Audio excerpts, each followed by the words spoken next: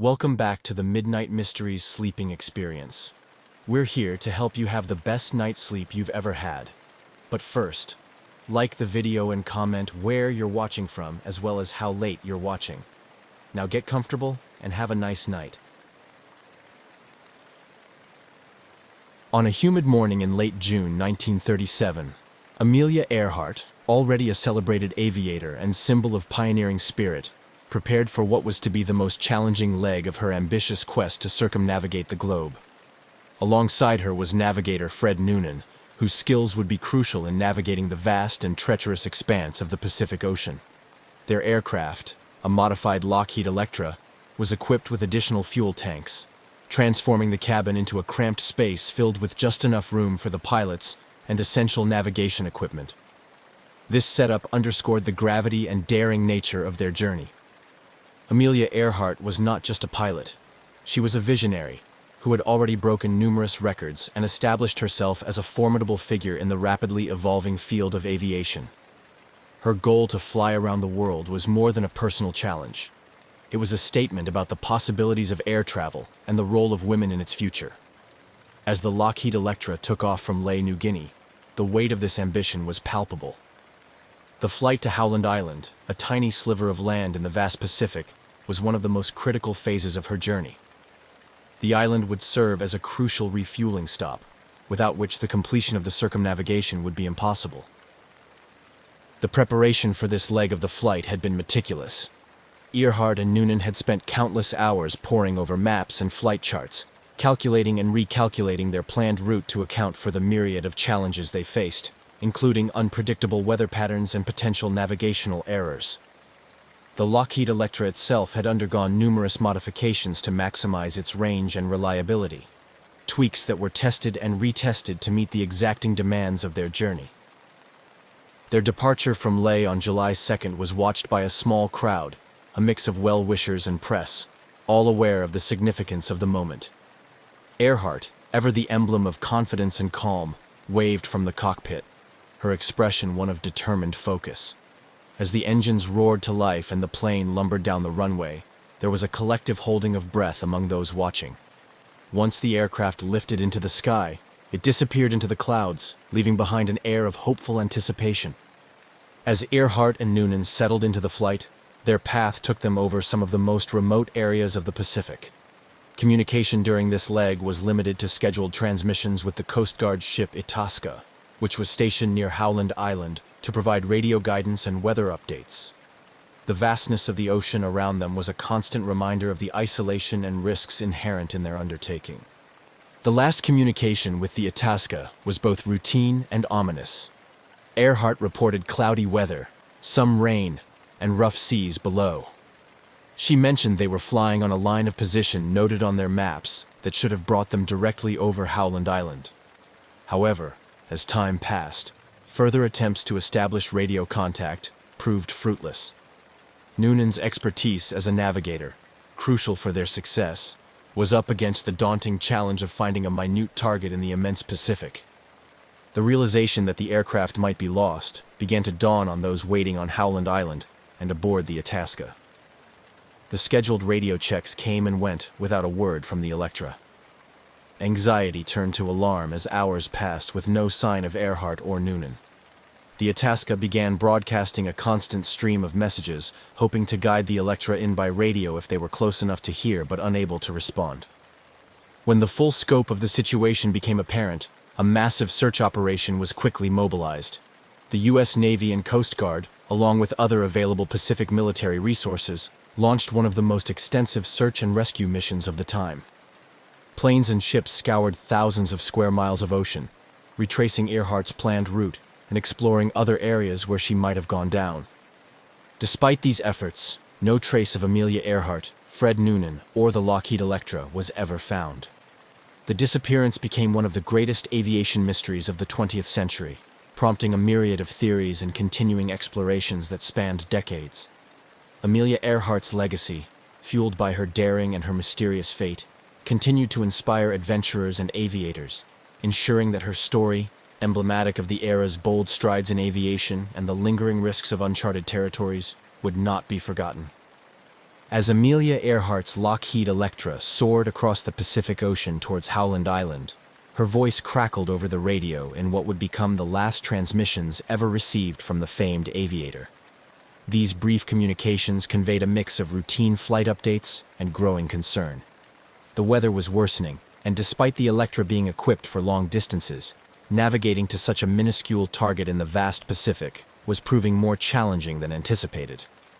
On the morning of July 2, 1937, as Earhart and her navigator, Fred Noonan, approached the vicinity of Howland Island, the tension aboard the Itasca, a U.S. Coast Guard cutter stationed nearby to support the flight, was palpable. The ship served as Earhart's lifeline to landing safely, equipped to guide her in with radio bearings. Earhart's transmissions, however, indicated she was having difficulty finding the island and receiving the radio signals meant to guide her approach. Earhart's last known transmission, fraught with static, indicated that she believed they were on course but could not see the island. She mentioned running low on fuel and requested that the Itasca take bearings on her signal. Despite the urgency in her voice, the specifics of her position remained unclear, complicating the Coast Guard's ability to provide effective assistance. The gravity of the situation deepened with each unproductive exchange. The plane was somewhere close, yet invisible, hidden by vast oceanic expanses.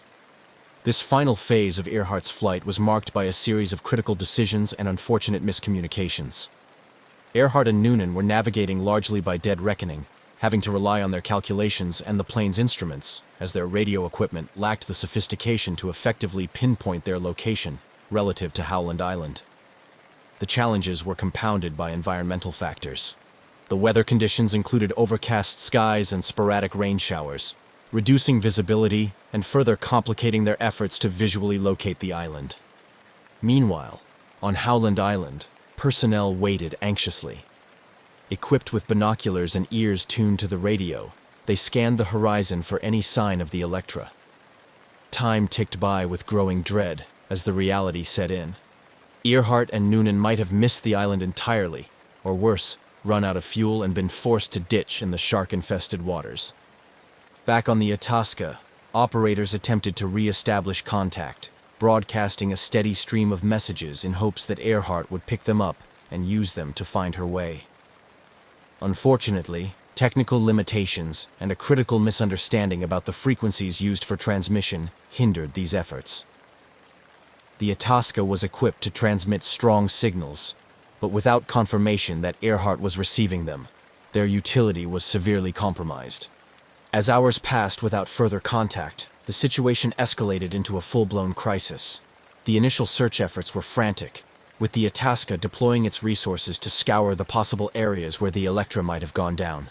Aircraft from the island joined in, expanding the search grid and covering larger areas in desperate hope of spotting debris, an oil slick, or any sign of life. This period of uncertainty marked the beginning of one of the most enduring mysteries in the annals of aviation. The disappearance of Amelia Earhart and Fred Noonan prompted a massive response, not just from the immediate search teams, but from the international community. Their fate captured the world's imagination and triggered widespread speculation. Theories abounded, each trying to make sense of how such a well-equipped and well-planned mission could end so abruptly and without a trace. The search for Earhart and Noonan continued for weeks, becoming one of the most extensive and costly in history. Ships and planes combed thousands of square miles of ocean, but the Pacific, vast and inscrutable, offered no clues. As the search efforts proved fruitless, the hope of finding them alive dwindled, leaving behind a haunting legacy of mystery and a poignant narrative of ambition and courage that continues to inspire and intrigue to this day. As the realization dawned that Amelia Earhart and Fred Noonan might indeed be lost at sea, the scale of the search operation intensified dramatically. The United States government, spurred by public interest and the significance of Earhart's international stature, mounted an unprecedented rescue effort. This initiative quickly became one of the largest and most expensive search and rescue operations in history, emphasizing the urgency and desperation to find the missing aviators. Within hours of their last radio contact, the U.S. Navy and Coast Guard mobilized a fleet of ships and aircraft to scour the vast area surrounding Howland Island, the intended destination of Earhart's flight. The Itasca, already in the area, and initially tasked with providing navigational assistance to Earhart, became the central hub for the initial search efforts.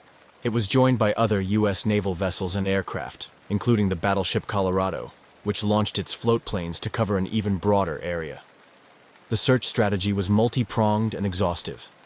Planes were dispatched to fly grid patterns over thousands of square miles of ocean, looking for any signs of the Electra or its occupants. Ships crisscrossed the suspected areas where Earhart might have gone down, their crews keeping a vigilant lookout for debris or oil slicks that might indicate the location of a crash. Infrared cameras and other advanced, for the time, sensing technologies were employed in the hope of detecting the aircraft or life rafts. Despite these extensive efforts, the vastness and depth of the Pacific Ocean presented formidable challenges. The ocean's immense size and the difficulty of spotting small debris or oil traces made the search like finding a needle in a haystack. The weather conditions, which included frequent cloud cover and choppy seas, further hampered the search efforts, often obscuring visibility and complicating the navigation. As days turned into weeks, the urgency of the search began to wane, with each passing day reducing the likelihood of finding Earhart and Noonan alive. The emotional toll on the search teams and the public was considerable. Each day brought hope that was met with disappointment, a cycle that repeated itself relentlessly. The exhaustive nature of the search also brought about logistical strains and raised questions about the feasibility of continuing the operation indefinitely. Internationally, the disappearance of Amelia Earhart became a media sensation, captivating audiences around the world. Newspapers and radio broadcasts provided daily updates on the search, fueling public fascination and concern. This global attention not only underscored Earhart's significance as a cultural icon, but also highlighted the emerging interconnectedness of the world through modern communications and aviation. The U.S. government, aware of the high public and international stakes, continued to pour resources into the search. However, after spending today's equivalent of millions of dollars and covering hundreds of thousands of square miles without any success, the difficult decision was made to conclude the official search. On July 19, 1937, just over 2 weeks after their disappearance, the search for Amelia Earhart and Fred Noonan was officially called off. The conclusion of this extensive search operation marked a somber moment. It was a testament to the limitations of even the most determined and resource-intensive rescue efforts of the time. The failure to find any trace of Earhart, Noonan, or the Electra left a void filled with speculation, sorrow, and unresolved mystery. This outcome not only deepened the enigma surrounding their fate, but also set the stage for decades of theories and explorations, each aiming to provide some resolution to one of the greatest aviation mysteries of the 20th century. The disappearance of Amelia Earhart and Fred Noonan over the Pacific Ocean in 1937 catalyzed a myriad of theories and extensive speculation that sought to explain the fate of these two aviators. Over the years, several prevailing theories emerged, each supported by various degrees of evidence and expert opinion, reflecting the persistent intrigue and the complex nature of their unsolved disappearance. The crash and sink theory is perhaps the simplest and most widely accepted explanation. It posits that Earhart's Lockheed Electra ran out of fuel while searching for Howland Island, leading to a crash into the vast Pacific Ocean. This theory is supported by the last transmissions from Earhart, which indicated that they were running low on fuel.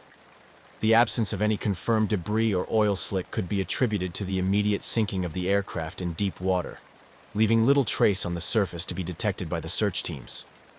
Another compelling theory is the Gardner Island hypothesis, which suggests that after failing to locate Howland Island, Earhart and Noonan might have attempted an emergency landing on another island within the Phoenix Islands, now part of the Republic of Kiribati. Nikumaroro, formerly known as Gardner Island, has been the focus of this theory. Subsequent visits and expeditions to Nikumaroro have uncovered artifacts potentially linked to Earhart and Noonan, including pieces of plexiglass that may have come from the Electra's windows, and an old-fashioned sextant box similar to those Noonan would have used. Supporters of the Gardner Island scenario argue that Earhart and Noonan could have survived for some time as castaways. This theory gained traction with the discovery of human bones on the island in 1940, although initial examinations in the early days were inconclusive, and later analyses led to more questions than answers. Modern forensic techniques continue to examine these findings, adding layers of scientific inquiry to the historical mystery.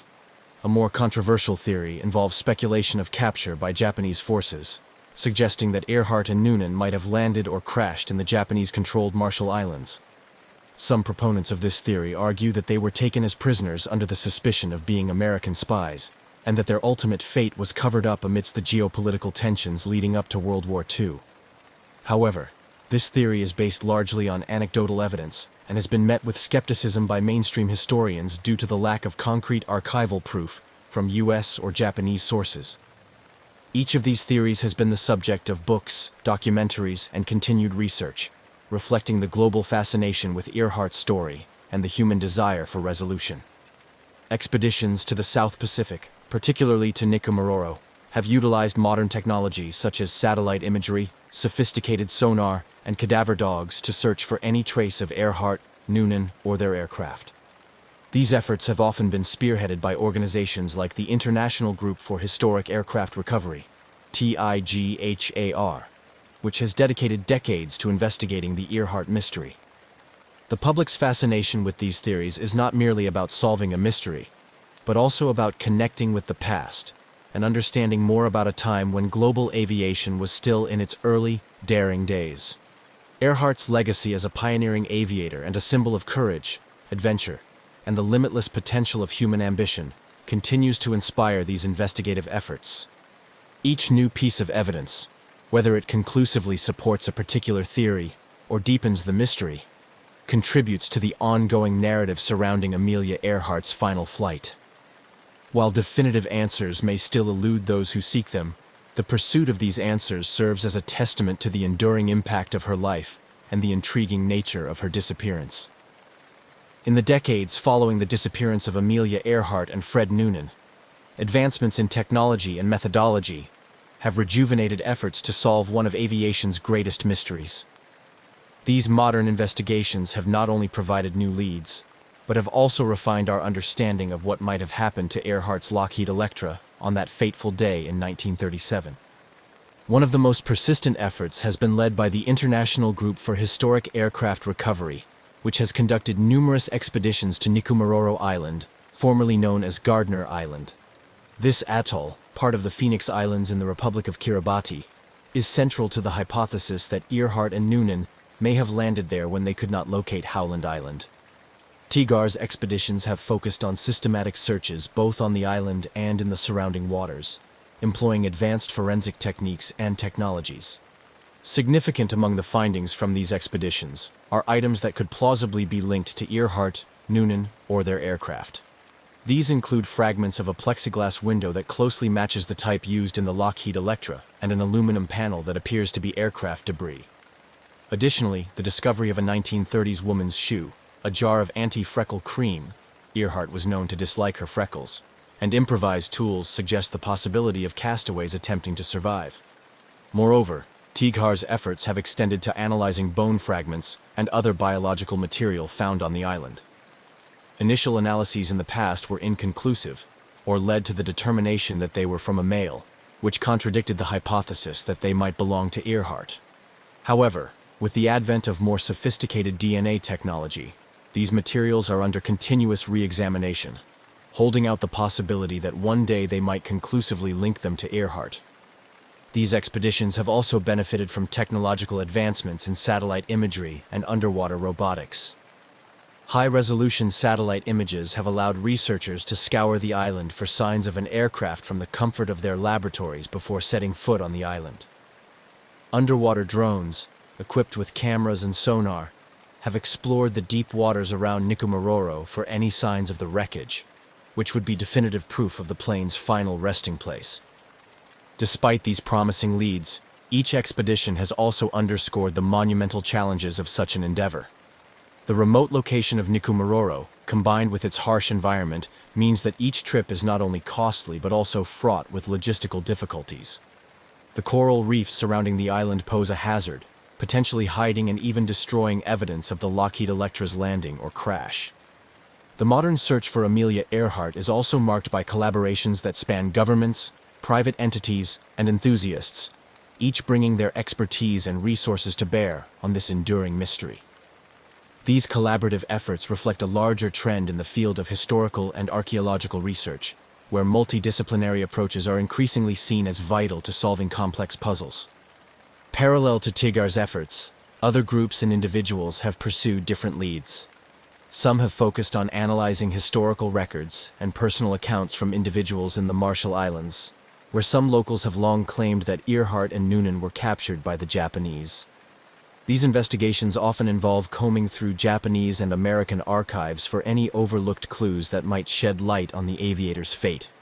The renewed interest in Amelia Earhart's disappearance and the application of new technologies to the search have not only brought us closer to potentially solving this mystery, but have also had broader implications for aviation archaeology. Techniques developed and refined during these searches, such as deep-sea sonar imaging and DNA analysis from old remains, have applications in other investigations, expanding our capabilities to explore and solve historical enigmas. Moreover, these efforts underscore the changing nature of historical inquiry in the age of technology. With each new tool and each expedition, the public's fascination with Earhart's story is rekindled, ensuring that her legacy continues to inspire and that the quest for answers remains alive. Whether or not these modern investigations will ever conclusively solve the mystery of what happened to Amelia Earhart, they stand as a testament to the enduring human spirit to seek answers, no matter how elusive they may be. Amelia Earhart's disappearance in 1937 transcended the realm of a mere aviation mystery to become a powerful symbol of courage, adventure, and the endless quest for equality. Her legacy has profoundly impacted not only aviation, but also the role of women in STEM and broader societal contexts, inspiring countless individuals and shaping cultural narratives across decades. Earhart was more than an aviator. She was a pioneering spirit of her time, breaking numerous records and challenging societal norms that restricted women's roles both on the ground and in the skies. Her attempt to circumnavigate the globe was a bold assertion of her belief in women's capabilities and their right to compete on equal footing with men. This aspect of her legacy has made her an enduring icon in the feminist movement, symbolizing the struggle for equality and the fight to break through traditional gender barriers. In the world of aviation, Earhart's influence has been equally significant. She was instrumental in the formation of the 99s, an international organization of women pilots established in 1929 to provide support and advocacy for female aviators. Her leadership and vision set the stage for future generations of women in aviation, encouraging them to pursue careers as pilots, engineers, and space explorers. The organization continues to thrive, supporting women in aviation through scholarships, education, and mutual support, perpetuating Earhart's legacy of empowerment and involvement in the field. Moreover, Earhart's story has been a persistent presence in media and popular culture, serving as a rich source of inspiration for films, books, and plays. Each portrayal explores different facets of her life and disappearance, reflecting the public's enduring fascination with her story. These portrayals often emphasize her bravery and the mysterious circumstances surrounding her final flight. But they also highlight her role as a trailblazer for women's rights and her contribution to the early days of aviation. Her disappearance has also sparked numerous conspiracy theories and alternative explanations, which have been featured in various documentaries and investigative reports. This ongoing intrigue ensures that her name remains in the public consciousness, continually sparking new discussions about her life and legacy. The mystery of her fate invites people to explore not only the facts, but also the symbolic meanings of her journey and disappearance. Educationally, Earhart's life and career are studied in schools around the world, where her story is used to teach lessons about perseverance, courage, and the importance of pursuing one's dreams despite obstacles. This educational impact is perhaps one of the most enduring aspects of her legacy, inspiring students to learn from her achievements and challenges. Additionally, Earhart's influence extends to advocacy for aviation safety and technological advancements in flight. Her disappearance highlighted the limitations of aviation technology of the time and underscored the need for advancements in navigation and communication systems. Today, modern satellite and GPS technologies, which provide real-time tracking of aircraft, are part of her legacy. addressing the very challenges that contributed to her disappearance. On a more personal level, the annual remembrance events and continued interest in her life have provided a form of closure for those inspired by her story. For many, especially young women and girls, Earhart is a figure who represents the limitless possibilities of the human spirit. Her life encourages them to dream big and pursue those dreams with the same determination and fearlessness that she did. In sum, the legacy of Amelia Earhart is a tapestry woven from her achievements in aviation, her role as a cultural and feminist icon, and the ongoing mystery of her disappearance.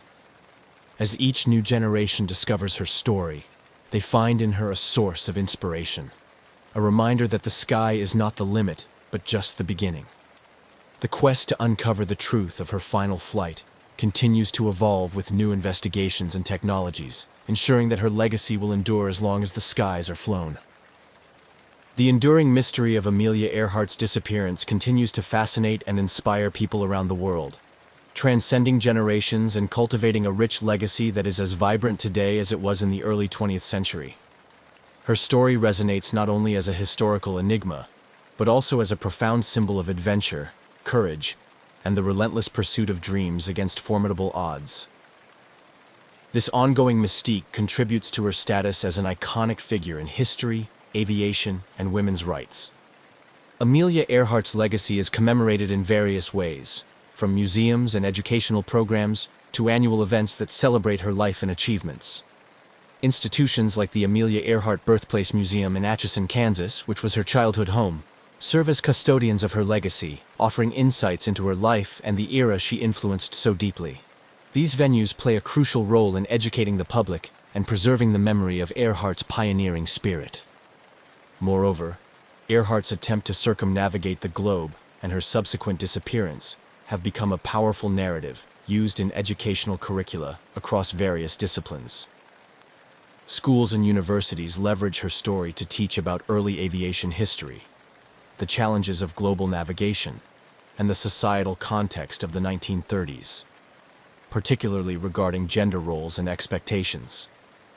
Educators also use her story to instill values of perseverance and resilience, highlighting how her life was a testament to overcoming obstacles and breaking barriers. In the broader cultural context, Amelia Earhart is a perennial subject in media and popular culture, her story having inspired numerous films, documentaries, books, and articles. Each new project that seeks to unravel the mystery of her disappearance or celebrate her achievements reintroduces her legacy to a new audience, ensuring that her impact is not confined to history books, but continues to be relevant in contemporary discussions about gender, technology, and exploration. The mystery surrounding Earhart's fate also continues to inspire adventurers, scientists, and historians. Modern expeditions equipped with cutting-edge technology aim to solve the puzzle of her disappearance, diving into the depths of the Pacific or exploring remote islands for any trace of her or her aircraft. Each effort, whether successful or not, keeps her story in the public eye and fuels an ongoing dialogue about historical investigation and technological advancement in exploration. Furthermore, Earhart's influence extends into advocacy for women's rights and empowerment in fields traditionally dominated by men. Her legacy is often cited in discussions about gender equality in STEM fields, encouraging a new generation of young women to pursue careers in science, technology, engineering, and mathematics. Her life story is a motivational tool used by numerous organizations and initiatives that aim to empower women and girls worldwide. Internationally, Amelia Earhart is not just remembered as an American aviator. She is celebrated as a global icon who pushed the boundaries of what was possible in her time. Her bravery and the mysterious circumstances of her last flight provide a universal appeal that crosses cultural and geographical boundaries. Festivals, exhibitions, and public talks in various countries commemorate her life, each adding to the tapestry of her global legacy. In reflection, the story of Amelia Earhart is more than an unresolved disappearance. It is a narrative rich with themes of innovation, bravery, and the unyielding human spirit. Her life and the ongoing quest to find her continue to inspire and challenge us, reminding us of the vastness of human potential and the enduring desire to explore the unknown. Her legacy, perpetuated through continuous interest and investigation, ensures that Amelia Earhart will remain an inspirational figure, symbolizing the pursuit of adventure and the endless quest for knowledge.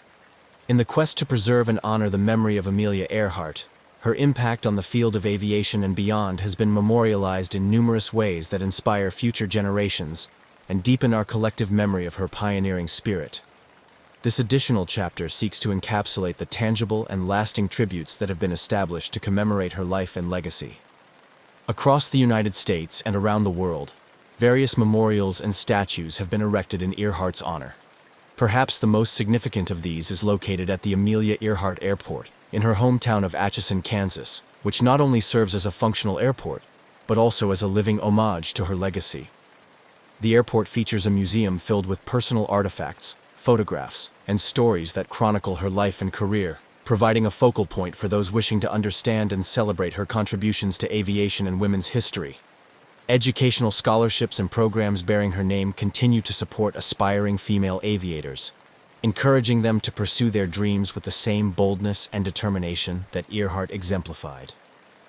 These scholarships are often provided by aviation organizations, including the 99s, which Earhart helped establish, ensuring that her passion for flying and her advocacy for women pilots are passed on to new generations.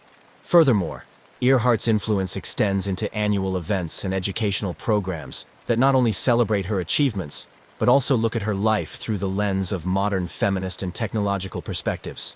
Conferences and symposiums discuss her impact on navigation technology, global communication, and gender equality, reflecting on how her legacy aligns with contemporary issues in these fields. Additionally, the mystery surrounding her disappearance has inspired a variety of creative works, including plays, novels, and films that explore the many facets of her character and the era she influenced. These portrayals contribute to a broader understanding of her as a complex and multifaceted figure, not only as a heroine in flight, but also as a person who faced immense challenges with courage and resilience.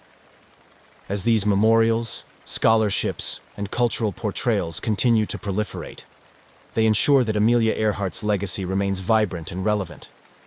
Each tribute serves as a reminder of her contributions to aviation and her role as a trailblazer for women, proving that her spirit continues to soar in the hearts and minds of those who follow in her footsteps. Through these enduring symbols and initiatives, Amelia Earhart's life and legacy continue to inspire awe and admiration, securing her place as an eternal icon of bravery and innovation.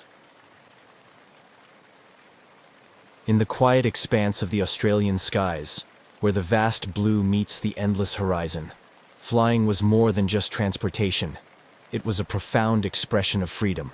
For 20-year-old Frederick Valentich, it was also a gateway to a future he dreamed of, one that combined his passion for aviation with a youthful fascination for the unknown, particularly his keen interest in unidentified flying objects. Frederick was not just an ordinary young man with a hobby. He was an ambitious pilot, albeit relatively inexperienced, with about 150 hours of flying time logged, a significant portion of which was solo. He was serious about turning his passion into a profession, aiming to qualify as a commercial pilot. However, his journey was marked by both enthusiasm and a few instances of overconfidence, as noted by his instructors and peers. Despite these minor setbacks, his commitment to flying was unwavering, driven by a deep-seated love for the skies. On October 21, 1978, Valentich prepared for a routine flight that was anything but ordinary. His plan was to fly from Moorabbin Airport in Victoria to King Island, a simple stretch across the Bass Strait. The purpose of the trip was partly practical.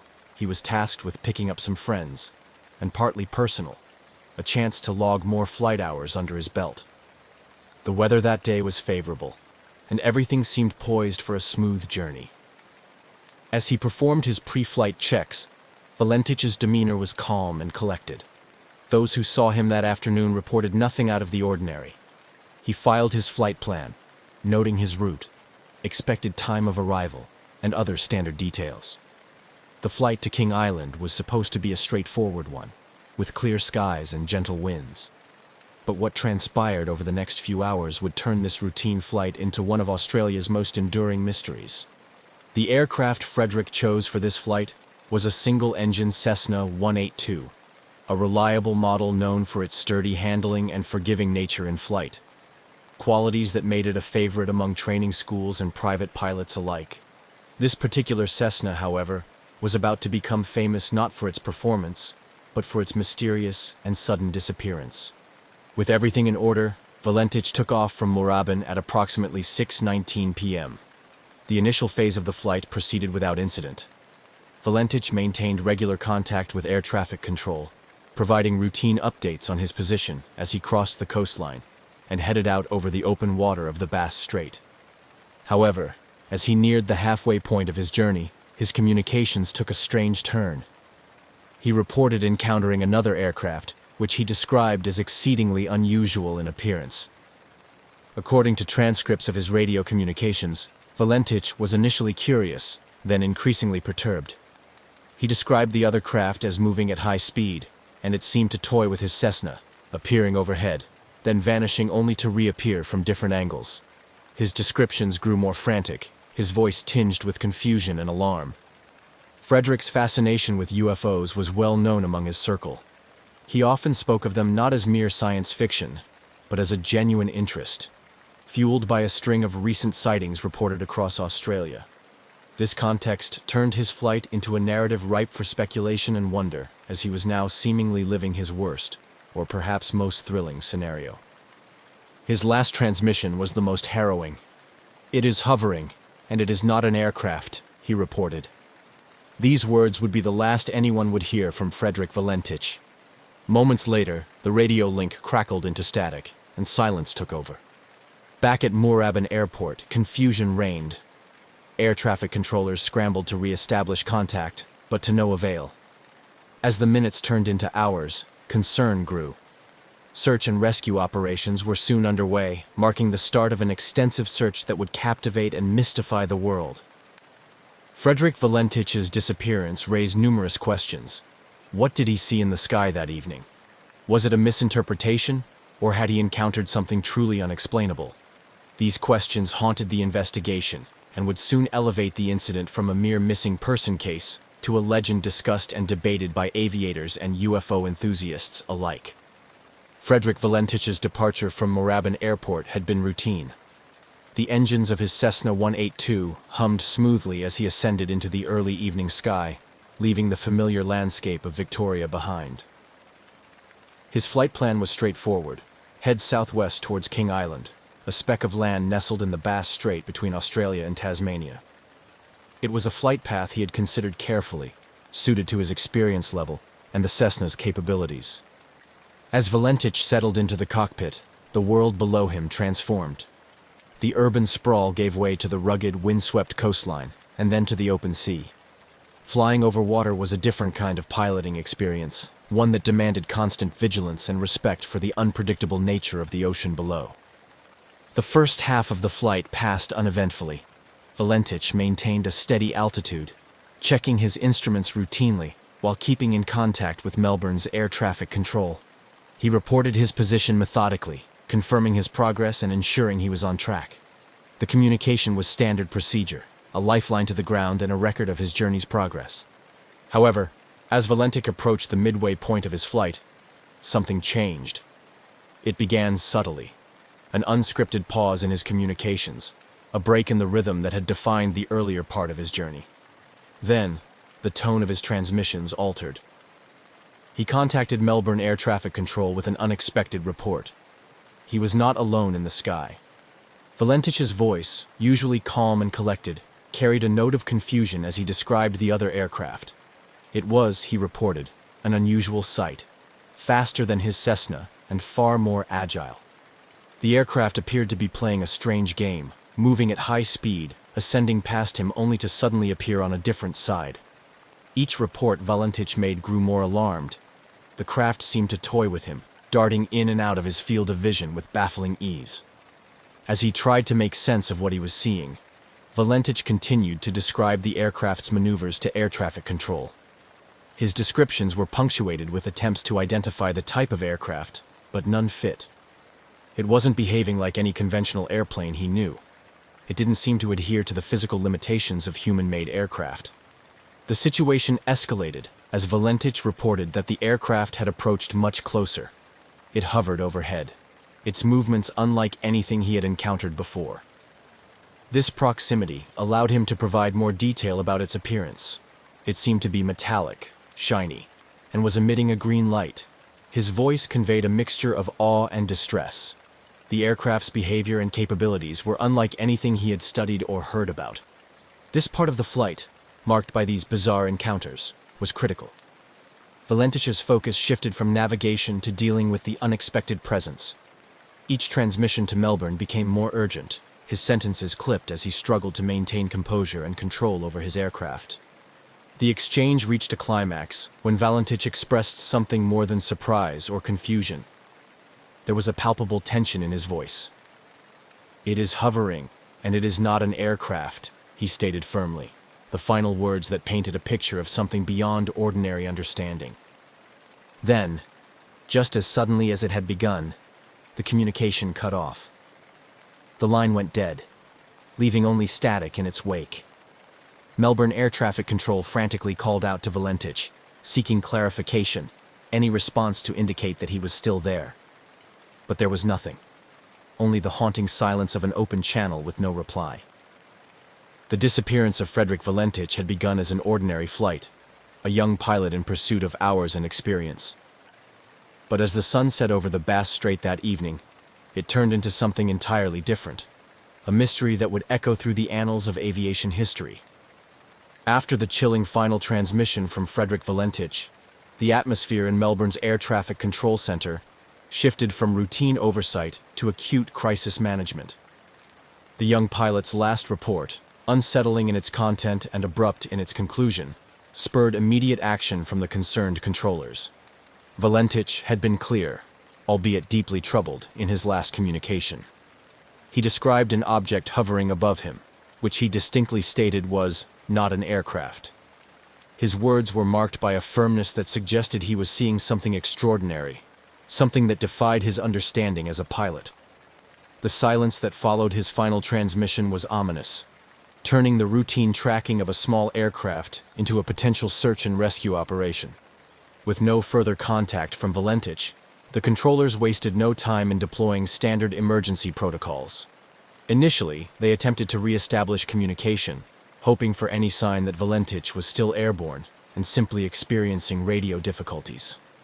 Repeated calls were made, each unanswered, only amplifying the urgency of the situation.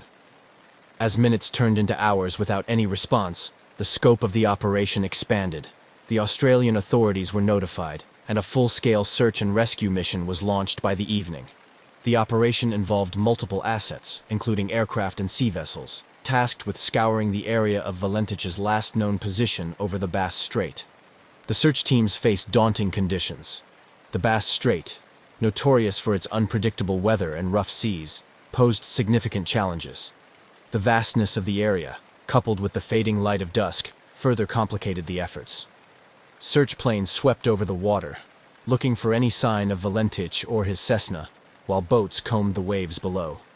Despite the extensive resources deployed and the urgency of the search, no trace of Valentich or his aircraft was found that night.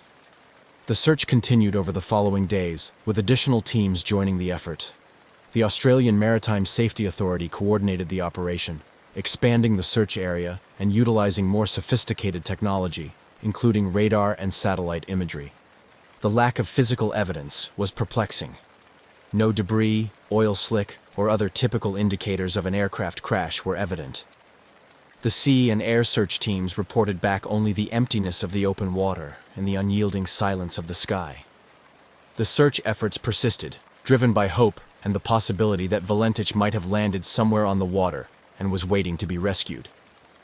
But as days passed with no sign of him or his aircraft, that hope began to wane. The official search operation would eventually be called off, leaving unanswered questions and profound concern for the young pilot's fate. The disappearance of Frederick Valentich became a focal point of intrigue and speculation. It catalyzed a series of investigations, discussions, and theories, both official and among the public. The mysterious circumstances, particularly the pilot's report of an unusual object, fed into broader discussions about unidentified flying objects and their possible interactions with aviation. This chapter of Valentich's journey concludes not with resolution, but with the stark reality of his vanishing, a moment in time that would forever be etched in the annals of Australian aviation mysteries. The silence from his radio on that fateful evening marked the beginning of a story that continues to provoke curiosity and debate to this day. As the reality of Frederick Valentich's disappearance settled in, the focus shifted entirely to a comprehensive search and rescue operation. Initiated by the Australian authorities, the operation spanned several days and involved numerous assets, drawing on a broad spectrum of air and sea resources to comb through the vast, treacherous waters of the Bass Strait. The search efforts were extensive and meticulously planned. Aircraft equipped with advanced radar and thermal imaging flew grid patterns over the area, while boats with sonar capabilities scanned the depths below. The goal was to cover as much area as possible, as quickly as possible, in the hope of finding any trace of Valentich or his Cessna 182. Despite the favorable weather conditions that followed the initial disappearance, the search teams faced the inherent challenges of the Bass Strait, known for its capricious weather patterns and strong currents.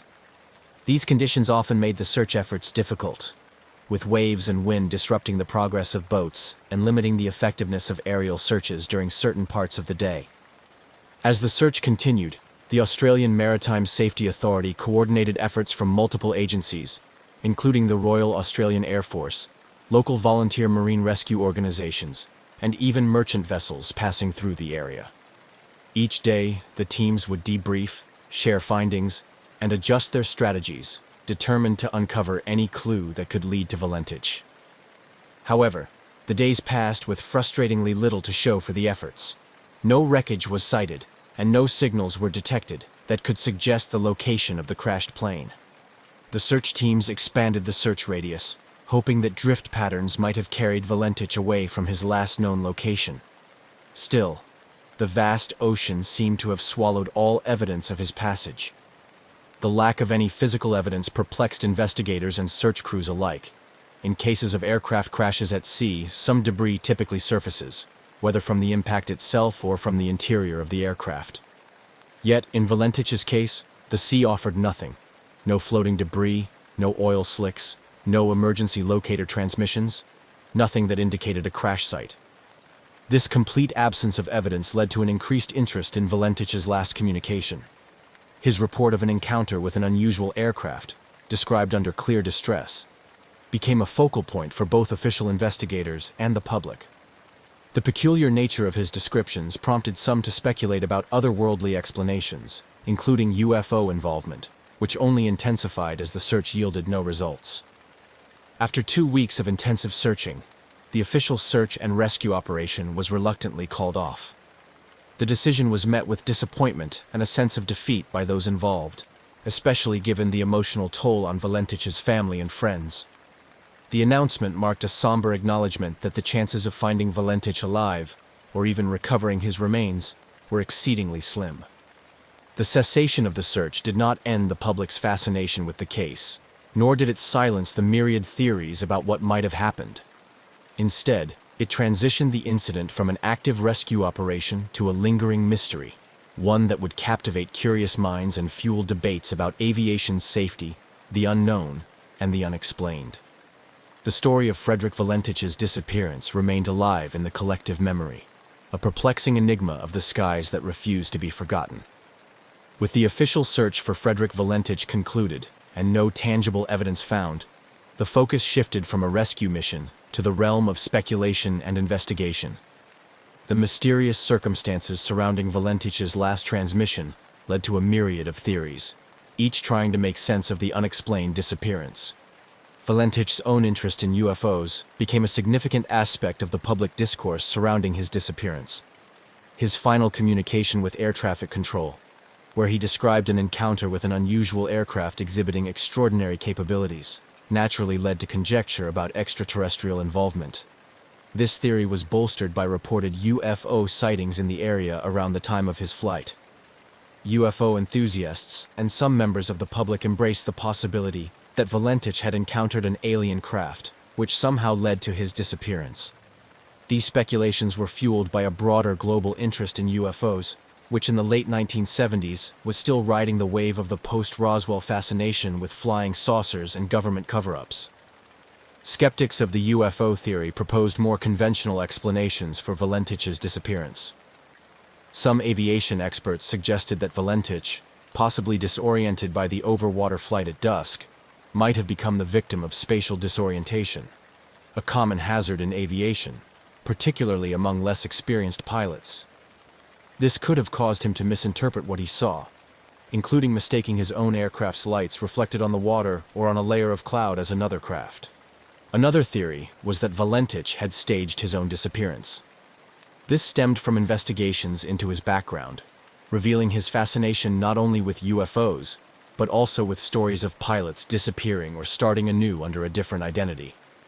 However, those close to Valentich, including family and friends, strongly disputed this, describing him as enthusiastic and serious about his aviation career.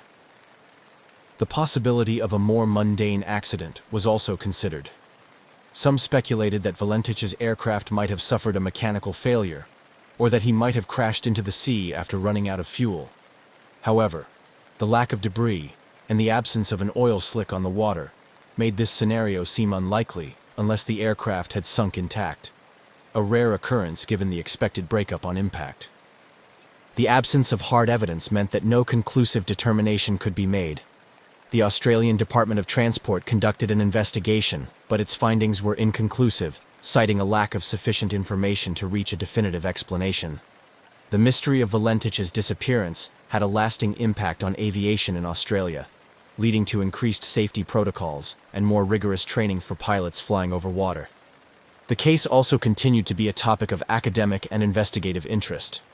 Researchers and documentary filmmakers periodically revisited the story, each bringing new technology and theories to bear in the hope of uncovering new information, or perhaps one day finding physical evidence that could bring closure to the case. The Valentich disappearance remains a compelling story, not just for those involved in aviation and UFO studies, but for anyone intrigued by human interaction with the unknown. It serves as a cautionary tale about the limits of human perception and the mysteries that can arise when the familiar intersects with the unexplainable. As the years passed, the disappearance of Frederick Valentich continued to resonate not just within the aviation and UFO enthusiast communities, but also among the wider public as a compelling mystery of the unknown. The lack of closure and definitive evidence has kept the case alive in the form of books, documentaries, and continued discussions in various forums. Here, we examine the legacy and ongoing interest surrounding Valentich's mysterious flight. Frederick Valentich's case has become a cornerstone discussion in both aviation safety and UFO circles. For aviation professionals, it serves as a stark reminder of the dangers of potential disorientation and the vital importance of maintaining situational awareness, especially when flying over large bodies of water. The incident has been used in training seminars to educate pilots about the psychological and physical effects of flying under stressful conditions and the potential for misinterpreting visual cues in the vast and featureless landscapes like the sea. In the realm of UFO research, Valentich's disappearance is often cited as one of the most intriguing cases due to the pilot's own reported sightings and the circumstances of his last transmission. It continues to fuel debates about the possibility of otherworldly encounters, and has become a part of UFO lore, frequently referenced at conferences and in literature discussing human interactions with supposed extraterrestrial vehicles. New developments occasionally reignite interest in the Valentich disappearance. Advances in technology, such as satellite imagery and improved sonar capabilities, have prompted new searches in the Bass Strait and surrounding areas. Though these efforts have not yet produced any concrete results, they maintain public interest and hope that new evidence may eventually surface. Interest is also kept alive by the media, with periodic retrospectives and updates on the case. These often coincide with anniversaries of the event, drawing new attention from those previously unaware of Valentich's story. Each wave of interest encourages fresh looks at the available data, sometimes bringing new theories to light or re-examining old ones with new technology or methodologies. Researchers and theorists continue to explore less conventional explanations, driven both by the strange details of Valentich's last reported observations and by the absence of physical evidence.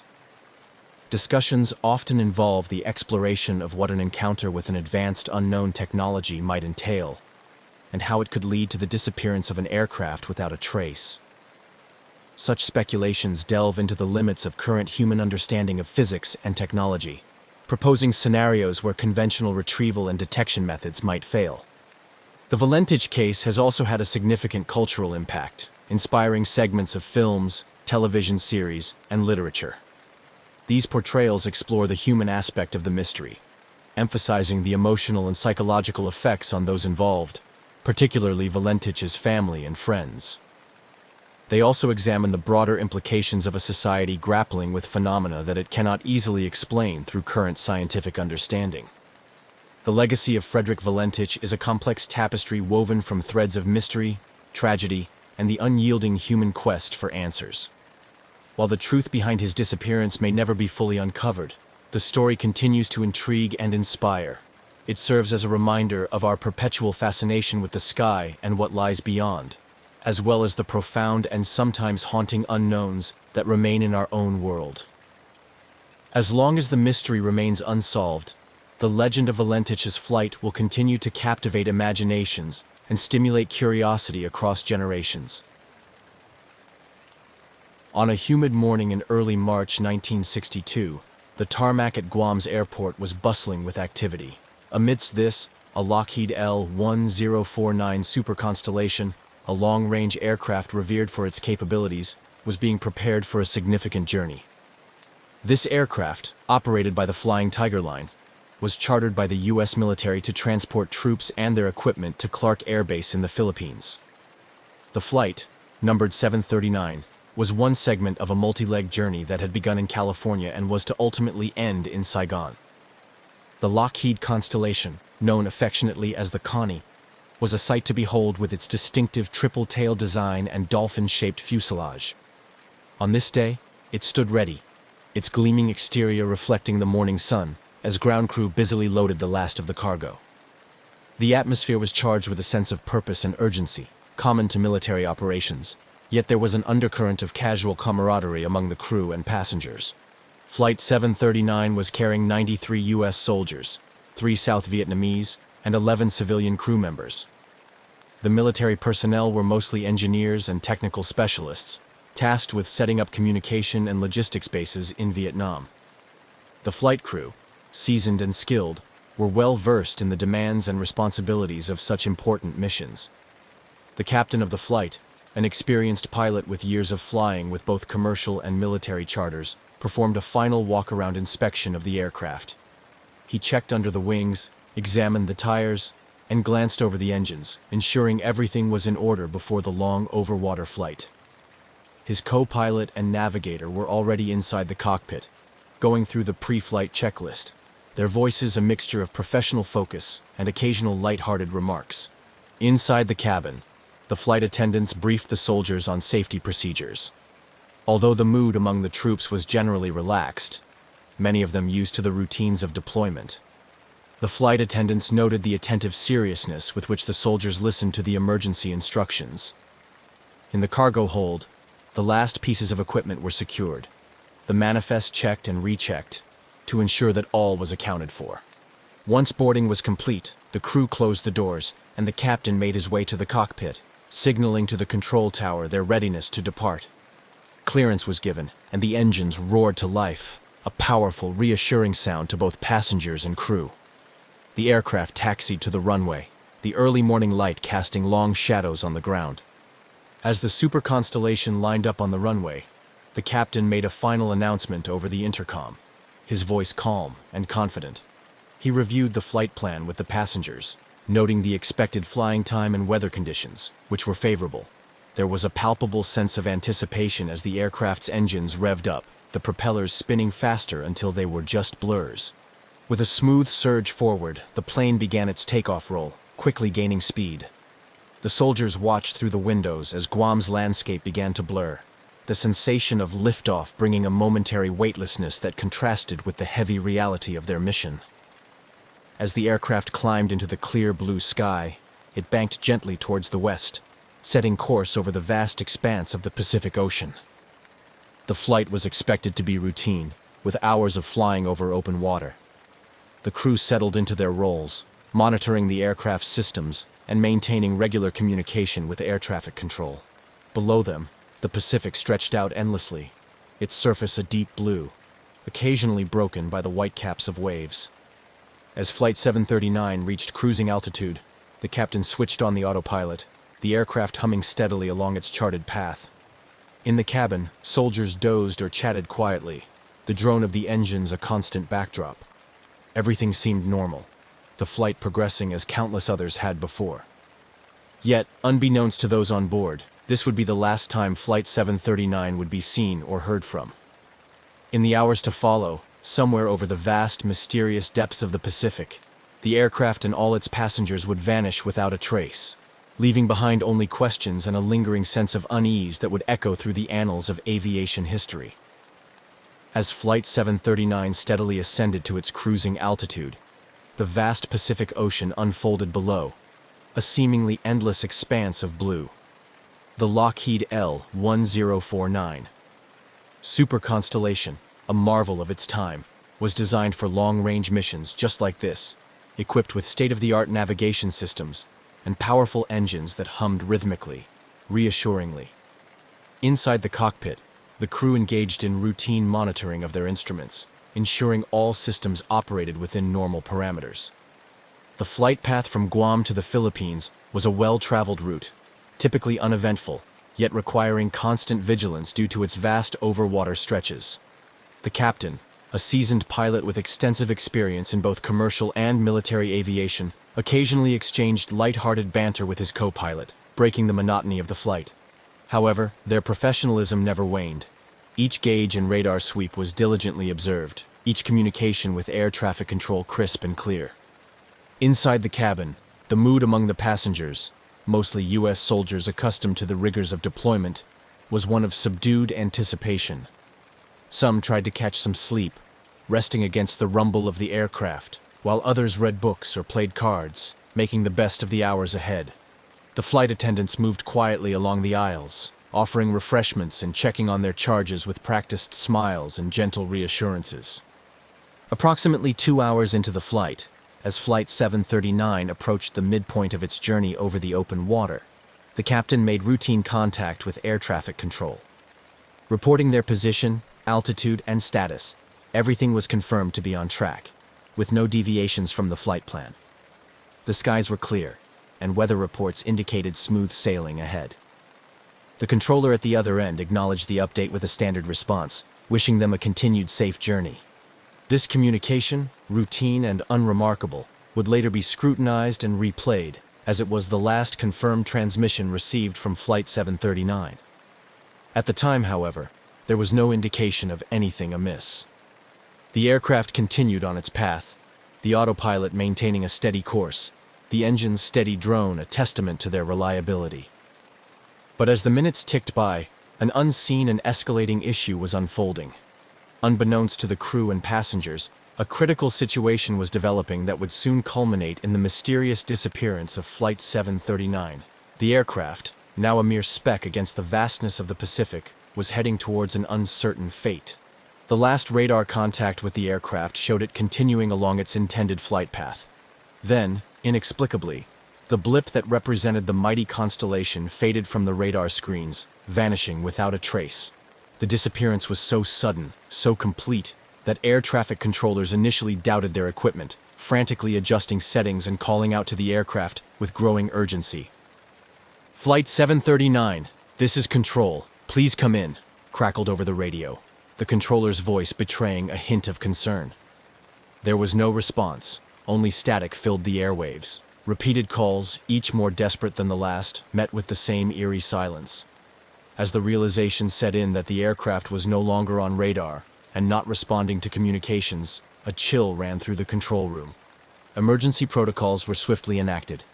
The disappearance of a military-chartered aircraft, especially one carrying over 100 souls, was a critical incident. The U.S. military, along with local aviation authorities, began coordinating an immediate response. Search and rescue operations were mobilized, with aircraft and ships directed to the last known location of Flight 739. As the news of the disappearance began to spread, the families of those on board, the military community, and the aviation world held their breath, hoping for any news of the aircraft. The mystery of what happened to Flight 739 in those final moments before it vanished would soon captivate the world, sparking questions, theories, and a massive search effort that sought in vain to uncover traces of the missing plane. The disappearance of Flight 739 triggered one of the largest search and rescue operations of the time, as the U.S. military, alongside international and local forces, launched an extensive effort to locate the missing aircraft and its passengers. Given the flight's last known position over the expansive Pacific Ocean, the area to be searched was vast and daunting, presenting significant logistical challenges. As soon as the aircraft was reported missing, the control centers coordinating the search mobilized a fleet of aircraft from various bases across the Pacific Rim. These included long-range patrol aircraft equipped with sophisticated radar and other sensory equipment designed for maritime surveillance and search operations. The U.S. Navy dispatched ships that were in the region to converge on the suspected area where contact with Flight 739 was lost. This initial response was a race against time, with hope still alive for finding survivors. Simultaneously, the Air Force's Rescue Coordination Center set up a command hub to oversee the operation, pulling in resources from across the military spectrum. This hub became the focal point for all communication and decision-making, ensuring that efforts were not duplicated and resources were deployed efficiently. Information flowed continuously, with updates on weather conditions, sea currents, and any sightings or debris reported by ships and planes partaking in the search. The search area, primarily defined by the last known radar contact with Flight 739, covered thousands of square miles of ocean. The area was known for its deep waters and challenging weather conditions, which could change swiftly and dramatically, complicating search efforts. The operation used a grid pattern, with each ship and aircraft assigned specific sectors to scour. The systematic approach was designed to cover as much area as possible, but the vastness of the Pacific Ocean and its deceptive tranquility made the task daunting. As days passed, the intensity of the search increased, but no trace of the aircraft or its passengers was found. The lack of debris or any sign of the aircraft was perplexing, leading to growing frustration and anxiety among the search teams and the families waiting for news. The operation continued round the clock, with search teams working in shifts, battling fatigue, and the emotional toll of the fruitless search. Meanwhile, speculation about the fate of Flight 739 began to mount. The absence of a distress signal prior to the disappearance raised questions about sudden catastrophic events, such as an explosion or a rapid descent into the ocean, which might have left little trace. The possibility of a hijacking or a deliberate diversion was considered but seemed less likely without any communication or ransom demands. Experts from various fields were brought in to analyze the flight's last known parameters and environmental data to model potential crash scenarios. These models were used to adjust search patterns, taking into account ocean currents and wind conditions that might have moved debris away from the initial impact site. Satellite imagery was scrutinized for any anomalies that could indicate a crash site, and other nations with satellite capabilities were requested to review their data. As the search extended into weeks, the hope of finding survivors waned, and the mission gradually shifted from rescue to recovery. The focus became finding any wreckage that could provide clues to what happened during the final moments of Flight 739. This was crucial not only for solving the mystery, but also for providing closure to the families and ensuring that any potential safety issues affecting other flights could be addressed. Despite the extensive efforts, the search was eventually scaled back. The decision was heart-wrenching for all involved, particularly for the families of those on board. Memorials were held in various locations, attended by military personnel, family members, and representatives from the Flying Tiger Line. The gatherings were somber, with attendees clinging to each other for support, sharing memories of their loved ones, and grappling with the unresolved fate of Flight 739. The official end of the search marked a painful closure of this chapter, leaving a lingering mystery in the annals of aviation history. The disappearance of Flight 739 remained a topic of fascination and speculation, inspiring investigative reports, documentaries, and continued amateur sleuthing. The lack of concrete evidence or wreckage allowed for numerous theories to flourish, from alien abductions to secret military experiments, each adding layers to the enigma of the vanished aircraft.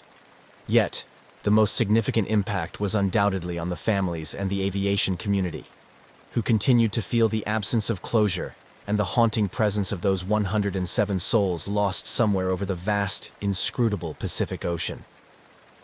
The vanishing of Flying Tiger Line Flight 739 in 1962 continued to haunt the aviation community and the families of the missing.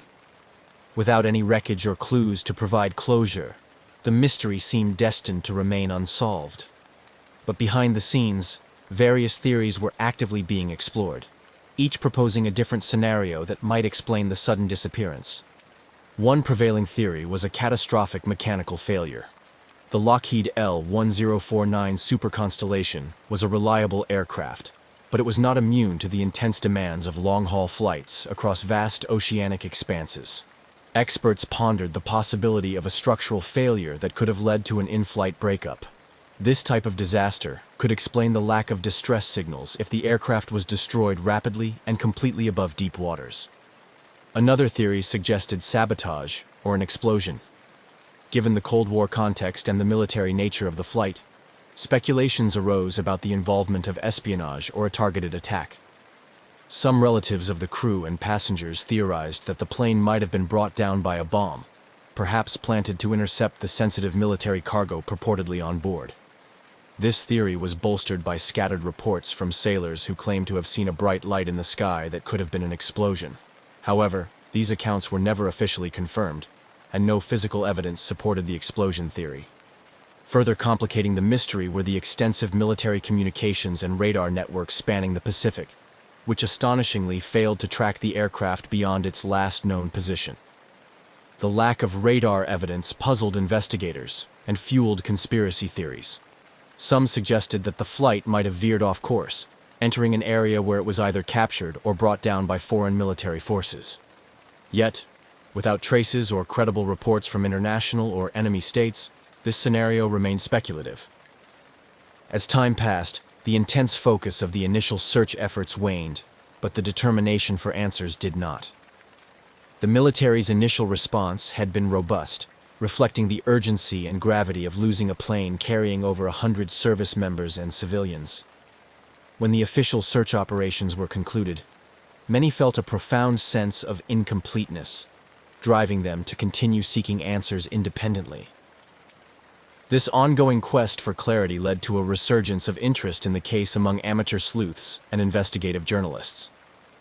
Decades after the disappearance, new technologies and changing geopolitical landscapes allowed for fresh examinations of old flight data and military records.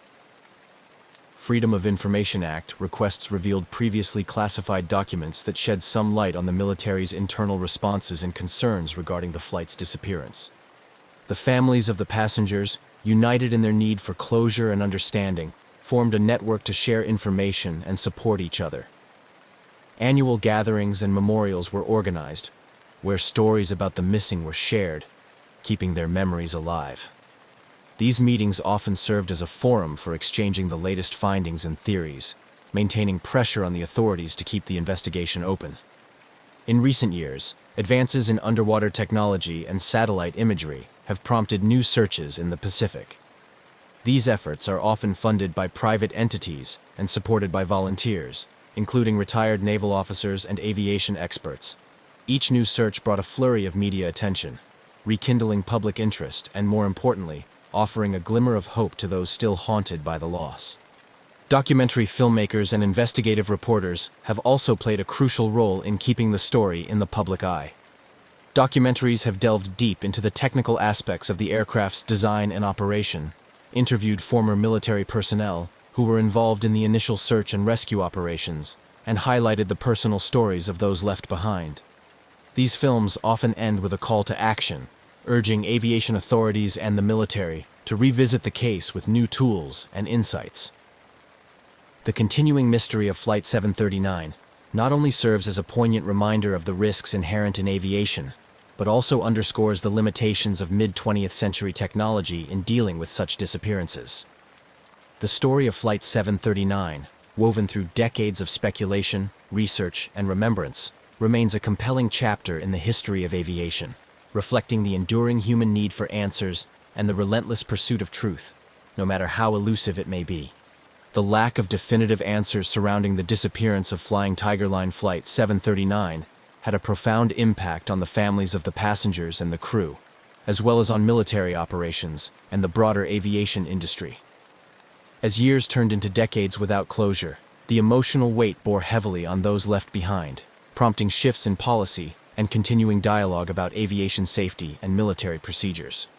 The immediate aftermath of the disappearance was a time of intense grief and confusion for the families of the 107 individuals on board. The absence of tangible evidence or a clear explanation compounded their sorrow, leaving many to grapple with unresolved feelings of loss. This grief was accompanied by a growing frustration with the military and government agencies, perceived by some as withholding information or not doing enough to resolve the mystery. This sentiment spurred some family members to become advocates for change in how military-related aviation incidents were handled, particularly regarding transparency and communication with victims' families. Their efforts led to more structured policies on providing timely and clear information to families, which has since been adopted in other areas of military and civilian aviation. In addition to the emotional and procedural impacts, the disappearance prompted a re-evaluation of flight safety protocols and emergency response strategies. The military, heavily reliant on chartered flights for transporting personnel and equipment, particularly during the Vietnam War, began to implement more rigorous checks on aircraft and operators, including stricter standards for maintenance and crew training. This shift was mirrored in the civilian aviation sector, where the incident underscored the need for robust tracking and communication technologies. It catalyzed advancements in flight monitoring systems, including the development and eventual mandate of more sophisticated transponders and satellite-based tracking systems that could maintain contact with aircraft over vast and remote areas like the Pacific Ocean. The ongoing mystery also influenced public perceptions and policies regarding military secrecy and accountability.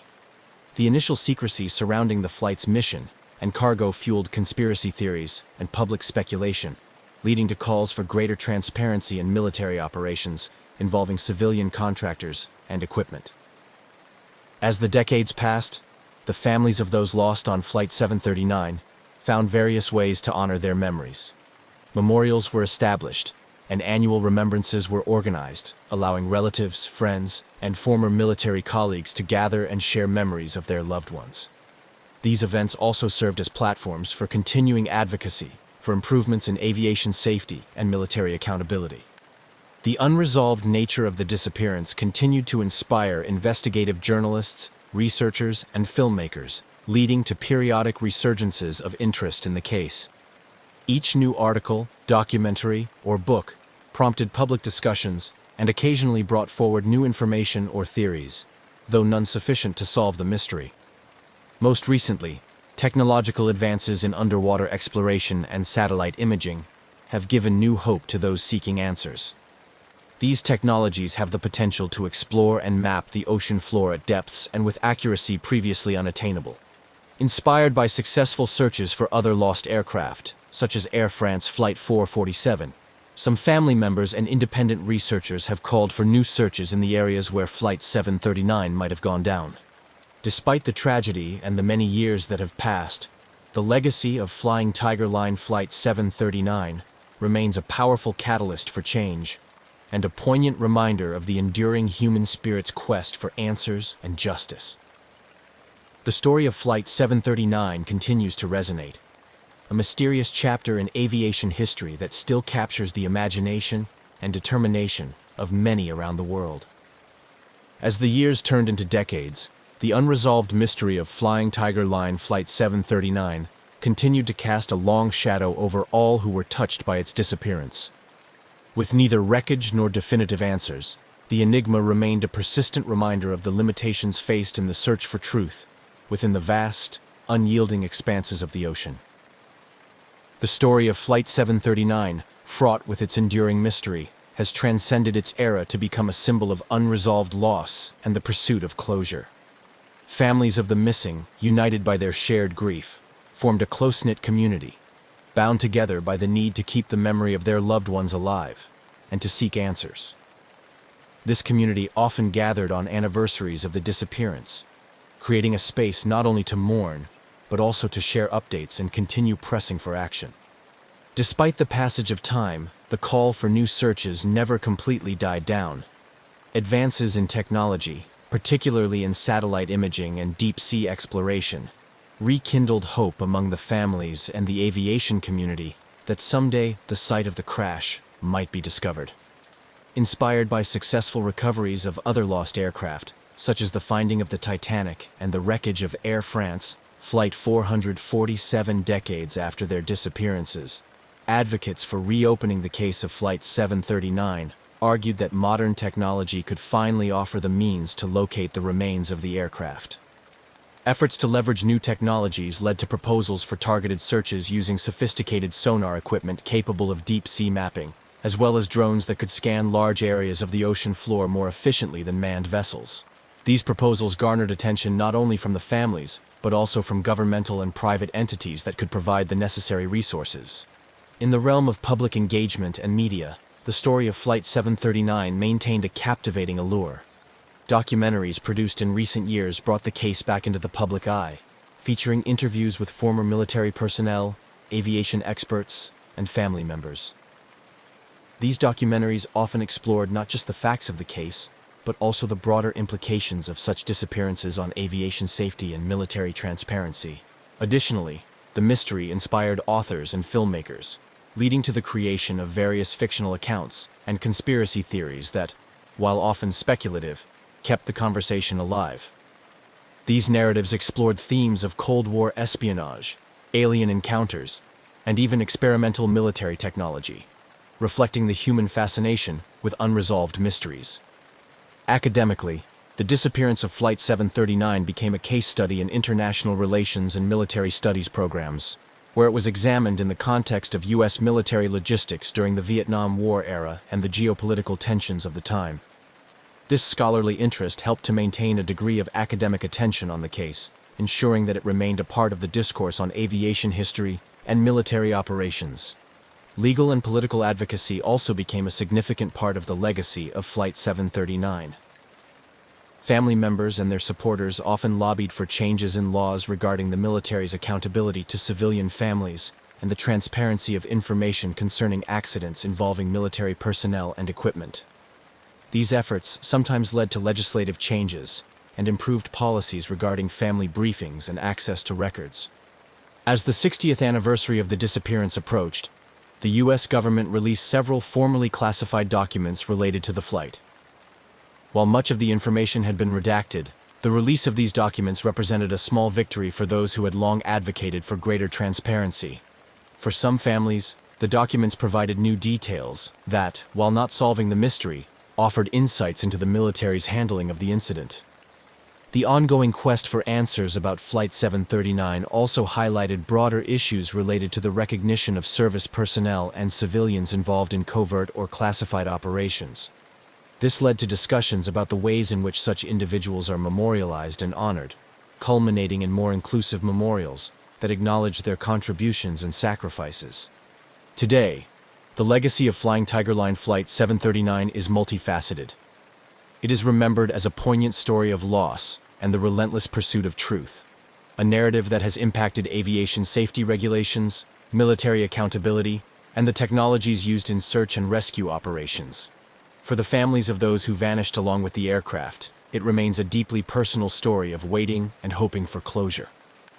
In a broader sense, the mystery serves as a reminder of the vulnerabilities in human endeavors, particularly in the face of vast and indifferent natural forces like the deep ocean.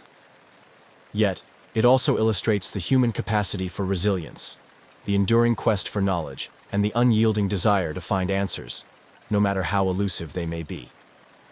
The profound impact of Flying Tiger Line Flight 739's disappearance stretched beyond the immediate shock and continued to resonate through the subsequent years, driving changes and fostering developments across multiple facets of society, from aviation technology to family advocacy and public policy. As the narrative of Flight 739 moved forward, it beckoned a broader contemplation on the themes of memory, technological progress, and the pursuit of closure, a pursuit that never seemed to diminish in intensity or necessity. Even decades after the disappearance, The commitment to finding Flight 739 was reinvigorated by technological advancements that offered new hope. The introduction of autonomous underwater vehicles, AUVs, and more sophisticated side-scan sonar technology provided tools capable of exploring the ocean depths with unprecedented detail and efficiency. Proposals for new search initiatives were drafted, with input from oceanographers, former naval officers, and aviation experts, who believed that the aircraft's final resting place could be pinpointed with the right resources and a targeted approach. Family members and advocacy groups, empowered by these technological promises, renewed their calls for action. They organized conferences and engaged with experts in maritime search and recovery to outline feasible search plans. These plans were then presented to governmental and private agencies capable of funding and executing such ambitious undertakings. The dialogue between these families and potential supporters became a testament to the enduring hope that modern technology could finally unravel the mystery that time had not forgotten.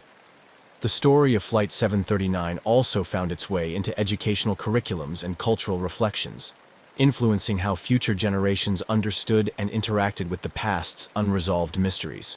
Universities and educational institutions developed courses that dealt not only with the technical aspects of aviation, but also with crisis management, historical analysis, and the psychological impact of unresolved tragedies.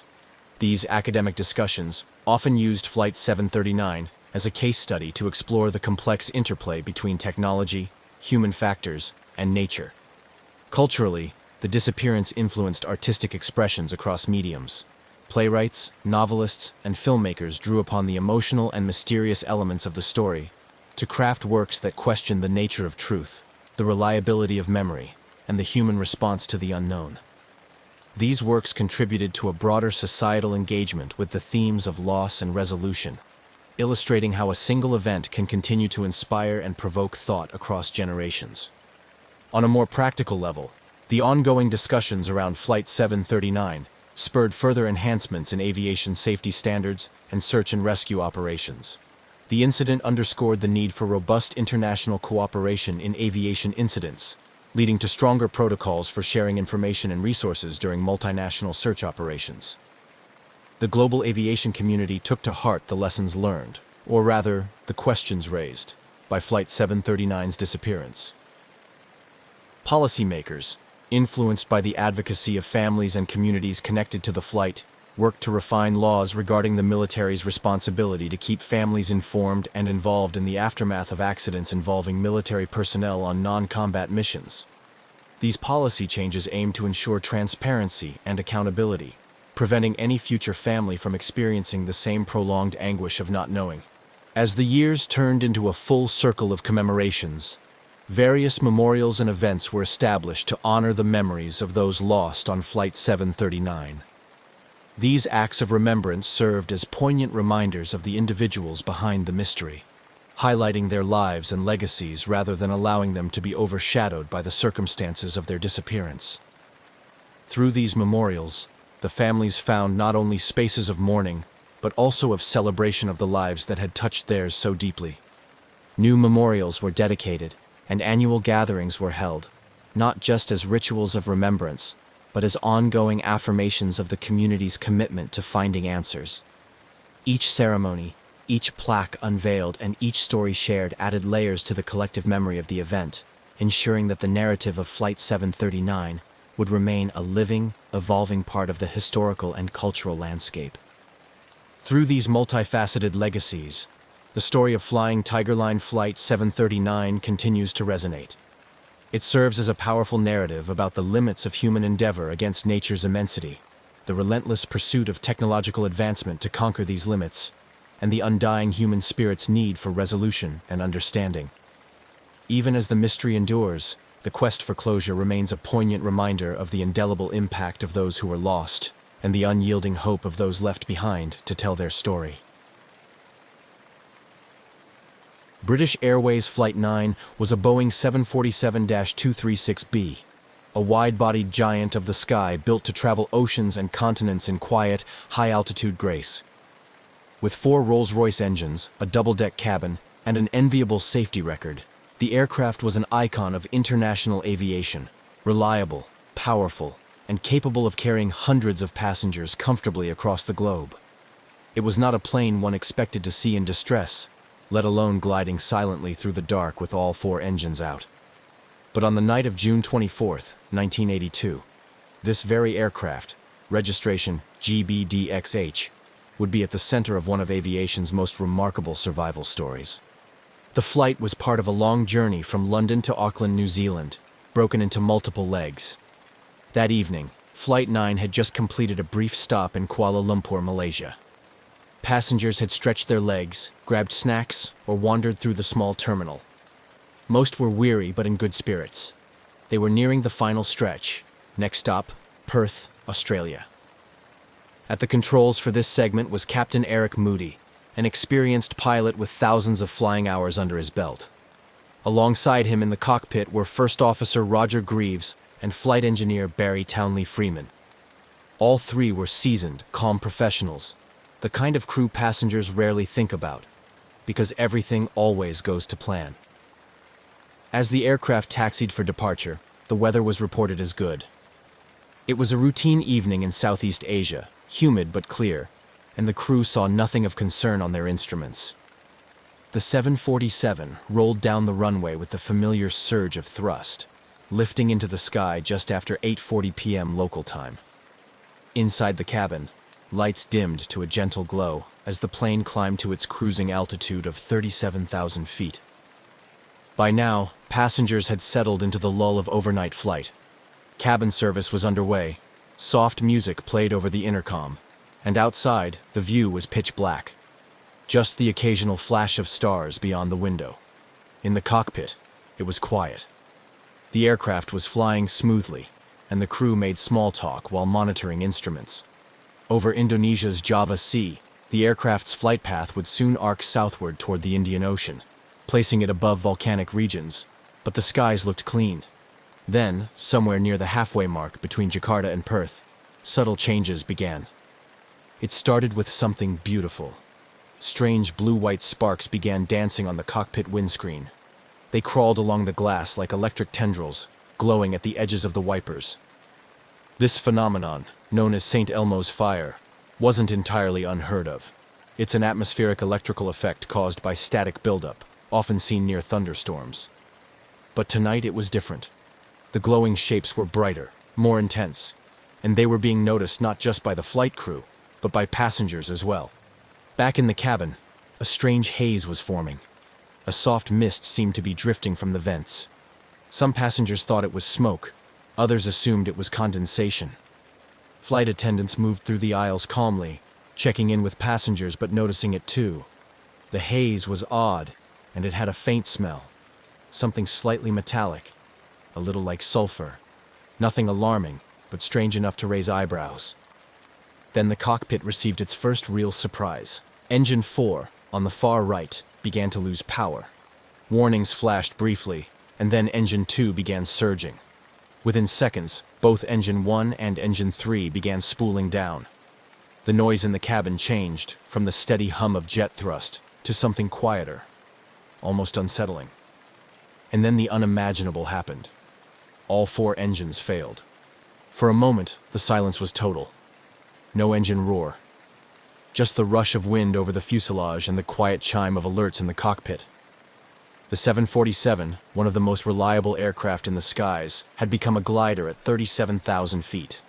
The crew checked and rechecked the instruments. This wasn't a gauge failure. The engines were out, every one of them. The aircraft was descending, gliding through the darkness with no power and no clear reason why. It was then that Captain Moody did something extraordinary in its calmness. He picked up the cabin PA and addressed the 263 passengers on board with the now famous words, "Ladies and gentlemen, this is your captain speaking. We have a small problem. All four engines have stopped. We are doing our utmost to get them going again. I trust you are not in too much distress." It was a voice steady as steel, offering not false reassurance, but controlled clarity. Passengers looked around at each other, confused. A few gasped. Others thought it was a joke. But the flight attendants, trained for moments exactly like this, moved swiftly. They checked seatbelts. They steadied their voices. They reminded people that the plane could glide for a long distance. And up front, the crew began preparing for a descent with no engine power and no certainty about what lay ahead. Outside, the night was clear, but the sky wasn't empty. Not that anyone could see it yet. The Boeing 747 continued its silent descent through the upper atmosphere, gliding with nothing but inertia and altitude to guide it. In the cockpit, Captain Eric Moody and his crew worked through emergency checklists with quiet urgency, their training sharp, but their situation unprecedented. 4 engines out, no power, no warning, and no clear explanation. They had prepared for engine failures before. Every commercial pilot is, but never all 4. It was the sort of scenario that wasn't supposed to happen.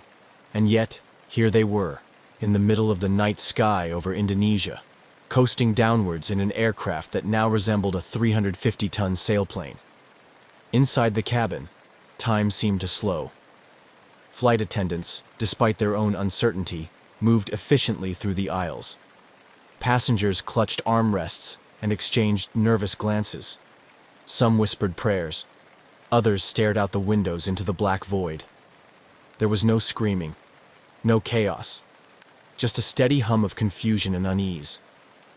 The mist in the cabin was still there, faintly glowing in the dim lighting. A few passengers noted an unusual brightness around the wings, like a soft, unearthly halo. This was no ordinary turbulence. Something had happened, something environmental, and completely unexpected. The crew still didn't know the source, but they were beginning to suspect it wasn't mechanical in the usual sense. As the aircraft descended past 30,000 feet, a critical clock began ticking. Oxygen. At cruising altitudes, passengers and crew need supplemental oxygen to stay conscious.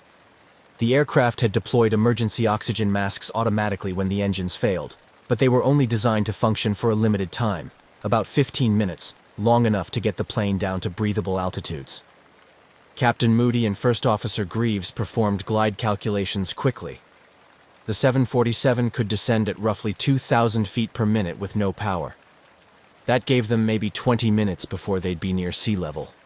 If they couldn't restart the engines by then, they'd need a plan B.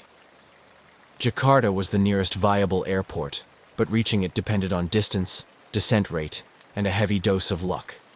They began trying to restart the engines, first in sequence, then out of sequence. Fuel valves were adjusted, ignition switches recycled, airflow was monitored. Nothing. The engines refused to respond. At this point, the crew made the difficult decision to declare an emergency with Jakarta Air Traffic Control. The transmission was calm but urgent. Total engine failure. Initiating descent. Requesting immediate vectors for possible landing. The controllers, stunned, began relaying instructions, advising vectors to Halim Perdanakusuma International Airport, Jakarta's primary field. What no one in the aircraft knew was that they were flying directly through a dense, invisible ash cloud, part of a massive plume released hours earlier by Mount Galunggung, a volcano in West Java that had erupted without warning. Volcanic ash doesn't show up on traditional weather radar, and it doesn't look like a thunderstorm cloud from the outside. It's dry, fine, and composed of glass-like particles that can sandblast a windshield and choke jet engines. The volcanic ash had entered all 4 of the 747's engines, melting internally at high temperature, coating turbine blades, and then solidifying as it cooled. The engines had essentially suffocated, starved of clean air and jammed by glass dust. And because this phenomenon was not widely understood at the time, the crew had no idea what they were up against. Still descending, they passed through 25,000 feet, then 20,000. The lights flickered, the silence remained, and then something changed. Engine 4, on the far right, gave a cough, then a rumble, and then, against every odd, it restarted. The cockpit came alive with energy. If one engine could be revived, so could the others. Restart procedures were repeated immediately. Moments later, Engine 3 sputtered to life, then Engine 1. Within another minute, Engine 2 followed. All 4 engines were back, but celebration was premature. The engines had only come back online after the plane had descended beneath the ash cloud. It wasn't until they had cleared the volcanic particles that clean airflow allowed combustion again. And now, Having regained power, the aircraft was still in a precarious position, descending, engines unstable, and visibility worsening by the second. The windshields, now coated with a layer of ash and microscopic debris, had been rendered nearly opaque. The crew could barely see forward.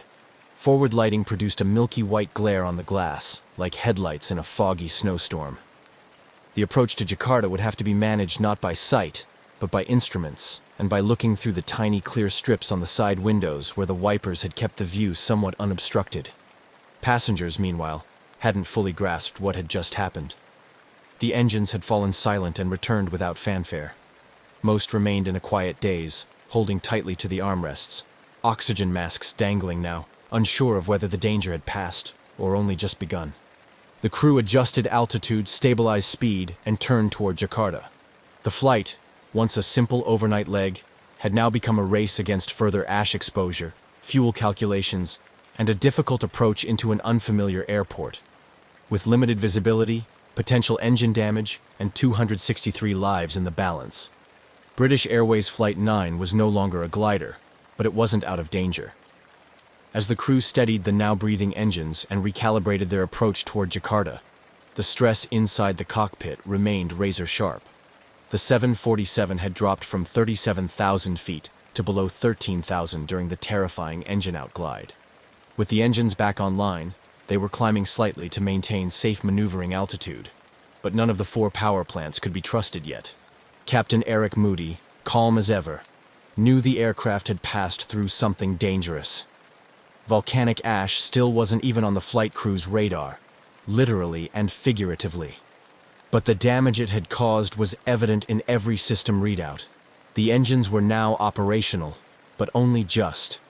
And the flight deck's view of the outside world was a ghostly blur.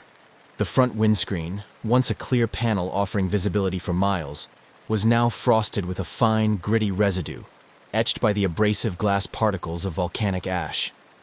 Headlights reflected off it in a white, opaque haze. From the captain's seat, forward visibility was next to nothing.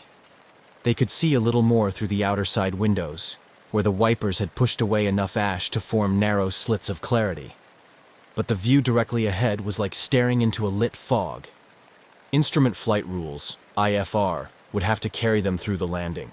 That meant relying entirely on gauges, sensors, radio beacons, and air traffic control guidance.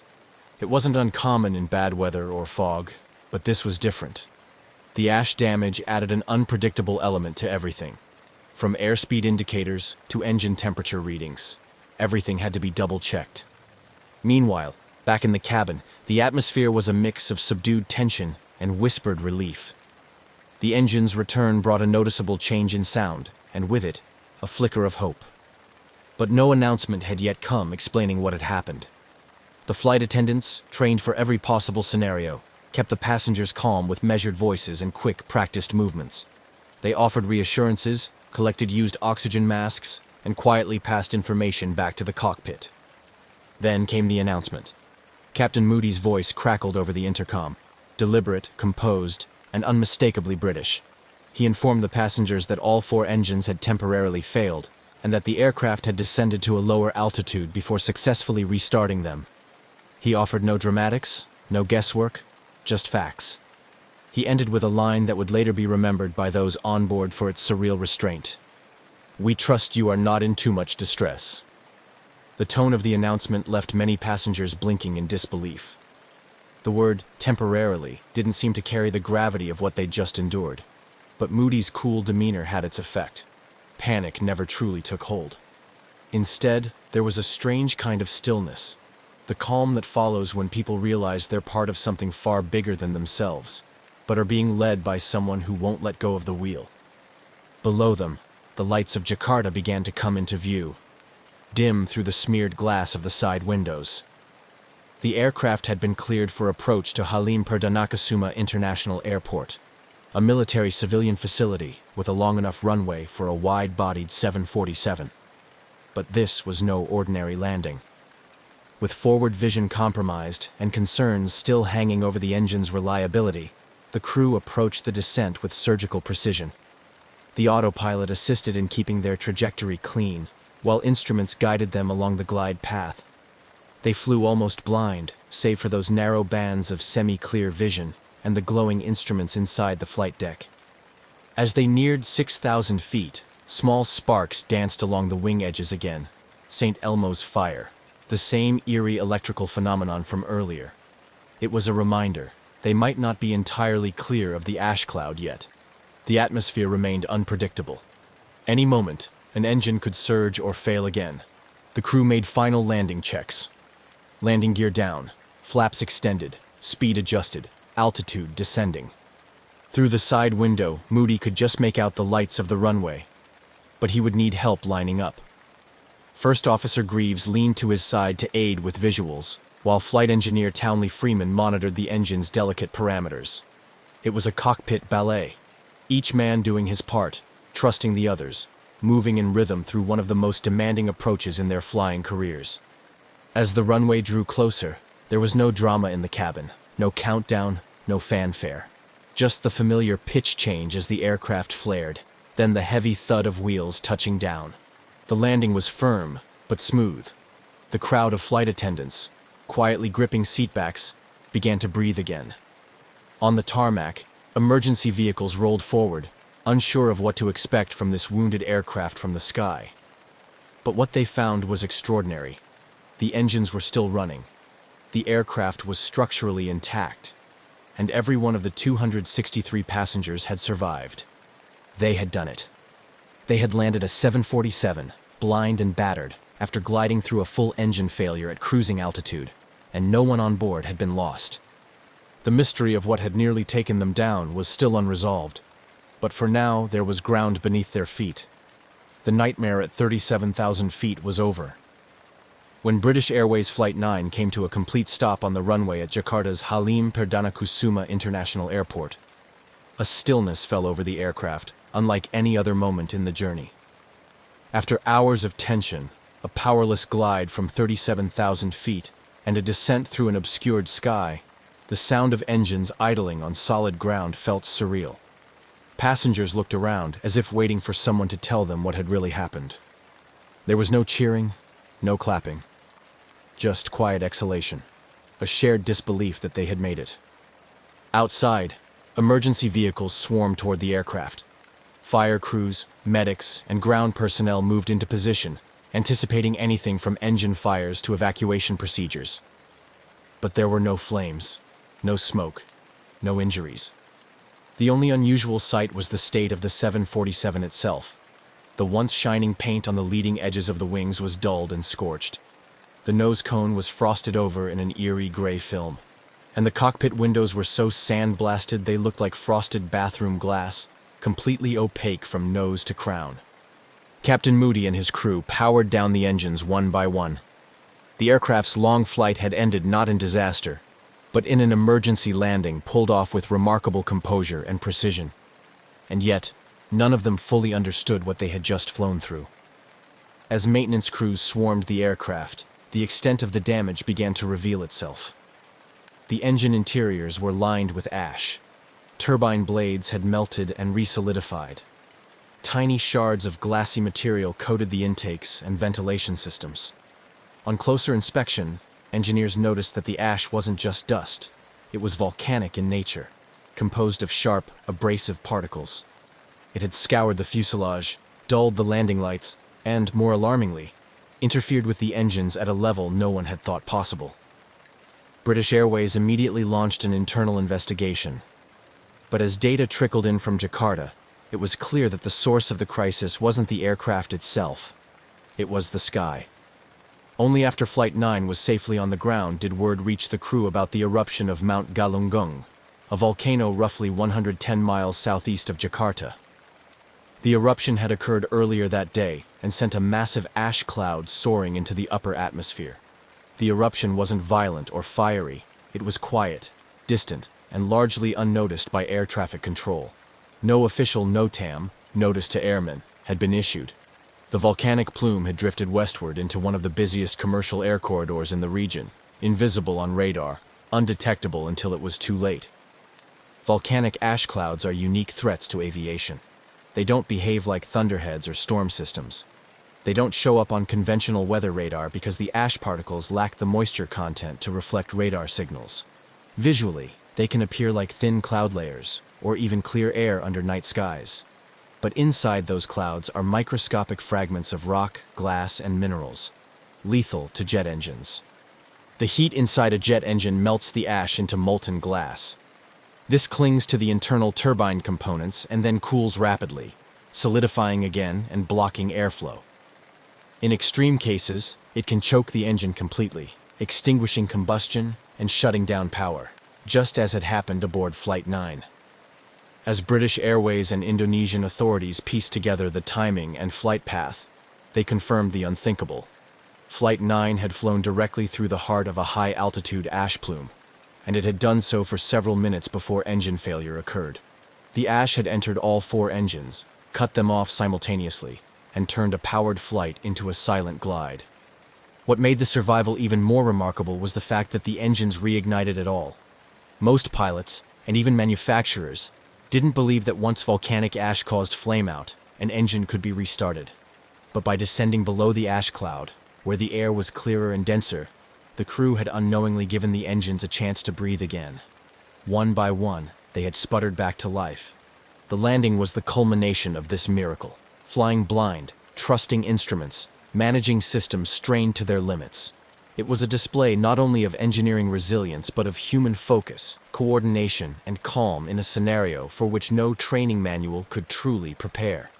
In interviews that followed, Captain Moody was quick to credit his crew, British Airways, and the aircraft itself. He downplayed heroism and emphasized teamwork.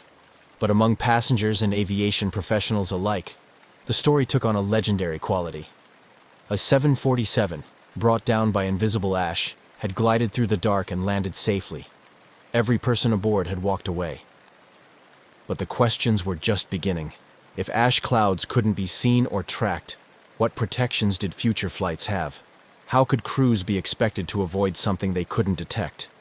And how many more flights were passing unknowingly through similar dangers?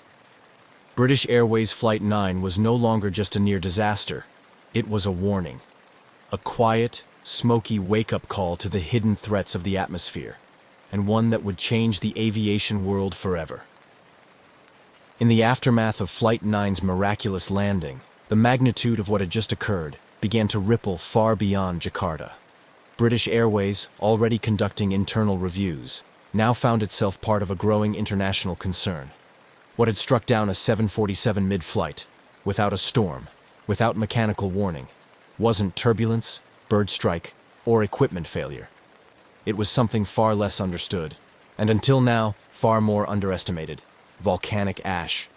The crew of Flight 9, particularly Captain Eric Moody, quickly became the focus of attention, not only because they had saved 263 lives, but because they had flown through an event that few had believed possible. In press interviews, Moody remained characteristically calm and humble. "We're trained for emergencies," he told reporters, but this one was a bit different. A bit different indeed. Volcanic ash had long been known to pose some threat to aircraft, particularly propeller-driven ones at lower altitudes. But what Flight 9 experienced rewrote the narrative entirely. Jet engines, flying at altitudes above 35,000 feet, were supposed to be above most weather hazards. What no one had accounted for was that ash clouds, fine enough to linger invisibly in the atmosphere, could rise that high, and that their effects could be so devastating so quickly. The engineering teams that examined the aircraft back in Jakarta and later in London were astonished at the damage. All 4 engines had suffered severe erosion to their turbine blades. The combustion chambers were coated in a gritty glaze, molten ash that had fused with metal at high temperature before solidifying mid-process. Portions of the fuselage and wing leading edges were scraped raw, with paint stripped and sensor covers pitted. Even the landing lights and cockpit windscreens showed signs of abrasion, sanded down to a frosty opacity. Despite this, the aircraft had flown again, and that, more than anything, underscored the miracle. But it also revealed the urgency of a terrifying question.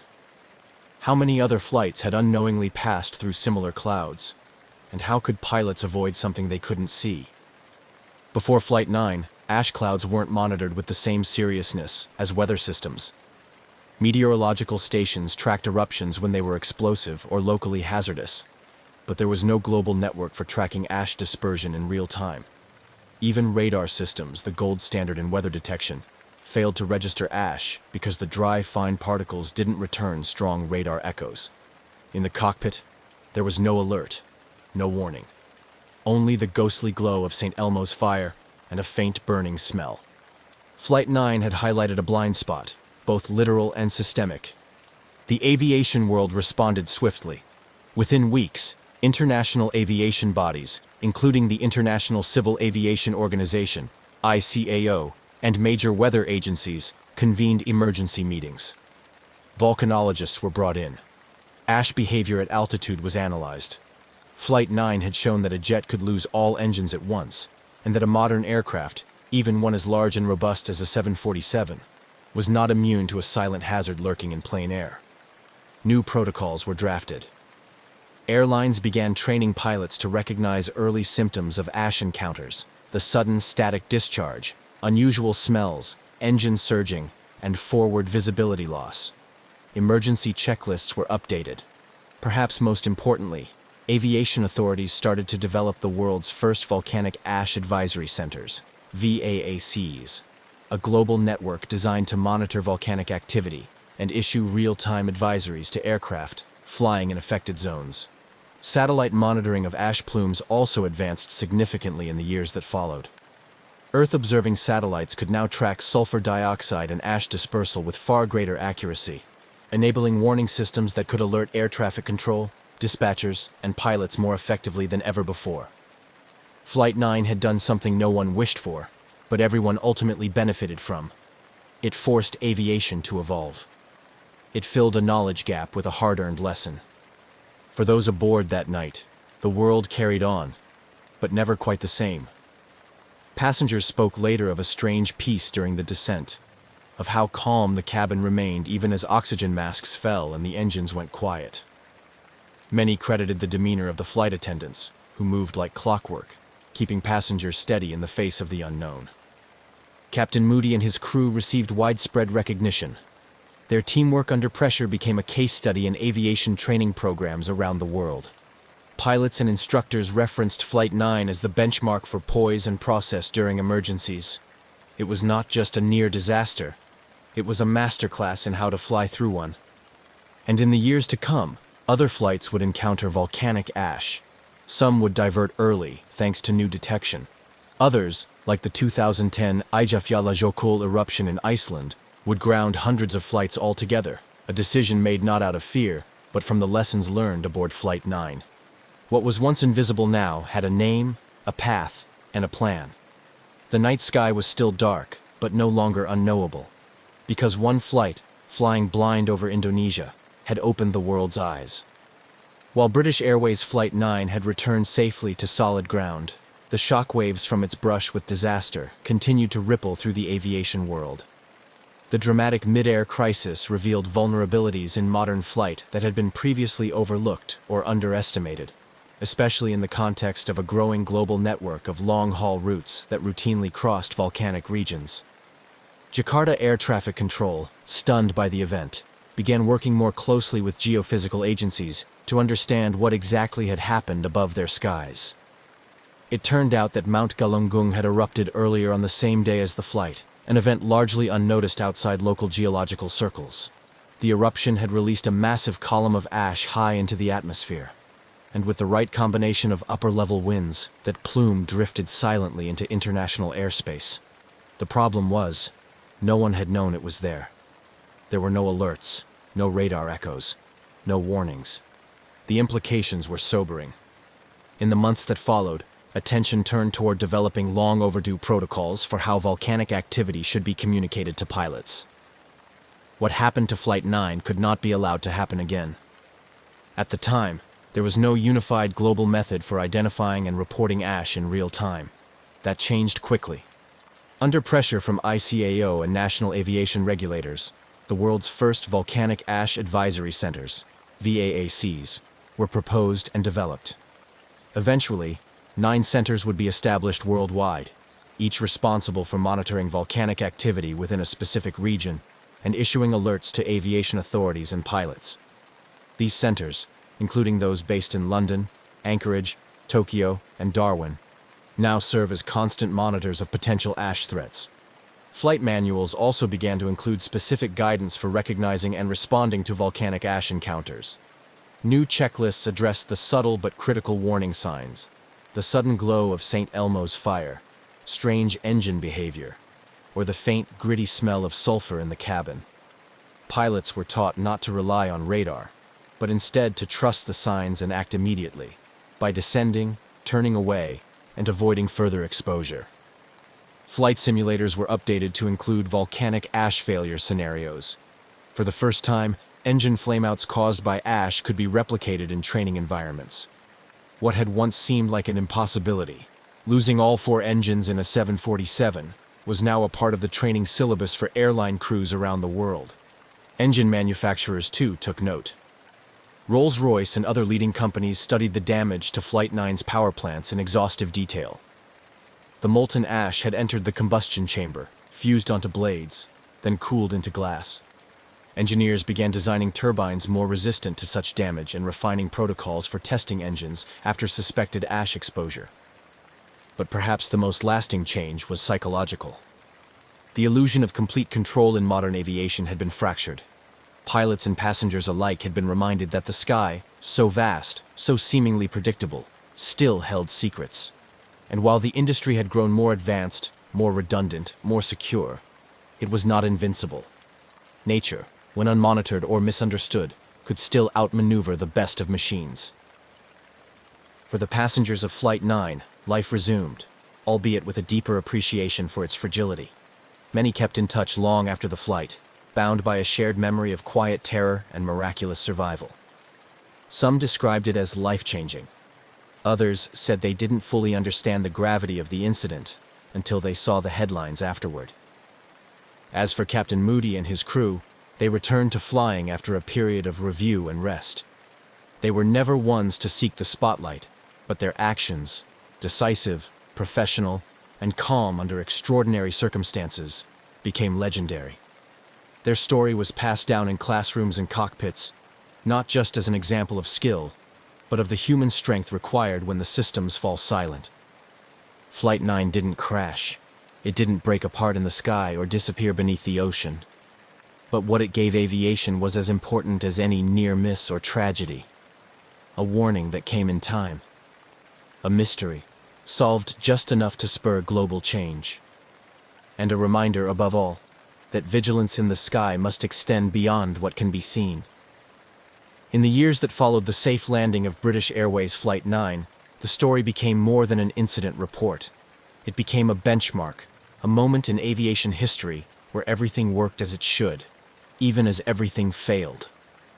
And the final pieces of the legacy it left behind weren't just procedural or mechanical. They were human. They were cultural. They were enduring. The passengers of that extraordinary flight returned to their lives, scattered across the world, some never speaking much about the night they drifted powerless over Indonesia. Others held on to it quietly, knowing they had walked away from something that, by any standard, should have ended very differently. Among them were business people, families, backpackers, and crew members, each with a version of the story that included the surreal calm in the cabin, the quiet descent in the dark, the soundless minutes when the world outside was nothing but stars and silence. For many, the memory wasn't traumatic so much as deeply humbling. Some passengers described an eerie sense of peace while the engines were out, perhaps a product of the crew's measured composure, or the shared understanding that panic had no place here. The cabin crew, too, received high praise. Their ability to continue service, maintain order, and assist passengers through confusion and fear was nothing short of professional excellence. British Airways Flight 9 became a celebrated example of crew coordination under duress. It entered training manuals. Aviation conferences cited it as the gold standard for CRM, crew resource management. And in the years that followed, as aviation evolved with faster aircraft and more automation, the story of Flight 9 reminded the industry of something simple. Machines alone don't save lives. People do. Captain Eric Moody's now famous announcement. "Ladies and gentlemen, we have a small problem. All 4 engines have stopped." Became a case study in communication. It was a statement of impossible calm, delivered in a tone that seemed to compress the chaos of the moment into something oddly manageable. Moody, of course, didn't see it as legendary. In later interviews, he always redirected credit to his crew. It was a team effort, he insisted, the way flying is meant to be. And yet, it wasn't just the professional aviation community that took notice. The story captured imaginations far beyond the airport tarmac. It was covered in newspapers and on television, and eventually retold in books, documentaries, and podcasts. Writers saw in it not just technical drama, but the poetry of the impossible. A plane, silenced at altitude, returning from the brink without a single fatality. The Boeing 747 involved in the incident, GBDXH, returned to service after significant repairs and engine overhauls. It flew for years afterward, earning the nickname the Jakarta Jumper among those who knew its history. Every flight it made afterward carried with it a quiet legacy, proof of both the aircraft's resilience and the lessons it forced into the world. And those lessons rippled out far beyond British Airways. The aviation community began to share data more freely, particularly in volcanic regions. Airspace management protocols were rewritten, and volcanic monitoring programs saw new investment. Countries with active volcanoes began establishing better communication channels, with air traffic control centers and flight dispatchers. The volcanic ash advisory centers became fully operational and interconnected. Their early alerts would eventually be credited with saving countless flights from potential exposure in years to come. Notably, in 2010, when Iceland's Eyjafjallajökull volcano erupted and shut down a significant portion of European airspace for days, many remembered Flight 9. Airlines, governments, and meteorologists worked together in real time, guided in part by the experience decades earlier of a jetliner that had fallen silent over Java. The delays were frustrating, but the caution was justified. It was a sign that the system now understood what ash could do. Flight 9 never needed a monument to be remembered. Its legacy lived in every pilot who learned its story, every crew member who rehearsed a once unthinkable emergency, and every satellite pinging Earth's surface to track clouds the eye couldn't see. It became part of aviation's quiet conscience, a reminder that not every danger rumbles with thunder, and not every survival ends with applause. To this day, the events of June 24, 1982, serve as a reminder that the sky, for all its wonder and openness, still holds moments where instinct, skill, and calm resolve matter most.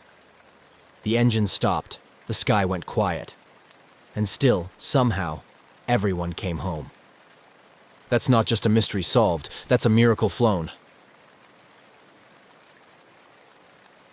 In the heart of Lima, Peru, on Christmas Eve, 1971, Julianne Kupsi prepared for a flight that was supposed to take her from her boarding school to a joyful reunion with her father in Pucallpa. Born to German zoologists who had moved to Peru to study the rich biodiversity of the Amazon rainforest, Julianne had grown up in an environment where the line between the natural world and daily life was often blurred. At 17, she was as familiar with the sounds of the jungle as she was with the pages of her schoolbooks. Julianne's early years had been spent in the rainforest, where her parents, Maria and Hans Wilhelm Köpke, ran the Panguana Ecological Research Station. Under their guidance, she learned not just to endure, but to respect the untamed life of the Amazon. This upbringing instilled in her a deep appreciation for biology, an interest that was both academic and intensely personal. On that fateful day, as Julianne and her mother approached the bustling Jorge Chávez International Airport, the holiday spirit was palpable. Despite the festive atmosphere, a sense of urgency overshadowed their preparations. The airline they chose, LANSA, had a questionable safety record, but it offered the only available route that could reunite the family for Christmas. This decision, made under the pressure of circumstance, would soon prove to be perilously significant. As they boarded LANSA Flight 508, the aircraft, a Lockheed L-188A Electra turboprop, hummed with the chatter of families and solo travelers alike, all eager to reach their destinations. Julianne, seated next to her mother, tried to stave off the nervousness she felt about flying, particularly with LANSA. Her mother, an experienced traveler through the Amazon's unpredictable terrain, reassured her with a confident smile, masking her own apprehensions. The early stages of the flight passed uneventfully as the plane ascended into the clear sky above Lima. Julian gazed out the window, watching the cityscape give way to the sprawling greenery of the Amazon. But as the plane approached the Andes, the weather took a sudden turn. Dark clouds loomed ahead, signaling the onset of a severe thunderstorm. The aircraft began to shake violently as it entered the storm, with lightning flashing ominously close. The pilots struggled to navigate through the worsening weather, the atmosphere among the passengers shifting from nervous to fraught. Julianne's grip tightened around her mother's hand, the comforting connection a stark contrast to the chaos unfolding around them. Then, without warning, a deafening sound tore through the cabin as the right wing of the plane was struck by lightning. In an instant, the aircraft began to break apart. Screams filled the air as the fuselage fragmented, and passengers found themselves plummeting towards the earth. Miraculously, Julianne remained strapped to her seat, her body hurtling through the open sky amidst the wreckage. As she lost consciousness, the last thing she saw was the canopy of the Amazon rushing towards her, a sight both terrifying and oddly familiar. Regaining consciousness, Julianne found herself alone in the dense undergrowth of the jungle. Her seat had cushioned her fall, a stroke of improbable luck that allowed her to survive the 2-mile drop. Dazed and injured, she realized the gravity of her situation. She was lost in the vast Amazon, with no sign of other survivors. Drawing on her childhood experiences and the survival skills her parents had taught her, Julianne knew she had to find water first. Recalling her father's advice that following water would eventually lead to civilization, she found a small stream. With a determination fueled by her instinct to survive and the hope of finding her mother and other passengers, Julianne began the arduous journey through the Amazon. Her trek was fraught with challenges. Each step took her deeper into the heart of the jungle, where every sound seemed amplified and every shadow could conceal a predator. However, Julianne's intimate knowledge of the rainforest became her greatest ally. She knew how to read the subtle signs of nature, which plants were safe to touch, and which sounds to heed or ignore.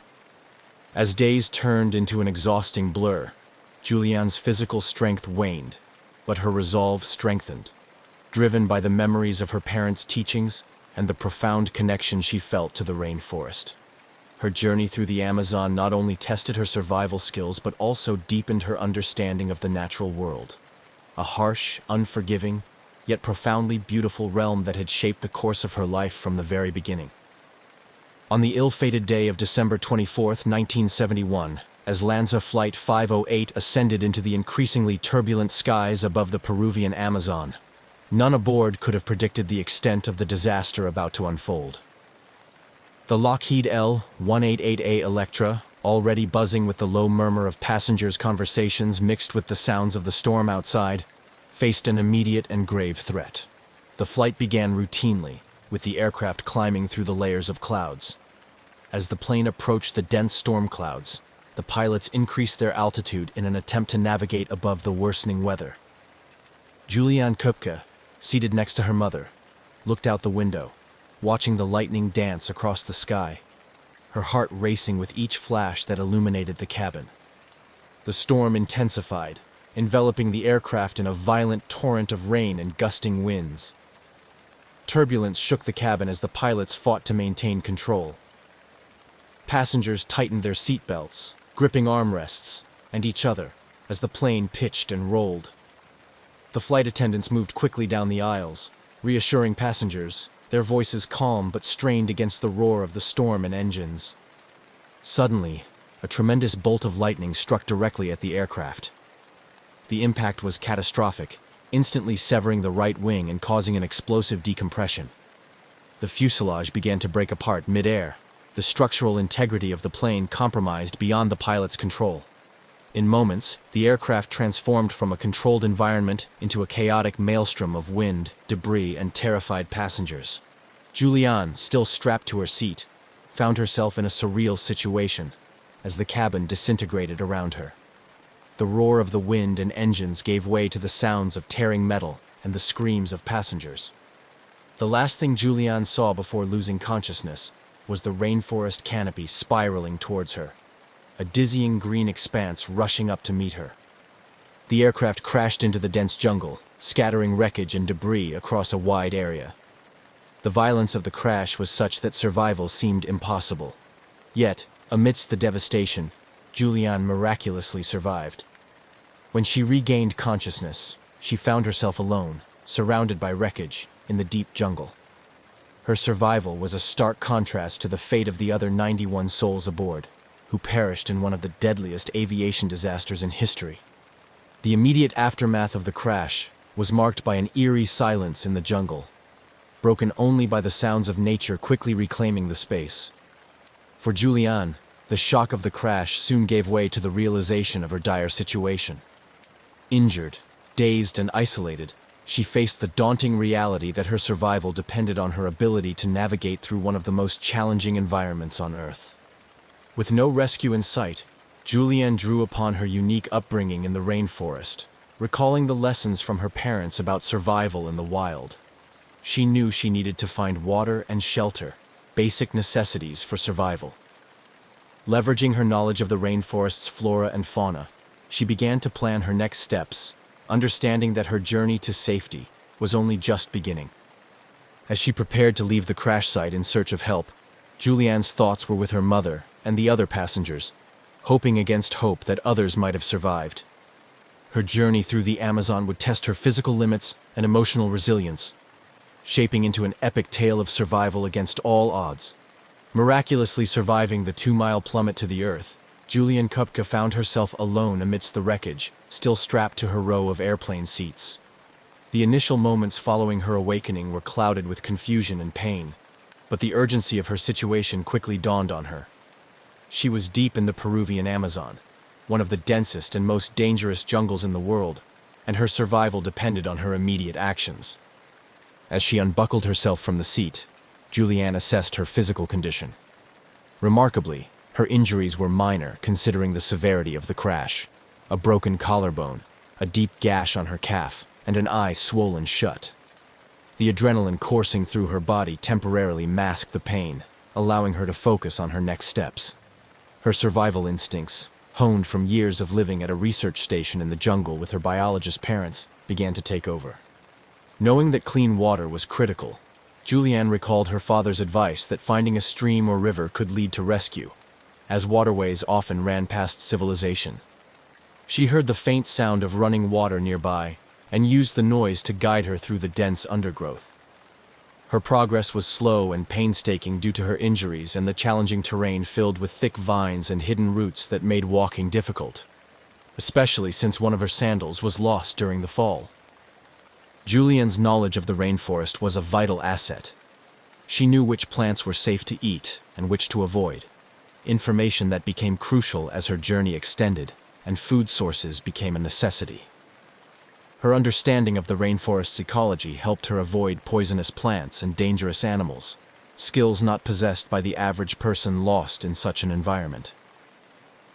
As she navigated through the jungle, Julianne also had to deal with the psychological toll of her situation.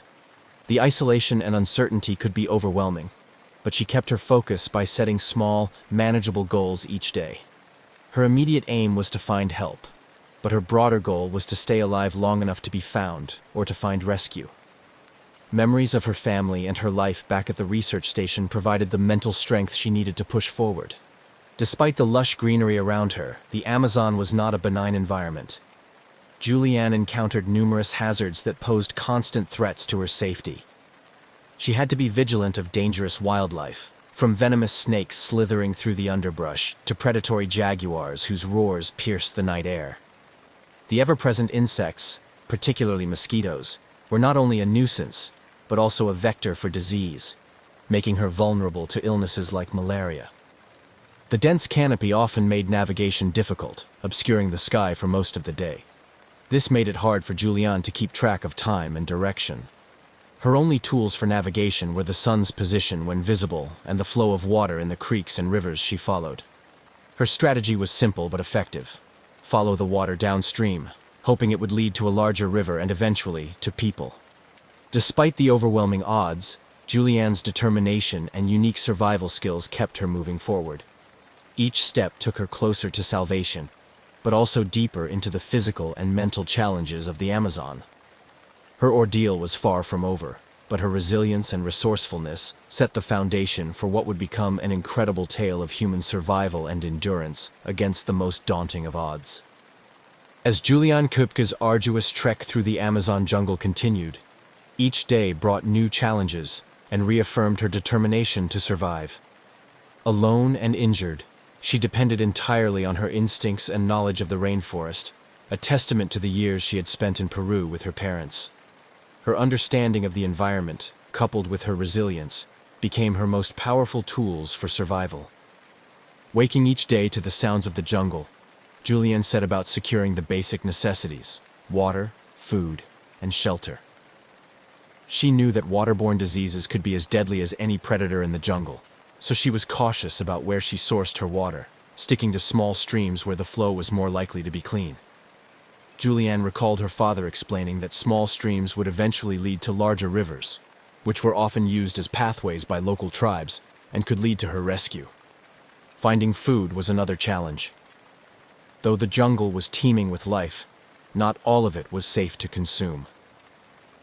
Juliane relied on fruits and nuts that she recognized as non-toxic, careful to conserve her energy by not eating anything that could make her ill. She avoided hunting, lacking both the tools and the energy for trapping or killing animals, and instead focused on gathering, which was less energy-intensive and safer.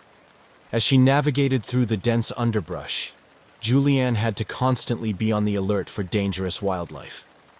She knew the sounds of the jungle well enough to pause when the normal chorus of birds and insects suddenly quieted, a sign that a predator might be near.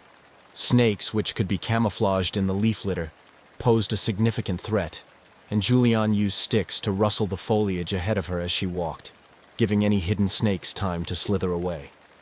The physical demands of her journey were immense. Her injuries, though not life-threatening, made movement painful and exhausting. Her broken collarbone limited her ability to use one arm fully, complicating even simple tasks like collecting food or clearing a path through thick vegetation. The gash on her leg was a constant concern, as any infection could quickly turn deadly without medical treatment. Despite these hardships, Juliane's spirits were buoyed by moments of beauty and a deep-seated connection to the natural world. The lush canopy, the chorus of birds at dawn, and the clear, starry nights reminded her of the time she spent with her parents in the jungle. These moments of reflection were crucial, providing mental respite from the constant challenges of survival. As days turned into a week, the physical toll on Juliane increased. Fatigue, hunger, and the onset of infections began to wear her down. She knew she had to find help soon. Determined to increase her chances of rescue, Juliane started leaving markers along her path, hoping they would catch the attention of any search parties or local tribespeople. She also began to practice shouting for help during the day, when the noise of her voice could carry far in the quiet moments of the jungle. Her persistence paid off. On the 11th day of her ordeal, Juliane stumbled upon a small hunting camp, deserted but clearly recently used. Here, she found a small shelter and tools, which she used to improve her own condition and prepare for the possibility of spending more time in the jungle. This discovery was a significant morale booster, offering her a temporary safe haven and the means to better sustain herself. Juliane's journey through the Amazon tested her to the limits of human endurance, highlighting her remarkable resilience and adaptability. Her survival was not just a tale of overcoming physical barriers, but also a profound inner journey of strength, hope, and the unyielding desire to live. As she continued her trek, each step was a step closer to safety, driven by her deep will to reunite with her family and to return to the world she had left behind on that fateful Christmas Eve flight. As Juliane Köpke's arduous trek through the Amazon jungle continued, each day brought new challenges and reaffirmed her determination to survive. Alone and injured, she depended entirely on her instincts and knowledge of the rainforest, a testament to the years she had spent in Peru with her parents. Her understanding of the environment, coupled with her resilience, became her most powerful tools for survival. Waking each day to the sounds of the jungle, Juliane set about securing the basic necessities: water, food, and shelter. She knew that waterborne diseases could be as deadly as any predator in the jungle, so she was cautious about where she sourced her water, sticking to small streams where the flow was more likely to be clean. Julianne recalled her father explaining that small streams would eventually lead to larger rivers, which were often used as pathways by local tribes, and could lead to her rescue. Finding food was another challenge. Though the jungle was teeming with life, not all of it was safe to consume. Julianne relied on fruits and nuts that she recognized as non-toxic, careful to conserve her energy by not eating anything that could make her ill. She avoided hunting, lacking both the tools and the energy for trapping or killing animals, and instead focused on gathering, which was less energy-intensive and safer. As she navigated through the dense underbrush, Julianne had to constantly be on the alert for dangerous wildlife. She knew the sounds of the jungle well enough to pause when the normal chorus of birds and insects suddenly quieted, a sign that a predator might be near. Snakes, which could be camouflaged in the leaf litter, posed a significant threat, and Julianne used sticks to rustle the foliage ahead of her as she walked, giving any hidden snakes time to slither away. The physical demands of her journey were immense. Her injuries, though not life-threatening, made movement painful and exhausting. Her broken collarbone limited her ability to use one arm fully, complicating even simple tasks like collecting food or clearing a path through thick vegetation. The gash on her leg was a constant concern, as any infection could quickly turn deadly without medical treatment. Despite these hardships, Julianne's spirits were buoyed by moments of beauty and a deep-seated connection to the natural world. The lush canopy, the chorus of birds at dawn, and the clear, starry nights reminded her of the time she spent with her parents in the jungle. These moments of reflection were crucial, providing mental respite from the constant challenges of survival. As days turned into a week, the physical toll on Julianne increased. Fatigue, hunger, and the onset of infections began to wear her down. She knew she had to find help soon. Determined to increase her chances of rescue, Julianne started leaving markers along her path, hoping they would catch the attention of any search parties or local tribespeople. She also began to practice shouting for help during the day, when the noise of her voice could carry far in the quiet moments of the jungle. Her persistence paid off. On the 11th day of her ordeal, Julianne stumbled upon a small hunting camp, deserted but clearly recently used. Here, she found a small shelter and tools, which she used to improve her own condition and prepare for the possibility of spending more time in the jungle. This discovery was a significant morale booster, offering her a temporary safe haven and the means to better sustain herself. Julianne's journey through the Amazon tested her to the limits of human endurance, highlighting her remarkable resilience and adaptability. Her survival was not just a tale of overcoming physical barriers, but also a profound inner journey of strength, hope, and the unyielding desire to live. As she continued her trek, each step was a step closer to safety, driven by her deep will to reunite with her family and to return to the world she had left behind on that fateful Christmas Eve flight. As Julianne Koepke continued her harrowing journey through the Amazon, her determination was fueled by a singular focus: survival. Her days were governed by the essential tasks of finding food and safe drinking water, navigating through the dense jungle, and avoiding the myriad dangers that the rainforest presented.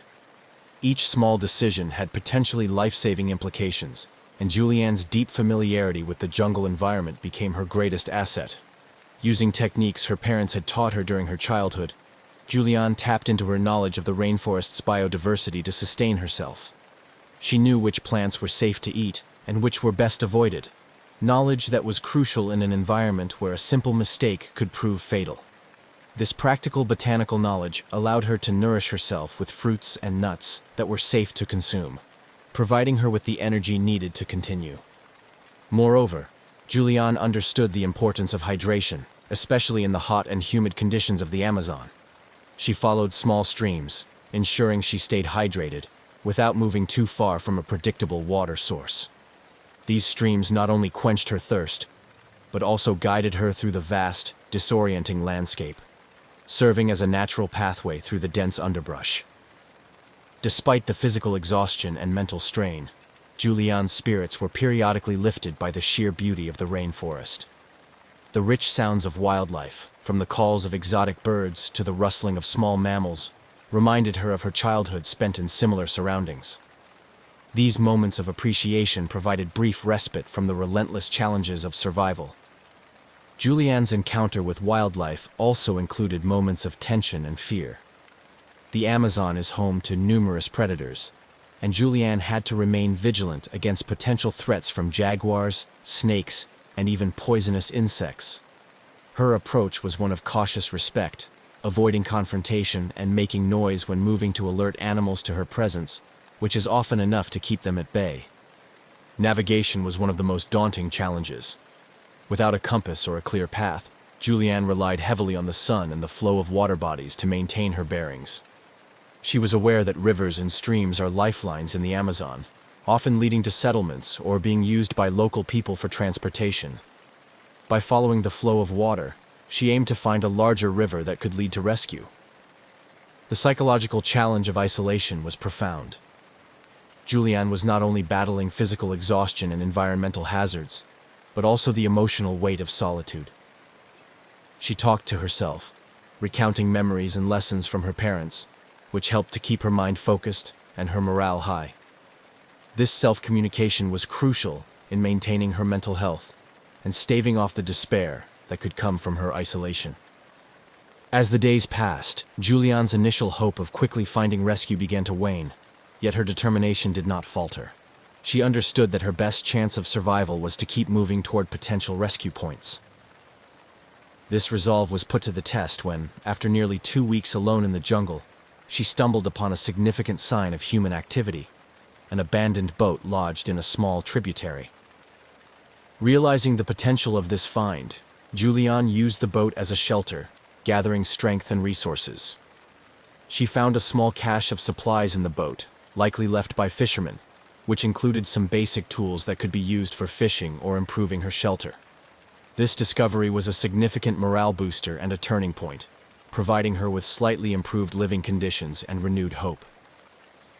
Julianne's profound knowledge of the jungle, her resilience in the face of overwhelming odds, and her ability to utilize every available resource exemplified human survival instinct at its finest.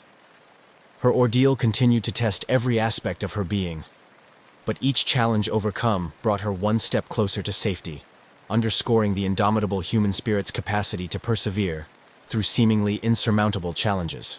Julianne Kupka's survival skills were crucial in navigating the harsh environment of the Amazon. Armed with a strong background in biology, imparted by her scientist parents, and her intimate familiarity with the rainforest, she employed a variety of survival techniques that greatly enhanced her chances of enduring the formidable conditions she faced alone. One of the first survival strategies Julianne used was her ability to identify and utilize the resources around her effectively. Her knowledge of the rainforest flora played a vital role in this. She could identify edible plants and fruits that provided necessary nutrition and avoided those that were poisonous. Understanding which plants could offer medicinal benefits allowed her to treat her injuries and prevent infections, which could have been debilitating or fatal in her vulnerable state. Moreover, Julianne's understanding of the rainforest ecosystem guided her in using natural landmarks and the behavior of the river systems to navigate through the dense jungle. The direction of water flow in streams and rivers informed her path, helping her move towards larger water bodies that were more likely to be near human settlements or regularly used paths. In terms of dealing with wildlife, Julianne's approach was based on avoidance and precaution. She knew that most animals are more scared of humans than humans are of them, and made sure to create noise while moving to alert any nearby animals of her presence. This tactic likely prevented potential encounters with predators like jaguars or venomous snakes.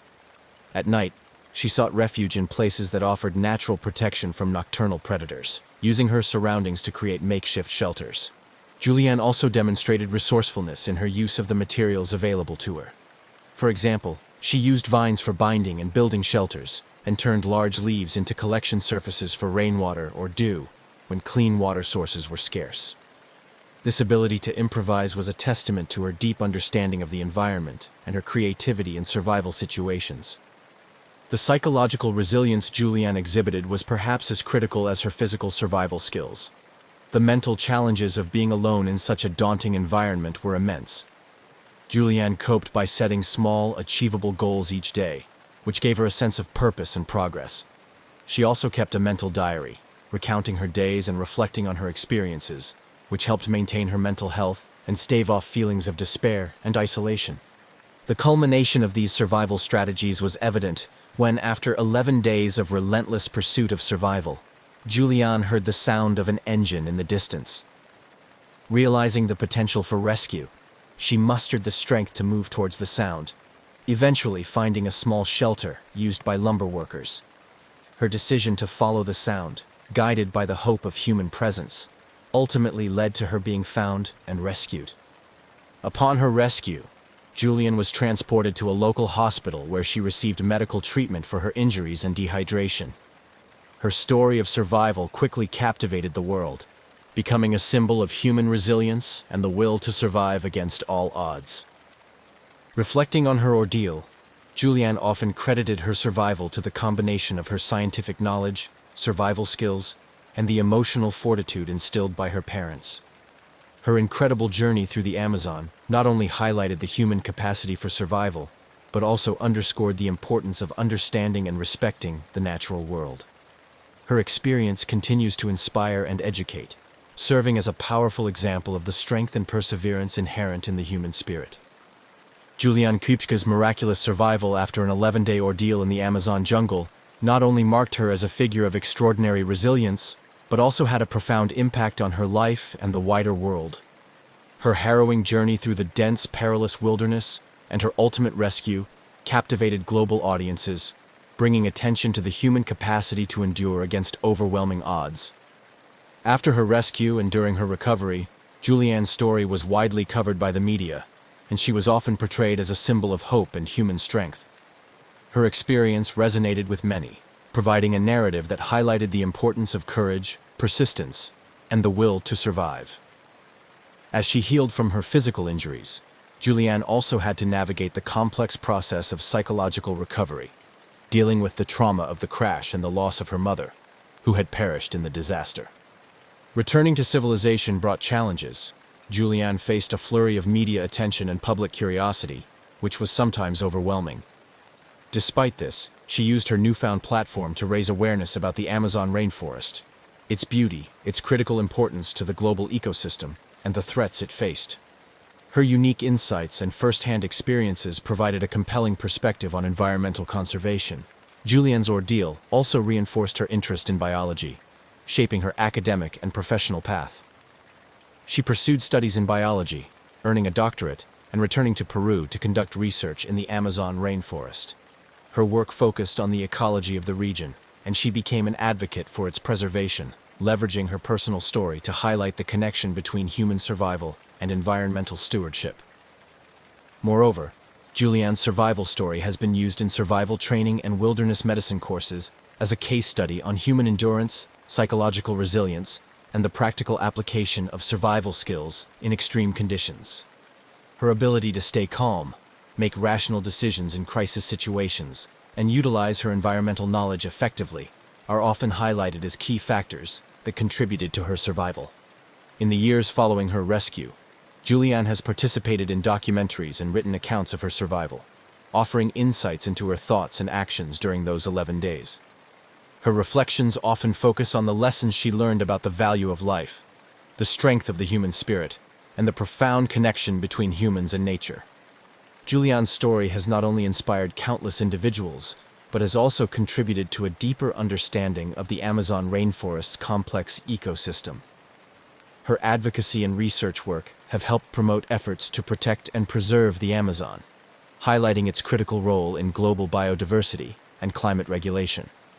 Her legacy is multifaceted, encompassing her contributions to science, her inspirational survival story, and her ongoing environmental advocacy.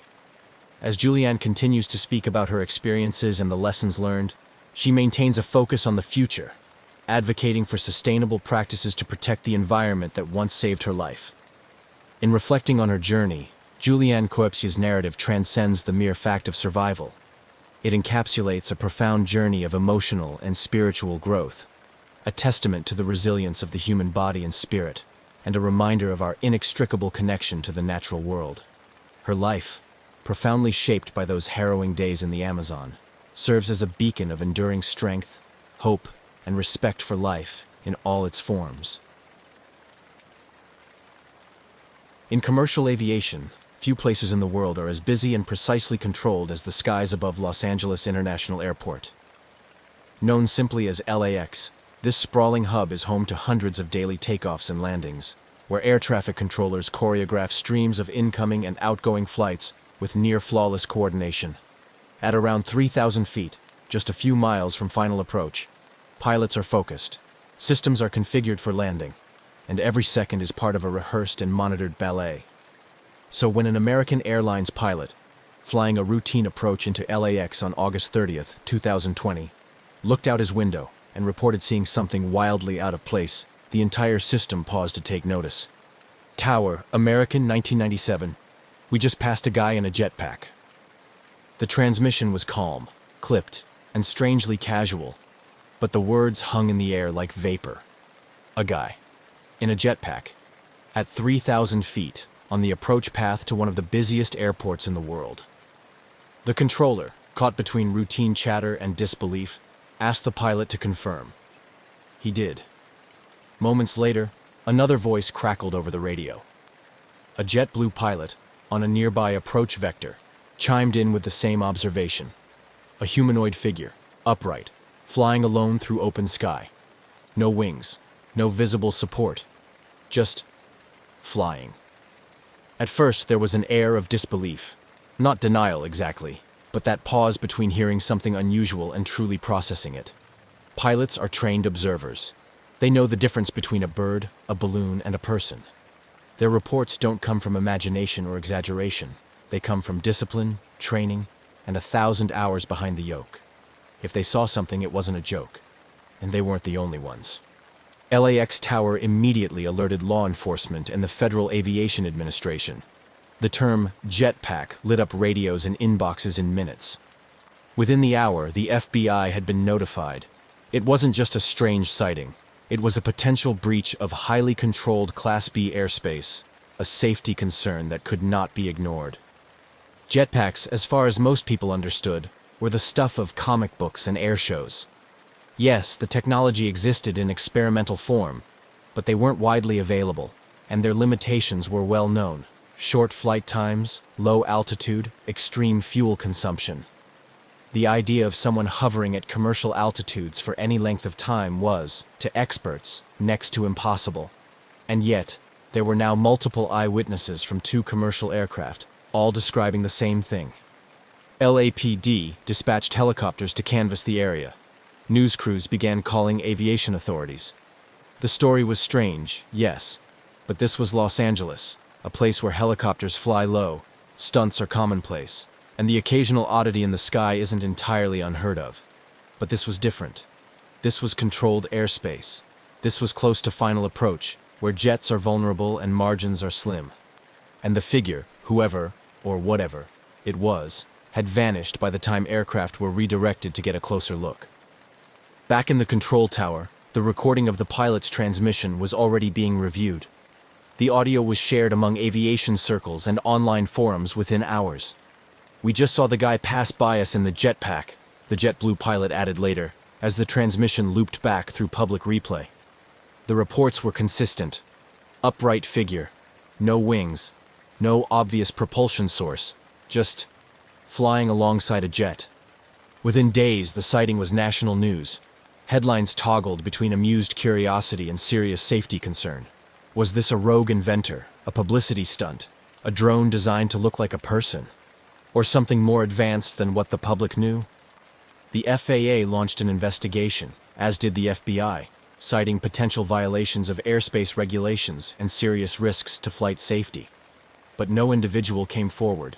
No known jetpack test flight had been scheduled or cleared in the region, and no wreckage, equipment, or follow-up sighting was found that day. The skies above LAX returned to normal, but the radar logs now included a gap, a moment when something unexplainable shared airspace with a Boeing 737.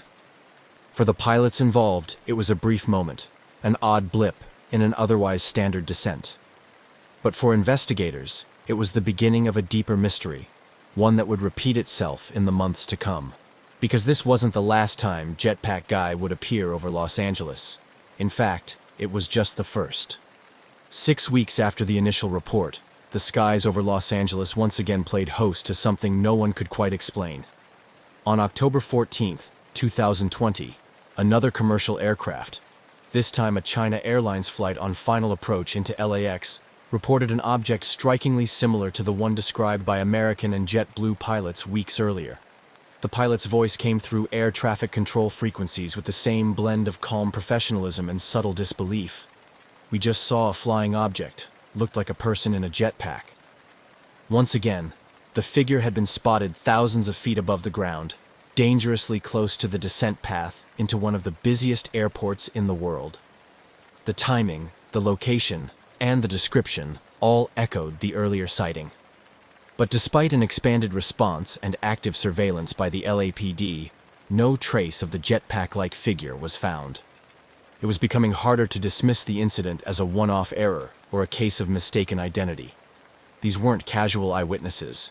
These were commercial airline pilots with thousands of flight hours logged, trained to recognize potential hazards, and required to report them with accuracy and clarity. And now, there were more of them, saying the same thing. The FAA confirmed both sightings had been officially logged. Investigators reviewed radar data, flight paths, and local air traffic activity. Still, nothing showed up on radar. No transponders were active. No known aircraft, manned or unmanned, were authorized in the area at those altitudes.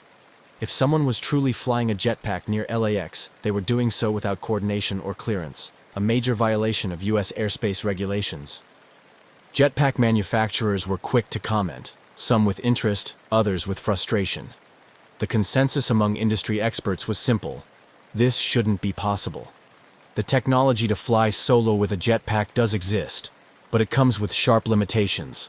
Current jetpacks can fly for only 30 seconds to a few minutes, rarely above 1,500 feet, and require highly controlled conditions to remain airborne safely, and certainly not at the altitudes and distances described by pilots in controlled airspace, above dense urban sprawl and near passenger aircraft. David Mayman, CEO of Jetpack Aviation, a Los Angeles-based company developing jetpack technology, openly stated that if someone had built a device capable of flying for extended periods at commercial altitudes, it would represent a leap beyond the current state of the art. And he would know. His company's jetpacks, while impressive, are not capable of the range, altitude, or stealth described in these incidents. As aviation authorities scrambled for explanations, the general public latched onto the mystery. News outlets began calling the figure Jetpack Guy. It became a social media curiosity. Memes and mock videos popped up, some humorous, others speculative. But behind the levity was a growing concern. Whoever, or whatever, was in the skies near LAX wasn't just turning heads. They were entering protected airspace, putting aircraft, passengers, and crews at risk. By November, the FAA and FBI had launched a joint investigation. Every agency with a stake in aviation safety was now watching closely. They reviewed reports, canvassed local airports, questioned operators of experimental aircraft, and scanned satellite imagery. Helicopters were deployed in the area with infrared and high-resolution cameras. Still, no definitive source. Then came a new lead. Around the same time as the second sighting, a video surfaced online showing what appeared to be a human-like figure drifting along the coast near Palos Verdes, south of LAX. Captured by a local flight school during a training exercise, the video showed a floating object, dark in shape and upright in posture, slowly moving through the air at around 3,000 feet. It didn't behave like a balloon, but it also didn't appear to have visible propulsion.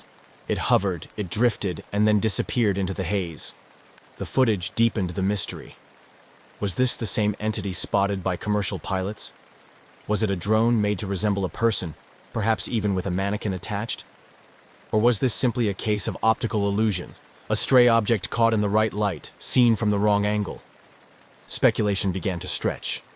Some experts suggested a sophisticated drone, possibly a hobbyist project gone too far. Others floated the idea of an elaborate hoax. though how such a prank could evade multiple radar systems and fly alongside aircraft without consequence remained unanswered. What was certain, however, was that this wasn't going away. LAX controllers continued to warn pilots to report any unusual aerial activity, and pilots, now aware of the prior sightings, were watching more closely. It wasn't a question of whether the jetpack guy would return. It was a question of when, and what, if anything, would be waiting for him on the ground.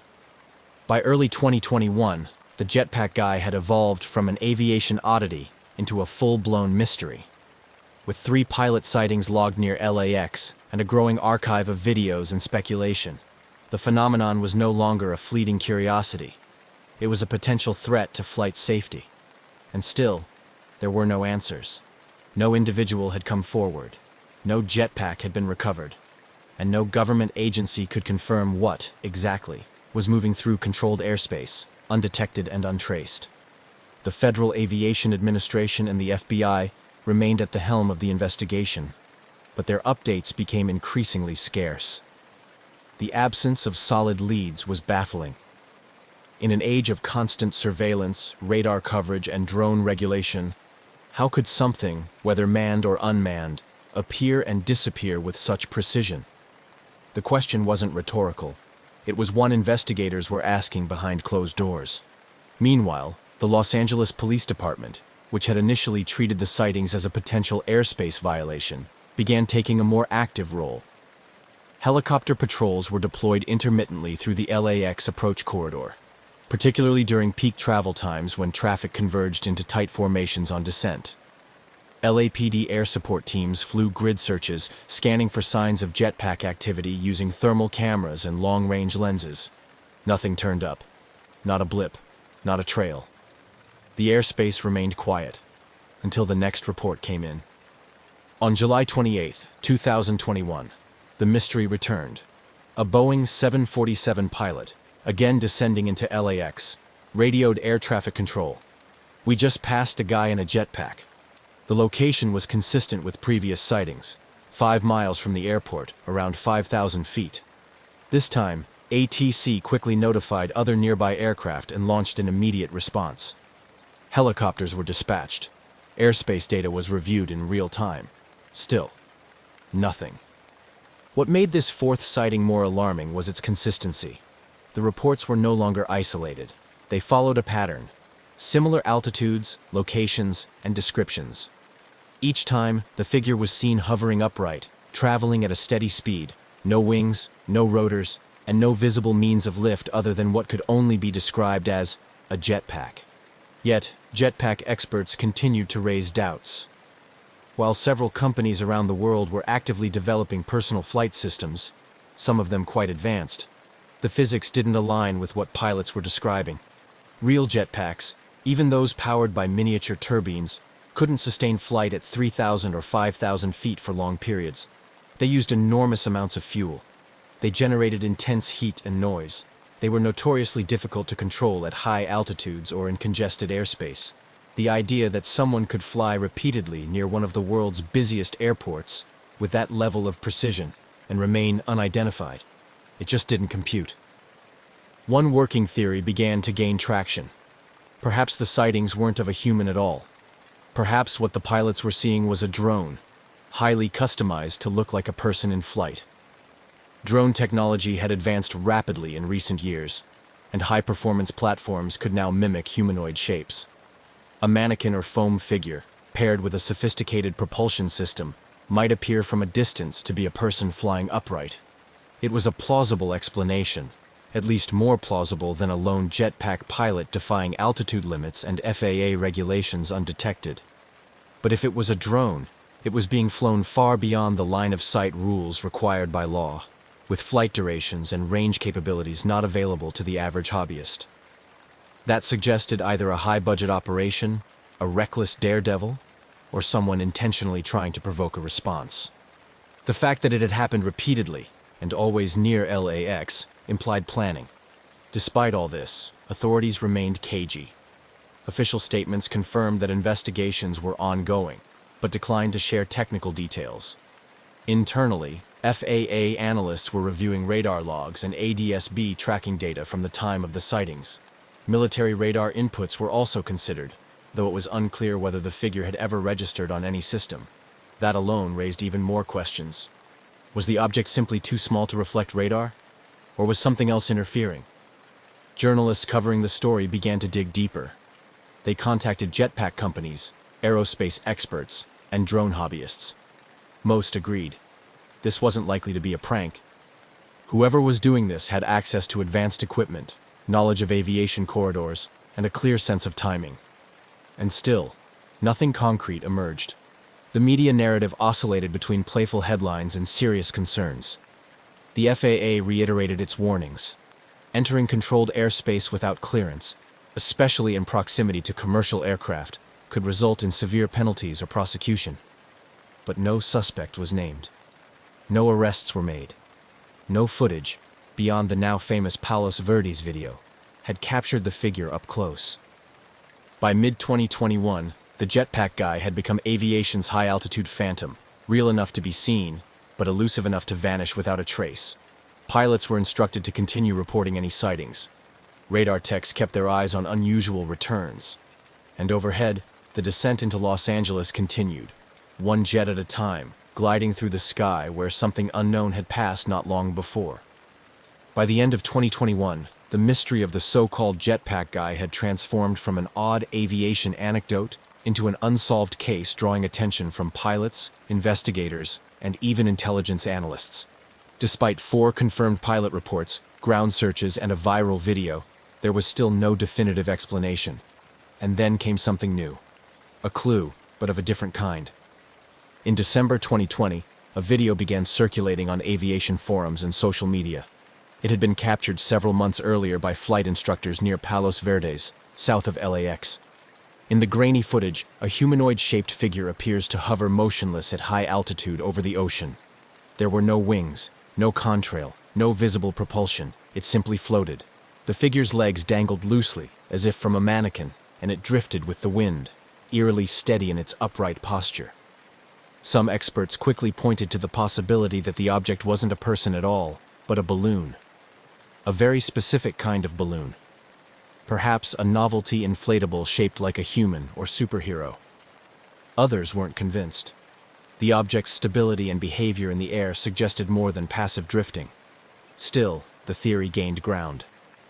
Could this explain the pilot sightings? Could a life-sized balloon, caught in a thermal or carried by upper-level winds, be the entire mystery? The FBI quietly acknowledged the theory in early 2021, noting that one working theory was that the sightings involved a balloon made to resemble a jetpack-equipped figure.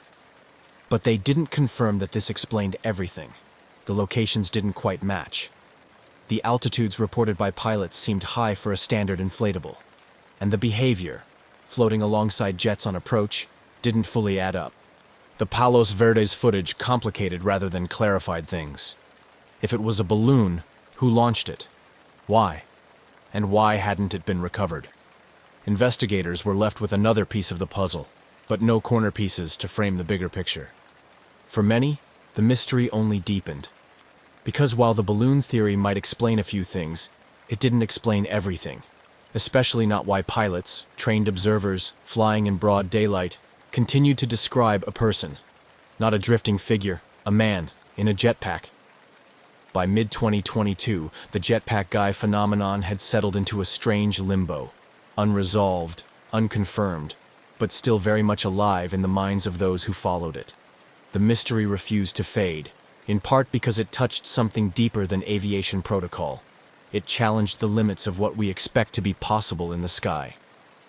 At the heart of the growing concern was a simple fact.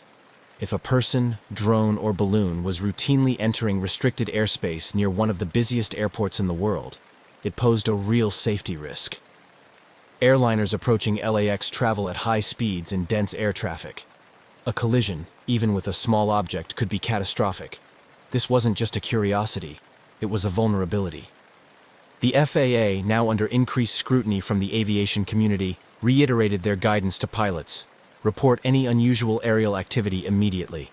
Air traffic controllers near LAX kept a closer watch. But with no new confirmed sightings since mid-2021, the skies remained uneventful.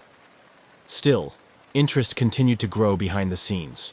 Private drone operators and engineers began analyzing the case, offering their own theories.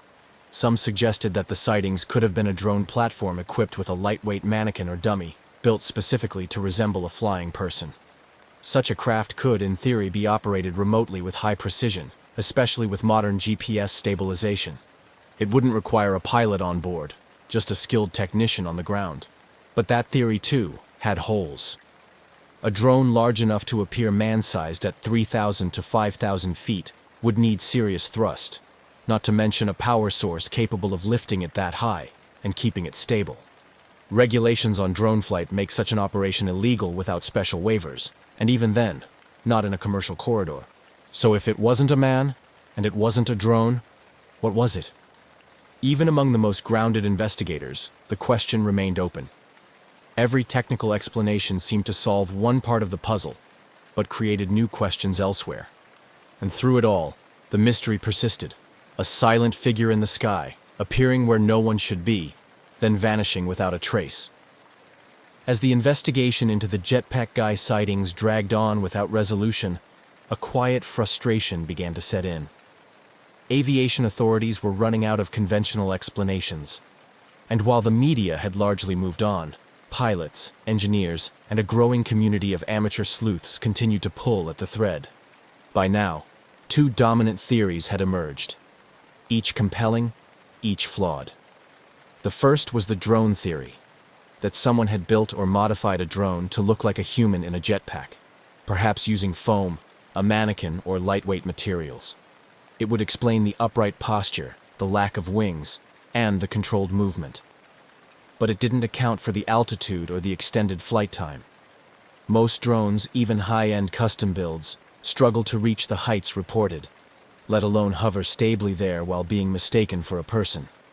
The second theory was the balloon explanation. A novelty balloon, shaped like Iron Man or a human figure, drifting into approach paths on upper air currents. A few of these had been known to cause confusion before, mistaken for UFOs or strange objects at a distance.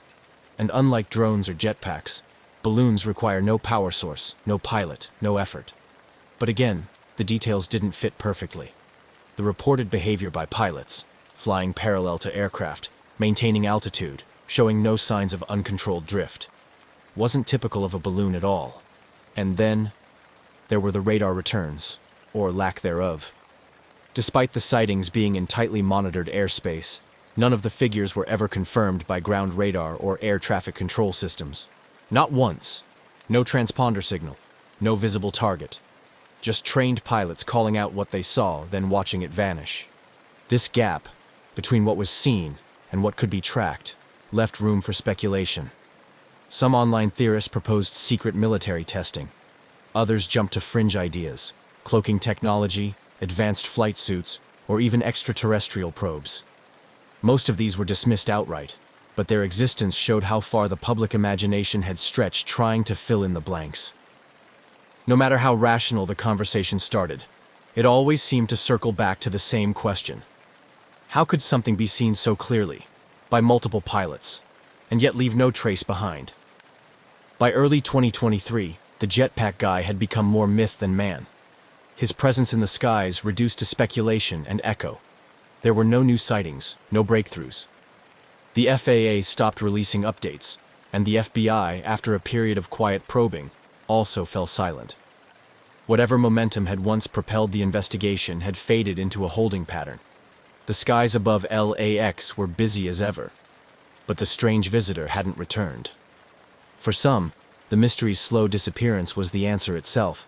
If it were a drone prank or an unsanctioned experiment, maybe the operator had stopped after realizing the risk, or after being quietly warned. If it was a one-off balloon incident, maybe it had been a fluke that gained more attention than it ever deserved.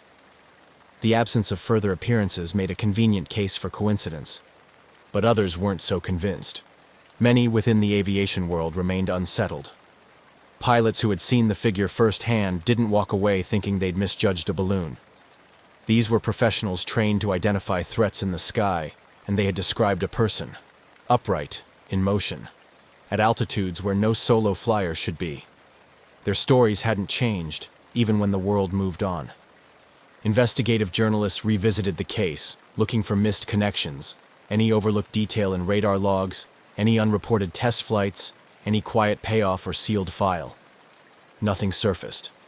Radar operators from the original incidents remained baffled.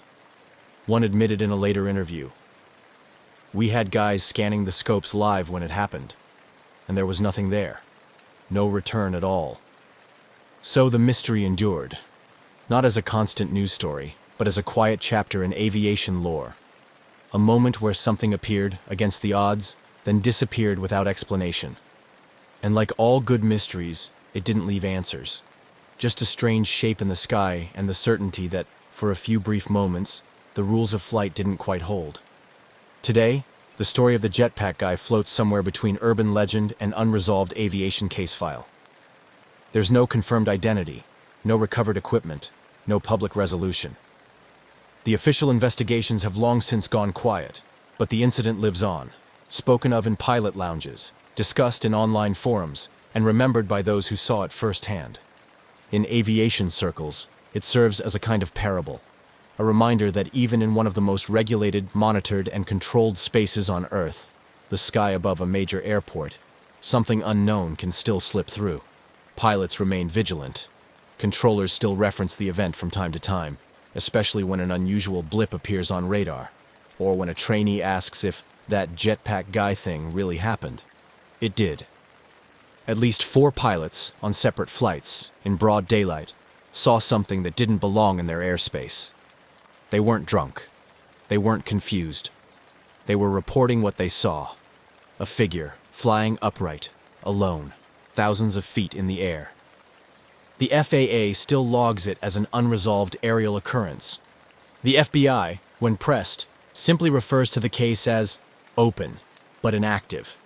There's nothing more to pursue, unless someone speaks up or something new appears.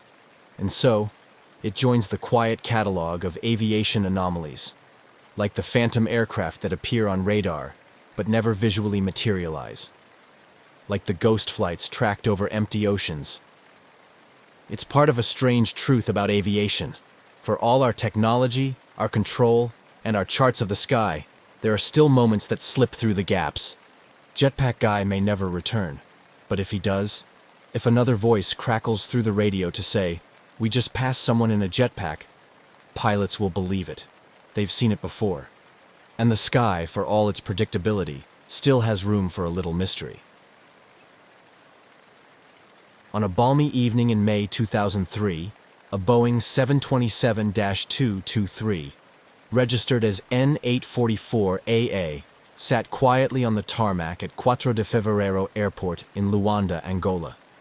This particular aircraft had a rich operational history, having once ferried passengers across vast distances for major airlines. However, its glory days were seemingly behind it, as it awaited a new lease on life or its final resting place, parked among other forgotten relics of aviation. The Boeing 727-223 was a marvel of its time, renowned for its robust tri-jet configuration that made it a favorite among airlines for short to medium haul routes. By the time it arrived in Luanda, this particular aircraft had transitioned from a commercial airliner to a potential cargo plane, reflecting the common fate of many aging aircraft. Its journey to Angola was a far cry from the bustling routes it once dominated. Here, it was meant to find new purpose in the cargo transport sector, a plan that never fully materialized. The aircraft's presence in Angola was emblematic of the broader context in which this mystery unfolded. Angola, at the time, was a nation grappling with the aftermath of a prolonged and devastating civil war that had only recently concluded. The war had left its airports, like many other infrastructures, in a state of disrepair and underregulated. Security protocols were lax, and oversight was minimal, conditions ripe for the unusual and the illicit. In this setting, the Boeing 727 had been grounded for over a year, accruing substantial parking fees and becoming a fixture on the airport's periphery. Maintenance on the plane was sporadic at best, performed just enough to keep it from complete dilapidation, with hopes still lingering for its eventual return to service. The aircraft was under the oversight of a company that had hoped to convert it for cargo use, though these plans had stalled indefinitely. On May 25, 2003, the airport buzzed with the usual activity, oblivious to the history about to be made.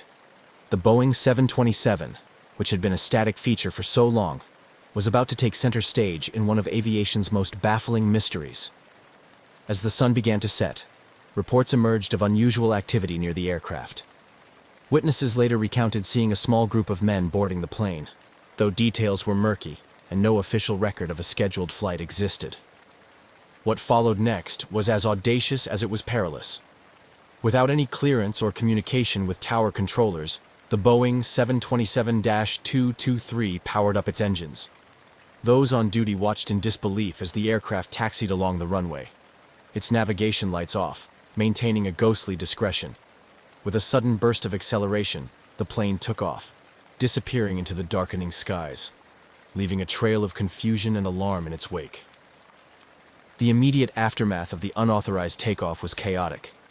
Airport personnel scrambled to alert local authorities and aviation agencies, while the control tower made frantic attempts to establish radio contact with the now rogue aircraft. As minutes turned into hours without any sign of the plane or its illicit crew, the severity of the situation began to sink in. The aircraft had vanished, and with it, any straightforward explanation. The Angolan military, along with international aviation authorities, began piecing together the aircraft's last known movements.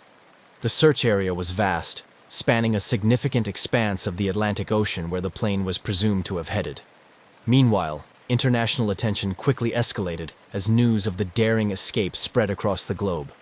The FBI and the U.S. Department of State became involved, given the American registration of the aircraft and the potential implications of such a security breach on international aviation. This disappearance triggered a cascade of investigative efforts and theories ranging from simple theft to more complex scenarios involving smuggling or espionage. The world was left to wonder. How could a sizable jet airliner simply disappear? What were the intentions of those who spirited it away? And most importantly, where did they, and the Boeing 727, ultimately end up? As the mystery deepened, the Boeing 727's unauthorized flight became a symbol of post-war Angola's challenges and the broader issues facing global aviation security. This incident was not just a case of an aircraft disappearance. It was a stark reminder of the vulnerabilities that existed in the international system. Vulnerabilities that could allow a fully loaded jet airliner to vanish into the night. As the initial shock of the Boeing 727's unauthorized takeoff began to wane, focus shifted to piecing together the puzzle of how such an event could occur. Investigations kicked into high gear, with international cooperation threading through efforts to trace the aircraft's potential routes and ultimate fate. The scenario was baffling. A large commercial jet had seemingly vanished into thin air, prompting a cascade of theories and extensive search operations. Authorities scoured flight data and radar records, attempting to chart a possible path the aircraft could have taken after its dramatic departure from Luanda. Given the Boeing 727's fuel capacity and the last known heading, calculations were made regarding its maximum range, pointing search efforts towards the Atlantic Ocean and beyond. However, the vastness of the ocean and the lack of precise tracking data from the time of disappearance significantly hampered these efforts. The Angolan government, embarrassed by the breach of its airport security, ramped up its involvement, collaborating closely with international agencies including the FBI, which had opened an investigation due to the American registration of the aircraft. The FBI delved into the backgrounds of those known to have been associated with the aircraft in the days prior to its disappearance. They scrutinized maintenance records, interviewed airport staff, and investigated the murky business dealings surrounding the aircraft's presence in Angola. Meanwhile, speculation abounded. One prevailing theory suggested that the aircraft had been stolen for its value as a flying machine, possibly to be used by rogue operators outside of the mainstream aviation industry. Another theory proposed that the plane was commandeered for smuggling purposes, given Angola's history as a hub for the illegal diamond trade. The idea that the aircraft could be repurposed for illicit activities in distant lands added a layer of urgency to the investigations. Adding to the complexity were numerous sightings reported across Africa and even South America. Each report prompted a flurry of activity, with local authorities scrambling to verify the accuracy of these claims. Yet none of these sightings were substantiated, and the aircraft remained elusive, as if it had indeed managed to ghost away into another part of the world. The international aviation community was also on high alert, as the disappearance highlighted significant vulnerabilities in global aviation security. The ease with which the aircraft was commandeered and removed from a supposedly secure international airport led to widespread discussions about the need for enhanced security measures. This incident acted as a catalyst for regulatory changes, prompting airports worldwide to tighten security protocols, especially concerning aircraft storage and access. Simultaneously, the mystery of the missing Boeing 727 captured the public's imagination, drawing attention from aviation enthusiasts, conspiracy theorists, and the media. Forums and websites popped up with people theorizing about the fate of the aircraft, each adding their layer of speculation to the story. The intrigue was magnified by the dramatic nature of the aircraft's disappearance and the backdrop of Angola's political and economic climate. As weeks turned into months without any trace of the aircraft, the fervor of the initial search began to diminish. International attention gradually shifted away from the case, which nestled into the annals of unsolved aviation mysteries. However, the impact of this event continued to resonate, influencing policy and procedures within the aviation industry. The disappearance of the Boeing 727 in 2003 remains a stark reminder of the challenges and dangers lurking within international aviation, serving as a case study in the complexities of global security, the ingenuity of criminal intent, and the limits of modern surveillance and tracking technologies. As such, it continues to be a subject of study and speculation, holding a place as one of the aviation world's most intriguing mysteries. As the Boeing 727-223 mysteriously lifted off from Luanda Airport without authorization, the immediate realization of its disappearance kicked off a frantic response from both local authorities and international agencies. The aircraft's sudden and unauthorized departure prompted an immediate and extensive search operation that would span multiple countries and vast expanses of the Atlantic Ocean. Initially, the primary concern was the potential threat an aircraft of such size could pose if used for malicious purposes, given the global climate of heightened security, particularly in the post-9/11 era. The disappearance of a large jet fueled fears of terrorism. This urgency galvanized a coordinated international response, with the United States, Angola, and neighboring countries pooling resources in a desperate bid to track down the missing aircraft. The search operation was vast and complex, involving satellite imagery, radar data, and maritime patrols.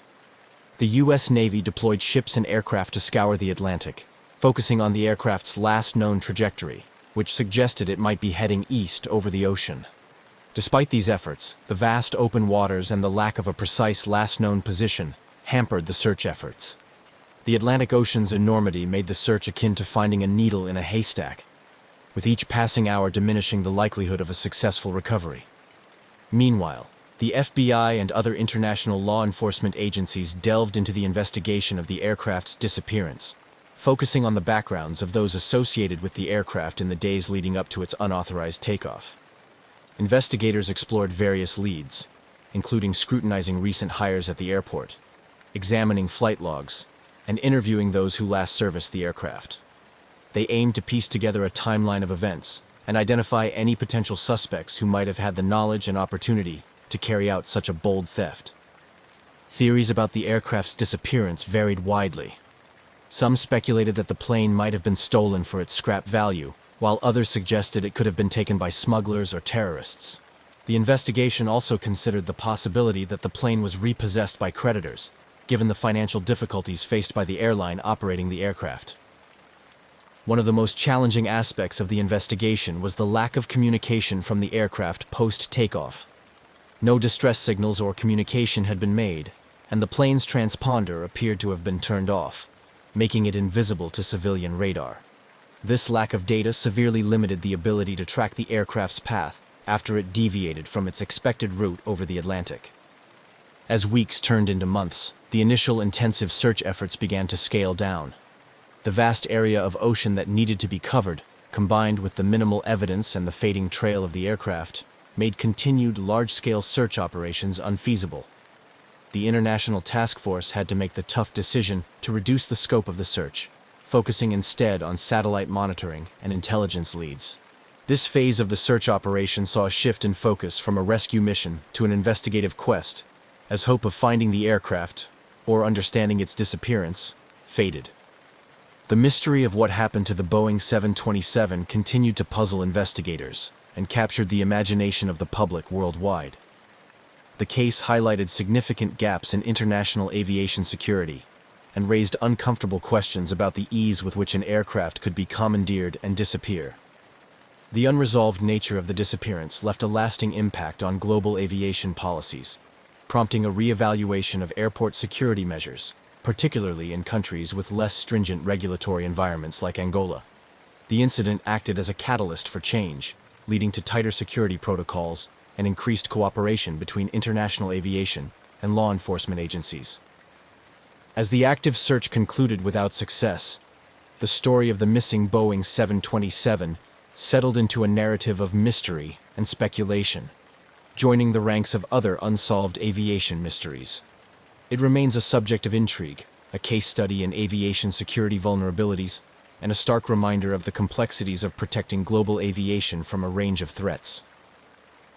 The disappearance of the Boeing 727-223 from Luanda in 2003 sparked a plethora of theories, both plausible and far-fetched, as investigators, journalists, and the public grappled with the scant details surrounding its mysterious takeoff and subsequent vanishing. The intrigue was compounded by the aircraft's known condition and the geopolitical context, weaving a complex tapestry of possibilities that ranged from criminal activity to intricate conspiracies. One prevailing theory centered on the possibility of criminal intent, specifically aircraft theft, for illicit use. The 727 could potentially be repurposed for smuggling operations, given its capacity to carry significant cargo over considerable distances. Africa, with its vast, loosely monitored spaces and ongoing conflicts, presented a fertile ground for such activities. This theory posited that the aircraft was stolen not for the plane itself, but for the profitable opportunities it represented. Another theory suggested that the aircraft was seized to be used in a terror attack. This was fueled by the global atmosphere post 9/11, where fears of aircraft being used as weapons were at a heightened state. However, this theory gradually waned due to the lack of any corroborative terrorist claims or subsequent attacks, which would typically follow such high-profile thefts if they were terrorism-related. There was also speculation that the aircraft had been taken for insurance fraud. The idea was that the owner, perhaps facing financial difficulties, might have arranged for the aircraft to disappear in order to claim insurance money. This theory was supported by the aircraft's extended period of inactivity and accumulating fees at Luanda Airport, suggesting financial distress. However, detailed investigations into the insurance policies and financial state of the owning company yielded no substantial evidence supporting this theory. Adding to the web of speculation were numerous reported sightings of the aircraft after its disappearance. Reports came from various parts of Africa and even more remote regions, claiming sightings of an aircraft matching the description of the missing 727. Each report prompted bursts of activity from investigators and sometimes local authorities, but none led to any concrete findings. The elusive nature of these sightings only deepened the mystery, fueling more speculative theories among those following the case. Some conspiracy theorists even suggested that the aircraft was part of a covert operation, either by a private entity or a government agency, which explained the seeming lack of traceability and the muted official responses in some quarters. These theories often drew on the historical context of covert operations in Africa during the Cold War, suggesting a continuation of such practices in a new geopolitical guise. Amidst these swirling theories, the investigation faced significant challenges. The primary issue was the lack of physical evidence. Without wreckage, flight data recorders, or confirmed sightings post-takeoff, investigators had little to work with beyond the theoretical. The vast potential area where the aircraft could have gone down or landed, given its fuel capacity and range, made any search and recovery operation daunting and likely impractical. The international aspect of the case also posed legal and logistical hurdles. The aircraft's disappearance in Angola involved navigating the complexities of international law, cooperation between multiple countries' law enforcement agencies, and dealing with varying levels of resources and political will. The multinational nature of the investigation required careful coordination and was often hindered by bureaucratic delays and jurisdictional disputes. As the years passed, the lack of new evidence and the dimming prospects of solving the case led to a gradual reduction in active investigation efforts. However, the interest in the case did not entirely fade. It remained a popular topic among aviation enthusiasts, mystery aficionados, and conspiracy theorists, who continued to dissect every piece of available data and proposed new angles and insights. The story of the missing Boeing 727 became a part of the larger narrative of modern aviation mysteries, often compared to other incidents like the disappearance of Malaysia Airlines Flight MH370. It served as a stark reminder of the vulnerabilities in global aviation security and the challenges faced in securing older aircraft and preventing unauthorized use. In sum, the disappearance of the Boeing 727-223 is a multifaceted mystery that encapsulates the complexities of international aviation, the challenges of cross-border criminal investigations, and the enduring human fascination with unsolved mysteries. As such, it continues to intrigue and baffle, a modern legend that provokes both professional curiosity and imaginative speculation. The mysterious disappearance of the Boeing 727-223 in 2003 had a significant impact on global aviation security, particularly highlighting the vulnerabilities in aircraft management and airport security in less regulated regions. This incident spurred an overhaul of security measures and policies to prevent similar occurrences in the future, reflecting on the lessons learned from such a startling event. The disappearance underscored the critical need for stringent security protocols at airports around the world, especially in countries where oversight might not be as rigorous due to economic or political challenges. Following the incident, there was a concerted push to implement more comprehensive tracking systems for all aircraft. The idea was to ensure that airplanes could be monitored in real time, not just from takeoff to landing, but also while parked on the tarmac to prevent unauthorized access and use. One of the direct outcomes was the enhancement of the International Civil Aviation Organization's ICAO standards and recommended practices. These updates included improvements in aircraft tracking technologies, mandating more robust communication systems that could help track an aircraft's movements more accurately and reliably. Efforts were made to extend these regulations to include not only passenger aircraft, but also cargo planes and other non-commercial aviation vehicles. The incident also prompted a review of airport security measures globally. There was a renewed emphasis on controlling access to aircraft, requiring more stringent checks for ground staff and maintenance crews who had direct access to planes. Additionally, the installation of better perimeter security measures, such as surveillance cameras and motion detectors around critical areas like parking bays and hangars, became more prevalent. In many countries, the regulatory bodies responsible for aviation safety began conducting regular audits and inspections to ensure compliance with these enhanced security measures. Training programs for airport security personnel were overhauled to equip them with the skills and knowledge necessary to detect and respond to potential threats swiftly. These training initiatives often included modules on crisis management and emergency response to better prepare staff for unusual situations like the one that led to the Boeing 727's disappearance. Moreover, the incident highlighted the importance of international cooperation in aviation security. The ease with which the aircraft was taken from an international airport in Angola and disappeared without trace pointed to gaps not just in physical security measures, but also in the coordination between different countries' aviation authorities. In response, there was a stronger push for shared databases and communication networks that could help track aircraft across borders and jurisdictions more effectively. This collaborative approach was seen not only in operational measures, but also in legal and regulatory frameworks.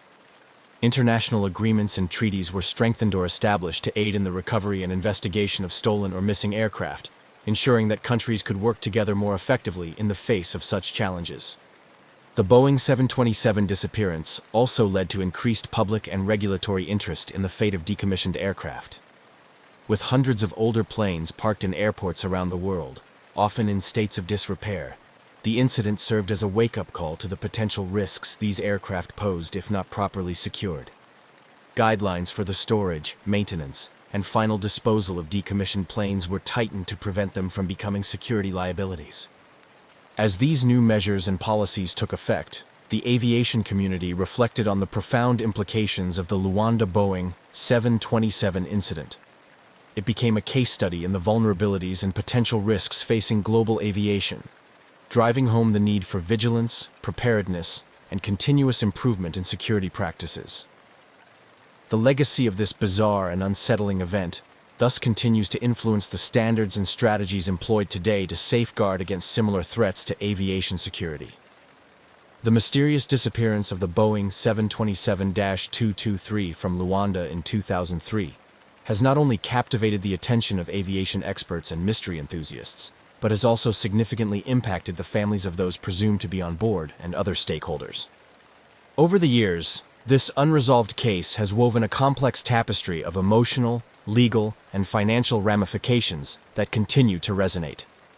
For the families and friends of the crew members involved, the disappearance has been a source of enduring pain and uncertainty.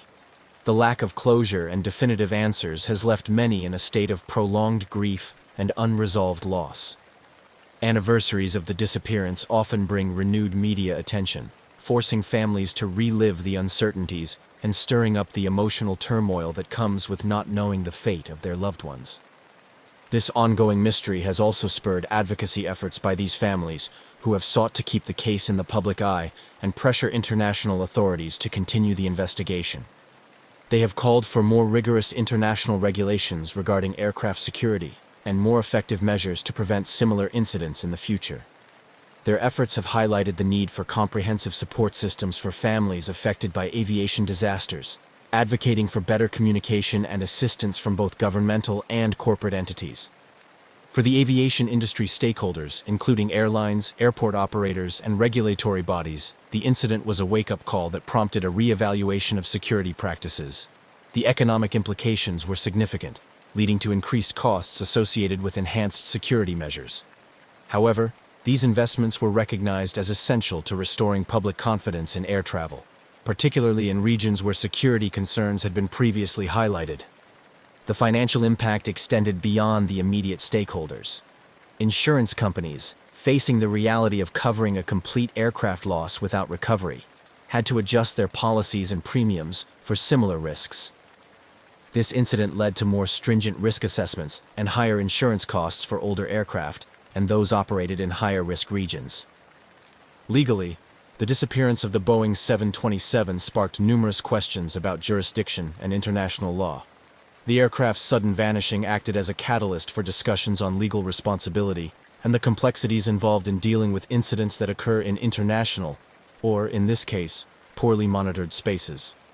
Legal experts and policymakers were prompted to explore new frameworks to better address these challenges, ensuring more robust international cooperation and legal preparedness.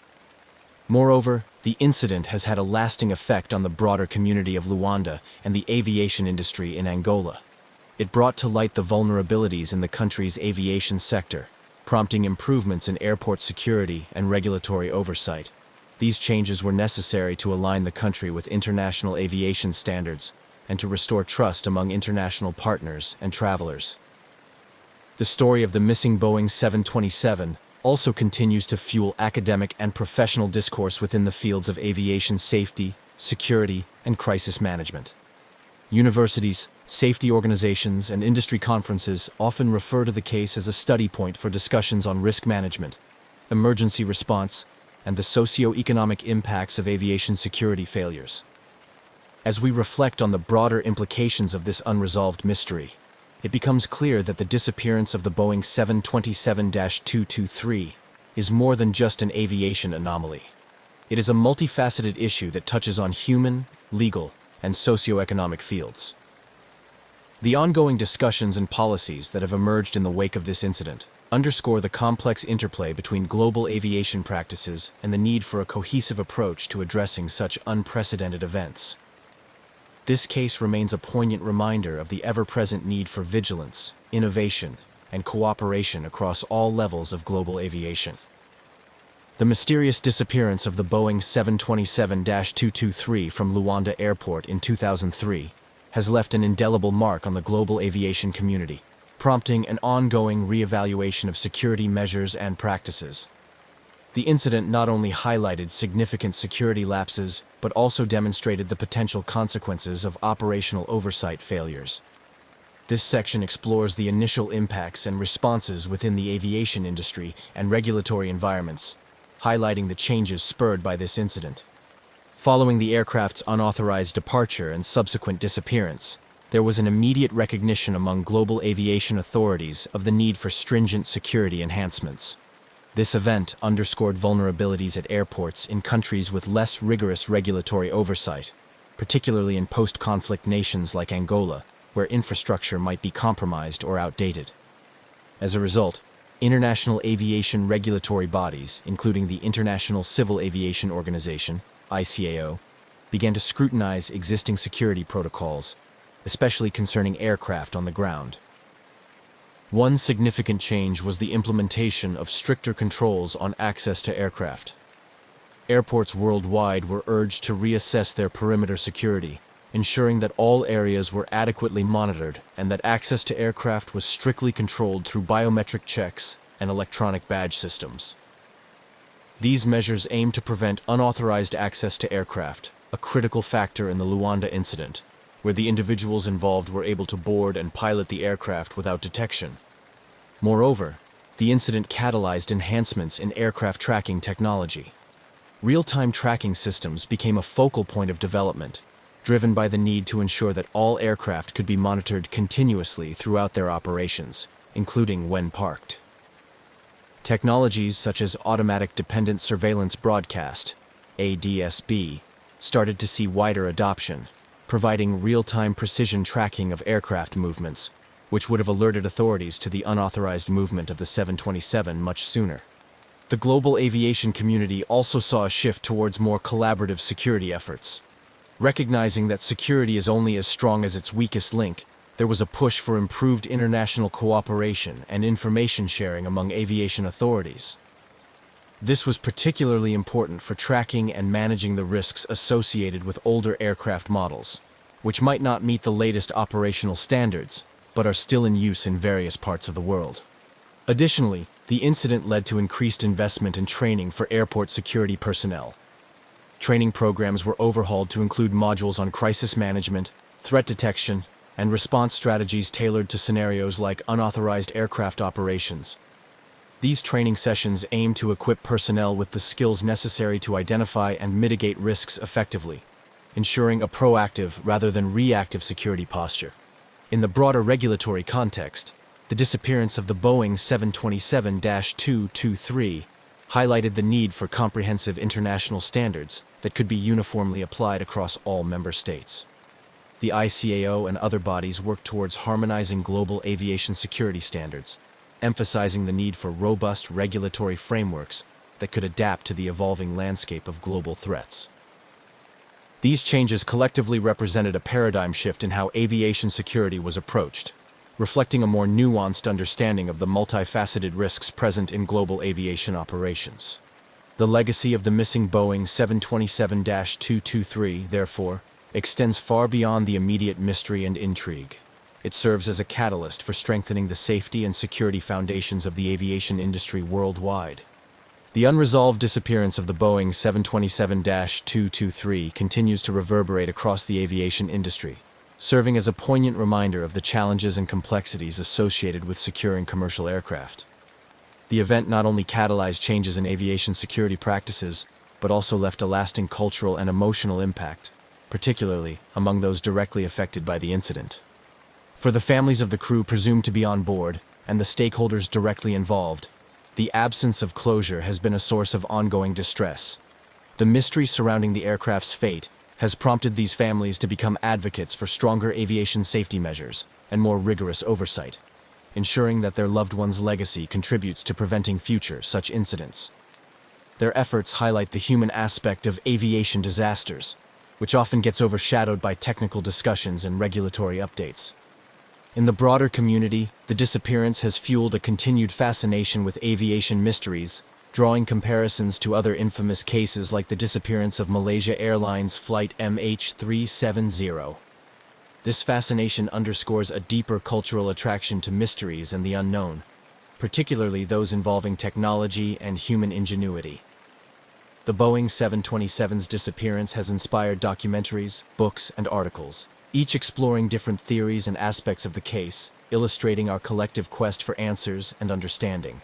Moreover, the incident has had educational implications, becoming a case study in aviation security courses and seminars around the world. It is used to teach critical lessons about risk management, emergency preparedness, and the importance of robust security systems. These educational initiatives help prepare the next generation of aviation professionals to better handle the challenges of a globalized and interconnected aviation environment. The story of the missing Boeing 727 also continues to influence policy and practice. The incident has been instrumental in shaping ongoing discussions at the International Civil Aviation Organization and other regulatory bodies about how to effectively manage and secure aging aircraft fleets, particularly in regions with limited resources. These discussions often lead to updated guidelines and recommendations that aim to enhance the safety and security of international air travel. Lastly, the enduring mystery of what happened to the Boeing 727-223 serves as a catalyst for ongoing technological innovation in aircraft tracking and surveillance.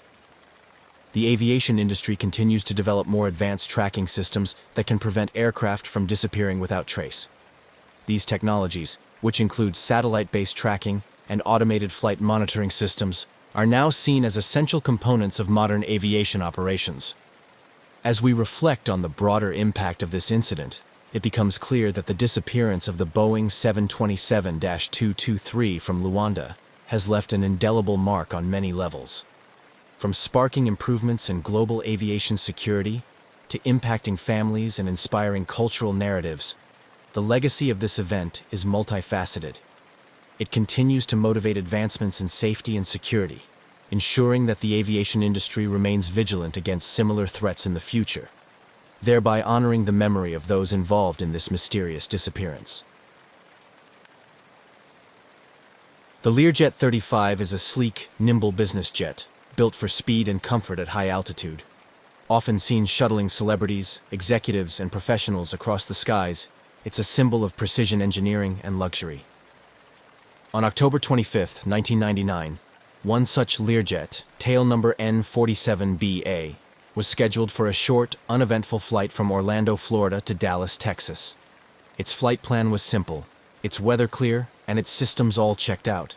What should have been a routine trip would instead unfold into one of the eeriest and most heartbreaking mysteries in modern aviation: the flight that flew itself. That morning began quietly at Orlando Sanford International Airport. The Learjet sat prepped and fueled on the tarmac, awaiting its crew and passengers. Among those on board would be professional golfer Payne Stewart, fresh off recent victories and with a bright career still ahead of him. Stewart, known for his charismatic presence on and off the green, was headed to Dallas for business, traveling with his agents and close companions. The crew, consisting of 2 experienced pilots, arrived early, conducted their inspections, and found everything in working order.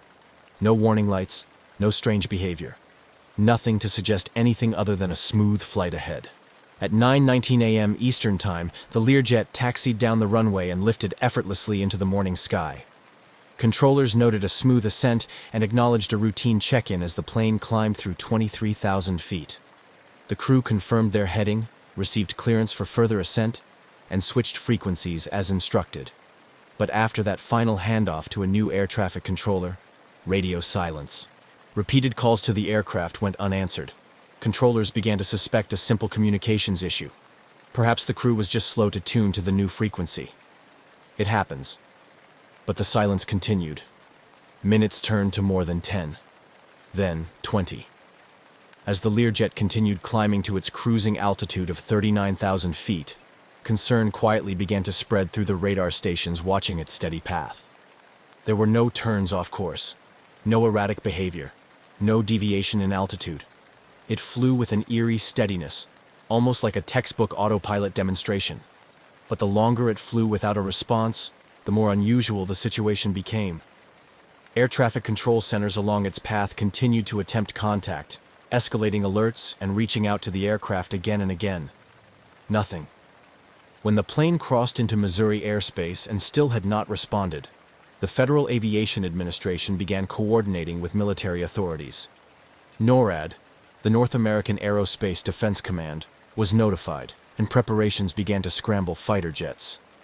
The goal was to intercept the Learjet, attempt visual contact, and determine whether the crew was in distress or the aircraft had been hijacked. But even as the military moved into action, there was still no sign of deviation. The jet flew northwesterly, passing over Georgia, Alabama, Mississippi, and into the Midwest. It flew for hour after hour, eerily consistent in its heading and altitude, cruising far above the ground as though everything was perfectly normal. All the while, those tracking it from the ground grew increasingly uneasy. Planes don't just go silent for no reason. Pilots don't miss repeated check-ins. Something was wrong. But what?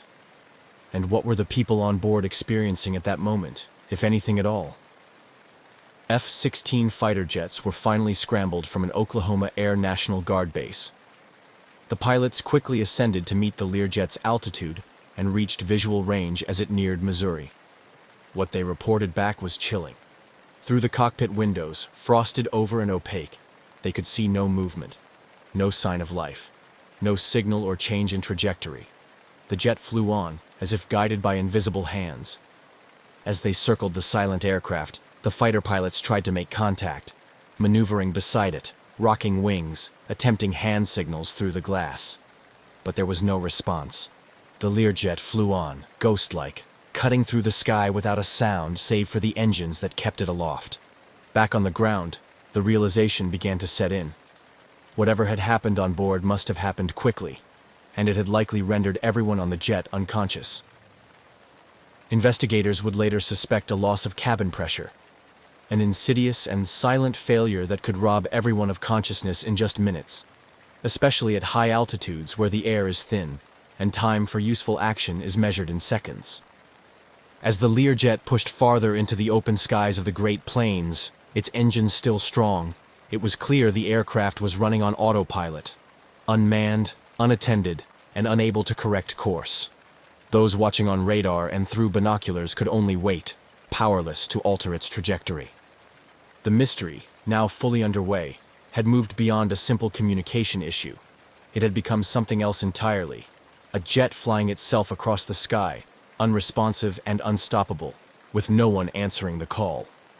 The Learjet continued its silent course through the sky, a sleek silver arrow slicing westward at 39,000 feet, stubbornly steady, eerily perfect.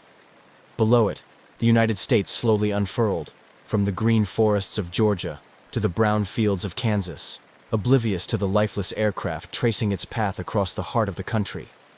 From the ground, it looked like just another jet, business as usual.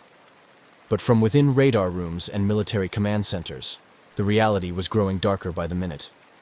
After repeated failed attempts to contact the crew, FAA controllers initiated what's known as an INREC, an Information Request Notice, signaling concern for a flight no longer in communication. As the jet drifted into increasingly unfamiliar territory, a heightened state of alert kicked in.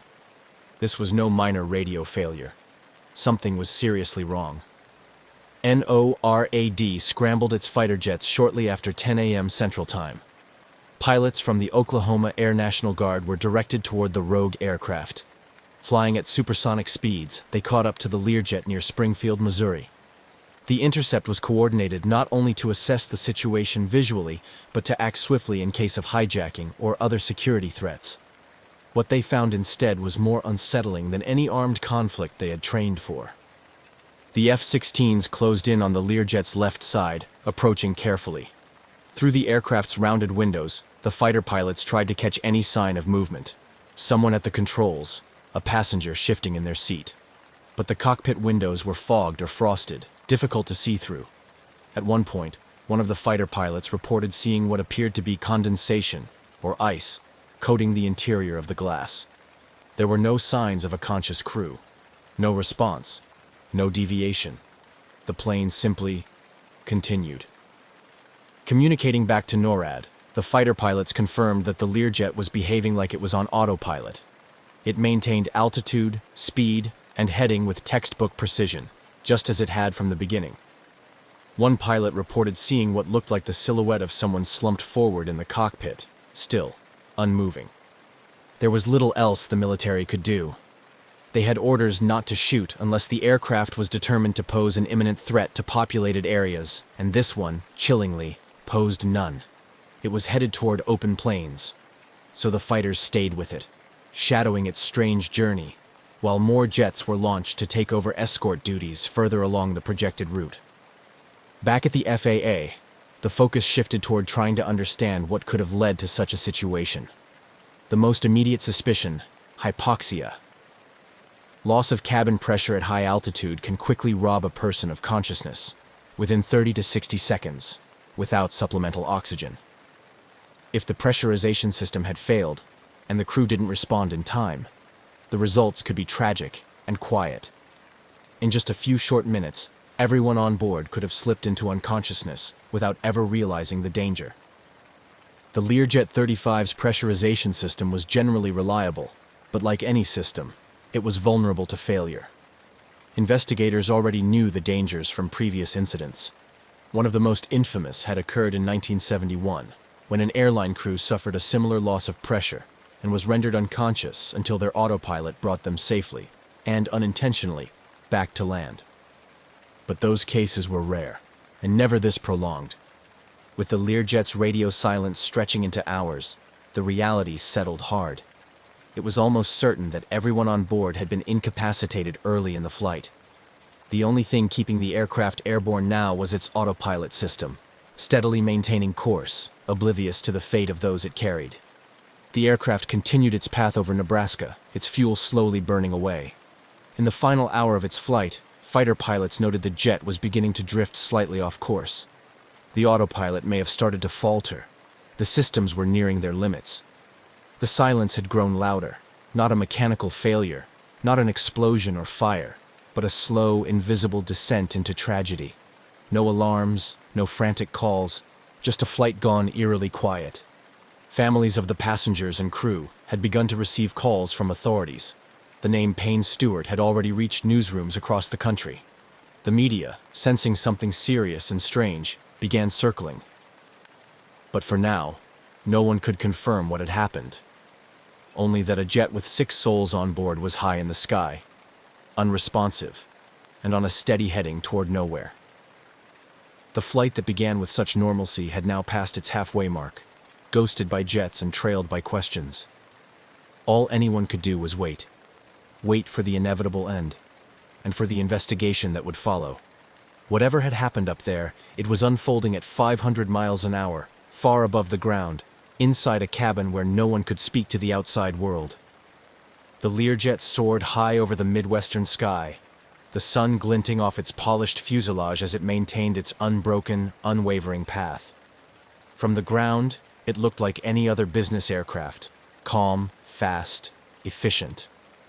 But to those following it from control towers, military radar stations, and the cockpits of the F-16s assigned to monitor it, the jet had taken on an eerie quality.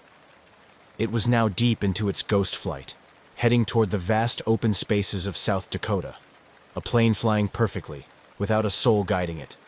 By this point, the Learjet had been airborne for over 3 hours. Fighter jets had tailed it since Missouri, taking turns from different Air National Guard units along its projected route. Their reports remained consistent. No response to radio calls, no movement visible inside, no signs of life. The cockpit windows remained frosted. Through the cabin windows, some F-16 pilots claimed to see what looked like passengers slumped in their seats, unmoving. The cabin pressurization theory now felt less like a hypothesis and more like a tragic certainty. The aircraft's route, originally intended to deliver its passengers from Orlando to Dallas, had long since been left behind. Without human input, the autopilot had locked onto a stable heading and kept the aircraft flying almost due northwest. It crossed Kansas, then Nebraska, and crept steadily toward the sparsely populated regions of South Dakota. There was no deviation, no descent, no flare, just smooth, steady, silent flight. Those aboard likely lost consciousness within minutes of the presumed cabin pressure loss. At 39,000 feet, the air is far too thin for human survival without pressurization or supplemental oxygen. If the system had failed and the crew hadn't quickly donned their oxygen masks, they would have slipped into unconsciousness before even fully realizing what was happening. Hypoxia doesn't come with flashing warning lights or piercing alarms. It arrives like a soft veil: confusion, fatigue, and then nothing. And in the calm quiet of a smooth climb, it's easy to miss until it's too late. In the Learjet's cockpit, the autopilot likely maintained level flight while the aircraft cruised through the upper atmosphere. There were no inputs from the pilots, no course corrections, no descent planning. It simply flew, mechanically perfect and unnervingly indifferent to the condition of the people on board. The fighters assigned to shadow it could do little but watch. They flew alongside at a respectful distance, occasionally adjusting positions to recheck for visual clues. Radio calls continued, but no response ever came. With the Learjet not exhibiting any signs of aggression, deviation toward populated areas, or threat to national security, there was no justification to intervene physically. NORAD issued strict standing orders: do not shoot. Meanwhile, across the country, the story had begun to emerge. News outlets picked up on reports of a plane flying unresponsive across several states. As word spread, the name Payne Stewart entered headlines and broadcasts.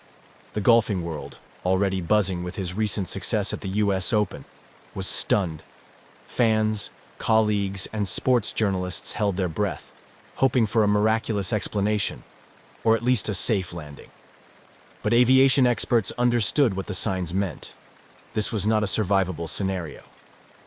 Just after 12 p.m. Central Time, fuel began running low. The jet, having traveled over 1,500 miles, had nearly exhausted its supply. Those tracking it braced for the inevitable. The aircraft could no longer stay aloft. There would be no emergency landing, no radioed mayday. There were no conscious hands at the controls. It was only a matter of time. Radar data showed the Learjet slowly beginning to descend. At first, it seemed like a typical programmed descent, the kind you'd expect from an autopilot approaching a destination. But it wasn't under control. It was a quiet fall. Engines sputtering. No flaps, no gear, no course correction. A graceful but terminal arc toward the ground. At 12:13 p.m., in a remote field near Mena, South Dakota, the Learjet crashed. There were no survivors. The jet impacted the earth at high speed, creating a deep, smoking scar in the soil and scattering debris in a tight pattern.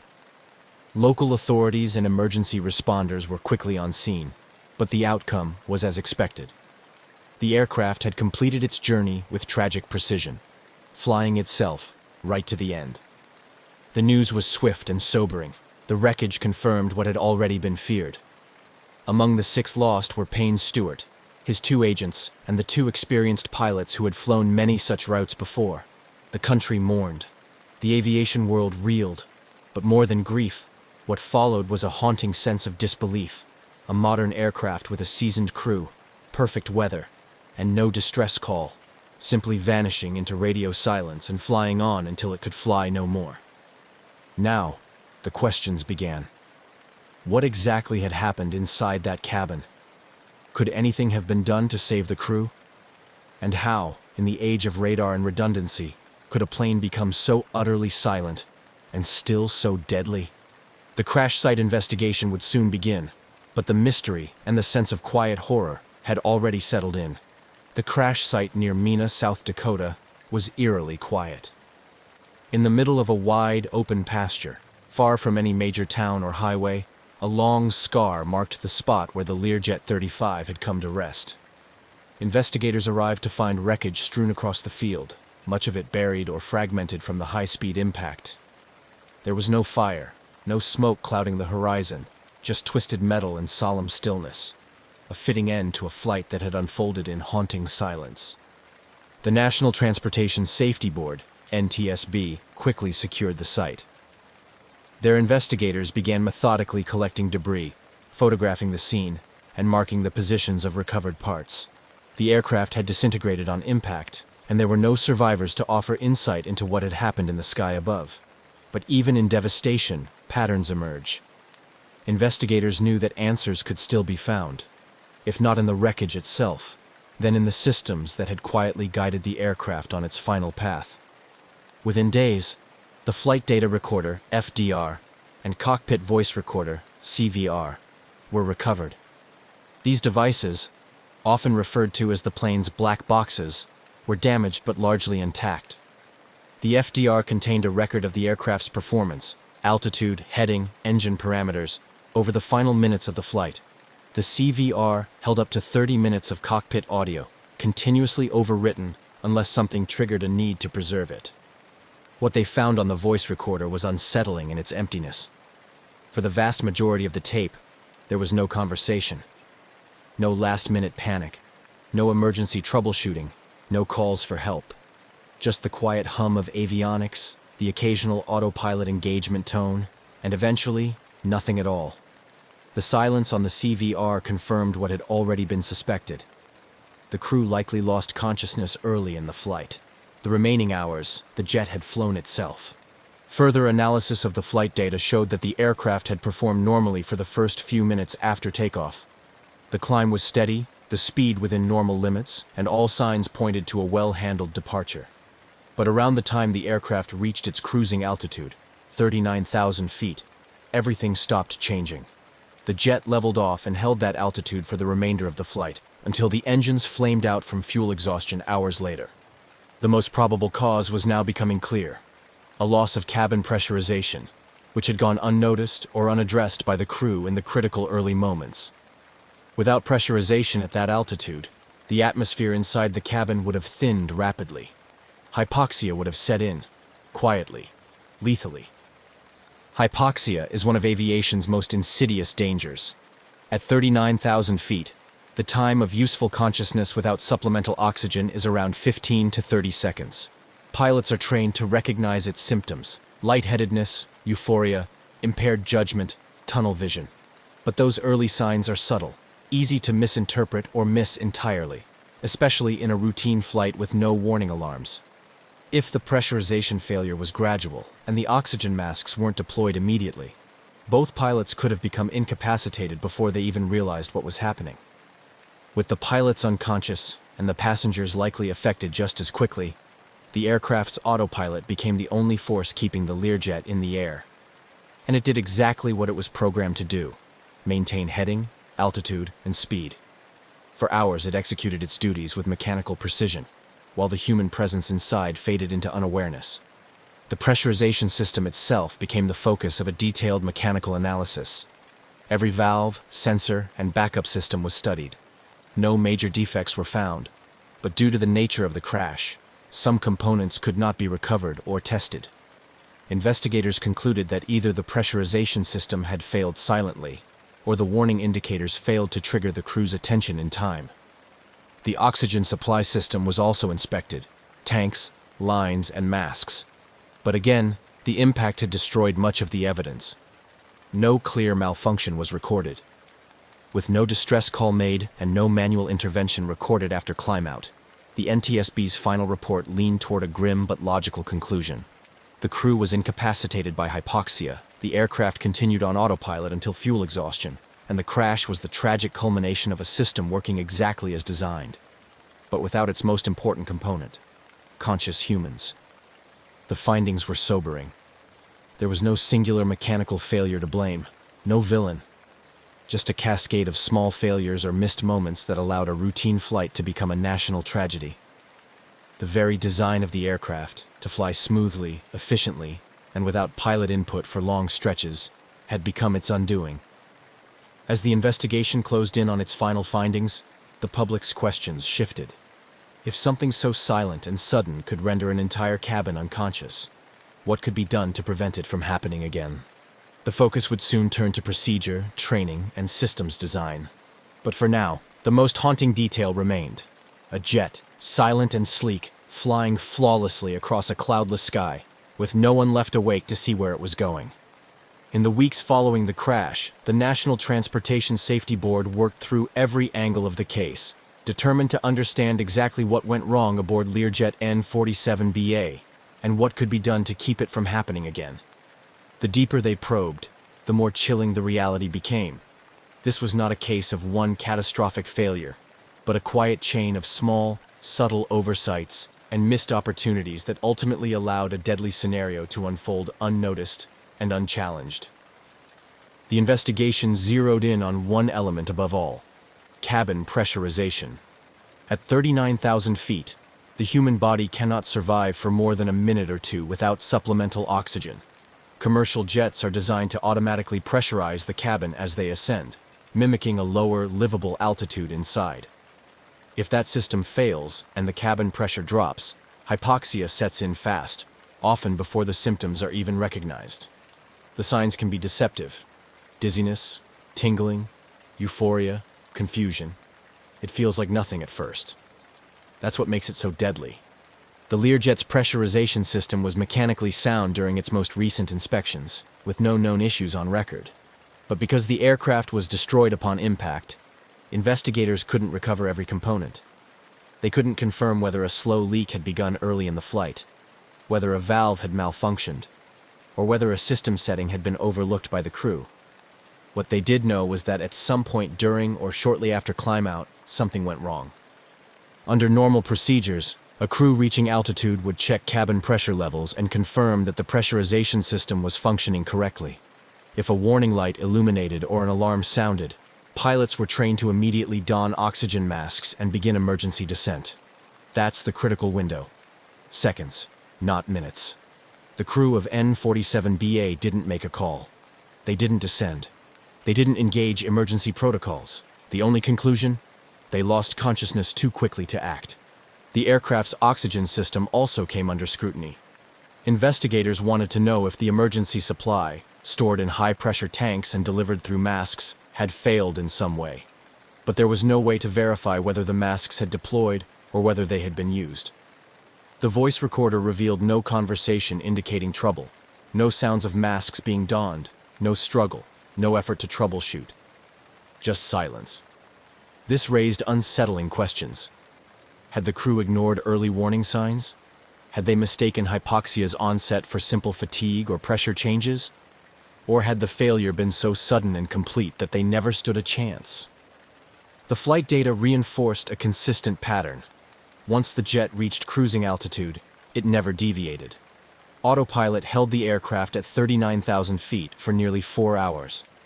This indicated that the autopilot had been set properly before the crew lost awareness, but also that it had never been disengaged or overridden afterward. The aircraft remained in a perfectly stable cruise, flying as it was told, right up to the moment its engines gave out from fuel starvation. The NTSB's findings, while incomplete in hard physical evidence, pointed with overwhelming probability to a gradual loss of cabin pressure and a failure to react in time. It wasn't negligence. It wasn't sabotage. It was a quiet breakdown in human response, masked by the reliability of technology and the subtle danger of altitude. The report's conclusion was concise but grave. The probable cause of this accident was incapacitation of the flight crew members as a result of their failure to receive supplemental oxygen following a loss of cabin pressurization for undetermined reasons. It was a hard truth. This was an aircraft that did exactly what it was built to do. It flew straight and smooth, held its course, and executed every function as designed. And that was part of the problem. In the absence of human oversight, automation had no way of recognizing or responding to the unfolding crisis. The industry had long viewed automation as a safeguard, a way to reduce human error and lighten pilot workload. But this incident revealed an unsettling paradox. When the human element disappears, automation does not replace it. It simply keeps going. For pilots across the aviation world, the case became a cautionary tale. It emphasized the importance of early response to pressurization warnings, the need to remain vigilant even in routine climbouts, and the real present danger of hypoxia. In training programs, simulators were updated to reflect hypoxia scenarios more realistically, showing just how quickly a routine flight can spiral into silent catastrophe. For the families of those lost, the report offered little comfort. There was no villain, no mechanical flaw to fix, just a small window of time that closed too quickly, and a flight that became one long, quiet drift into darkness. What remained was the sobering understanding that modern flight, for all its sophistication, is still deeply vulnerable to the unseen. At 39,000 feet, a missed cue or a failed system doesn't come with chaos. It comes with silence. And sometimes, that silence is the loudest warning of all. The crash of Learjet N47BA, while tragic, left behind more than a trail of wreckage. It sparked change. In the months following the investigation, the aviation industry began taking a closer look at how it trained pilots to recognize and respond to hypoxia, and how it designed safety systems to account for the very scenario that had unfolded across America's skies. Simulators were updated to emphasize rapid onset hypoxia situations, showing pilots just how subtle and dangerous the symptoms could be. Training programs stressed that reaction time is everything. New emphasis was placed on immediate oxygen use at the first sign of cabin pressure loss, even before verifying the problem. Aircraft manufacturers and regulators reviewed pressurization systems and the alarms associated with them. The aim was to create clearer, more urgent warnings, both visual and audible, so that no early sign would go unnoticed or dismissed. Some aircraft began including additional automation that could descend a plane automatically in the event of pilot incapacitation. But perhaps the most lasting impact was in the collective mindset of aviation professionals. The Learjet incident reminded the industry that high-altitude flight isn't just about navigating clear skies. It's about respecting the invisible risks that come with them. At 39,000 feet, there is no room for hesitation, no second chances. The ghost flight of October 25, 1999, became a case study, not just in system failure, but in how quickly silence can fall when vigilance slips for even a moment. It wasn't just a story of a jet that flew itself. It was a quiet call to action that rippled through the aviation world, changing how pilots prepare, how aircraft are designed, and how deeply the human element matters, even in the most advanced flying machines. News of the ghost flight spread rapidly in the hours after the crash. By the time the Learjet came to its tragic end in a South Dakota field, the story had already gripped the nation. It wasn't just that a high-profile figure like Payne Stewart was aboard. It was the deeply unsettling nature of what had occurred. A plane, flying perfectly straight for hours, with no one in control. The public response was swift, emotional, and widespread. Vigils were held across the country. Golf fans, friends, and colleagues gathered not only to honor Stewart's legacy, but to try and process the surreal nature of the event. He had been more than a champion athlete. He was a personality known for his charisma, his old-school attire, and his spirit. The golf world mourned not just the loss of a player, but a symbol of the sport's character. Tributes poured in, from fellow athletes to fans who had never met him. Golf tournaments observed moments of silence. Flags at PGA events flew at half-staff. Beyond the personal grief, the crash triggered a deep fascination with the incident itself. People were drawn not just to the tragedy, but to the mystery, the unsettling idea of a plane in flight, silently continuing its journey with no human hand guiding it. It became the subject of intense media coverage, panel discussions, and late-night conversations. The phrase ghost plane entered the public lexicon, carrying with it a strange blend of technological wonder and human fragility. As the months passed and the investigation concluded, the public's focus turned to the legacy of the event. Families of the victims worked with aviation safety groups, pushing for reforms and sharing their stories. They didn't just want answers. They wanted to ensure that future flights wouldn't suffer the same fate.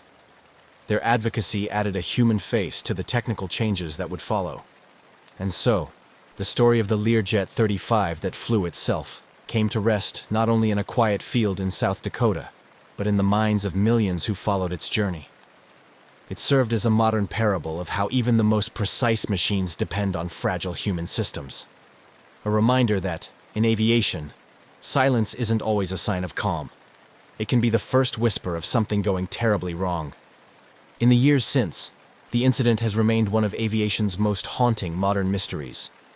It is taught in flight schools, discussed in safety briefings, and referenced in conversations about the evolution of autopilot systems and cockpit protocols. The aircraft's flight path has been recreated in simulations, studied in classrooms, and depicted in documentaries. But above all, it endures because it touched a nerve, a flight that began like any other, guided by trusted hands and bound for familiar skies, only to drift slowly into the unknown. The final chapter of N-47BA wasn't written by turbulence or storm, nor sabotage or chaos, but by stillness. A quiet cabin, a plane flying itself through clear skies, and a world below, watching, wondering, and learning. There's something eerie about a plane with no passengers.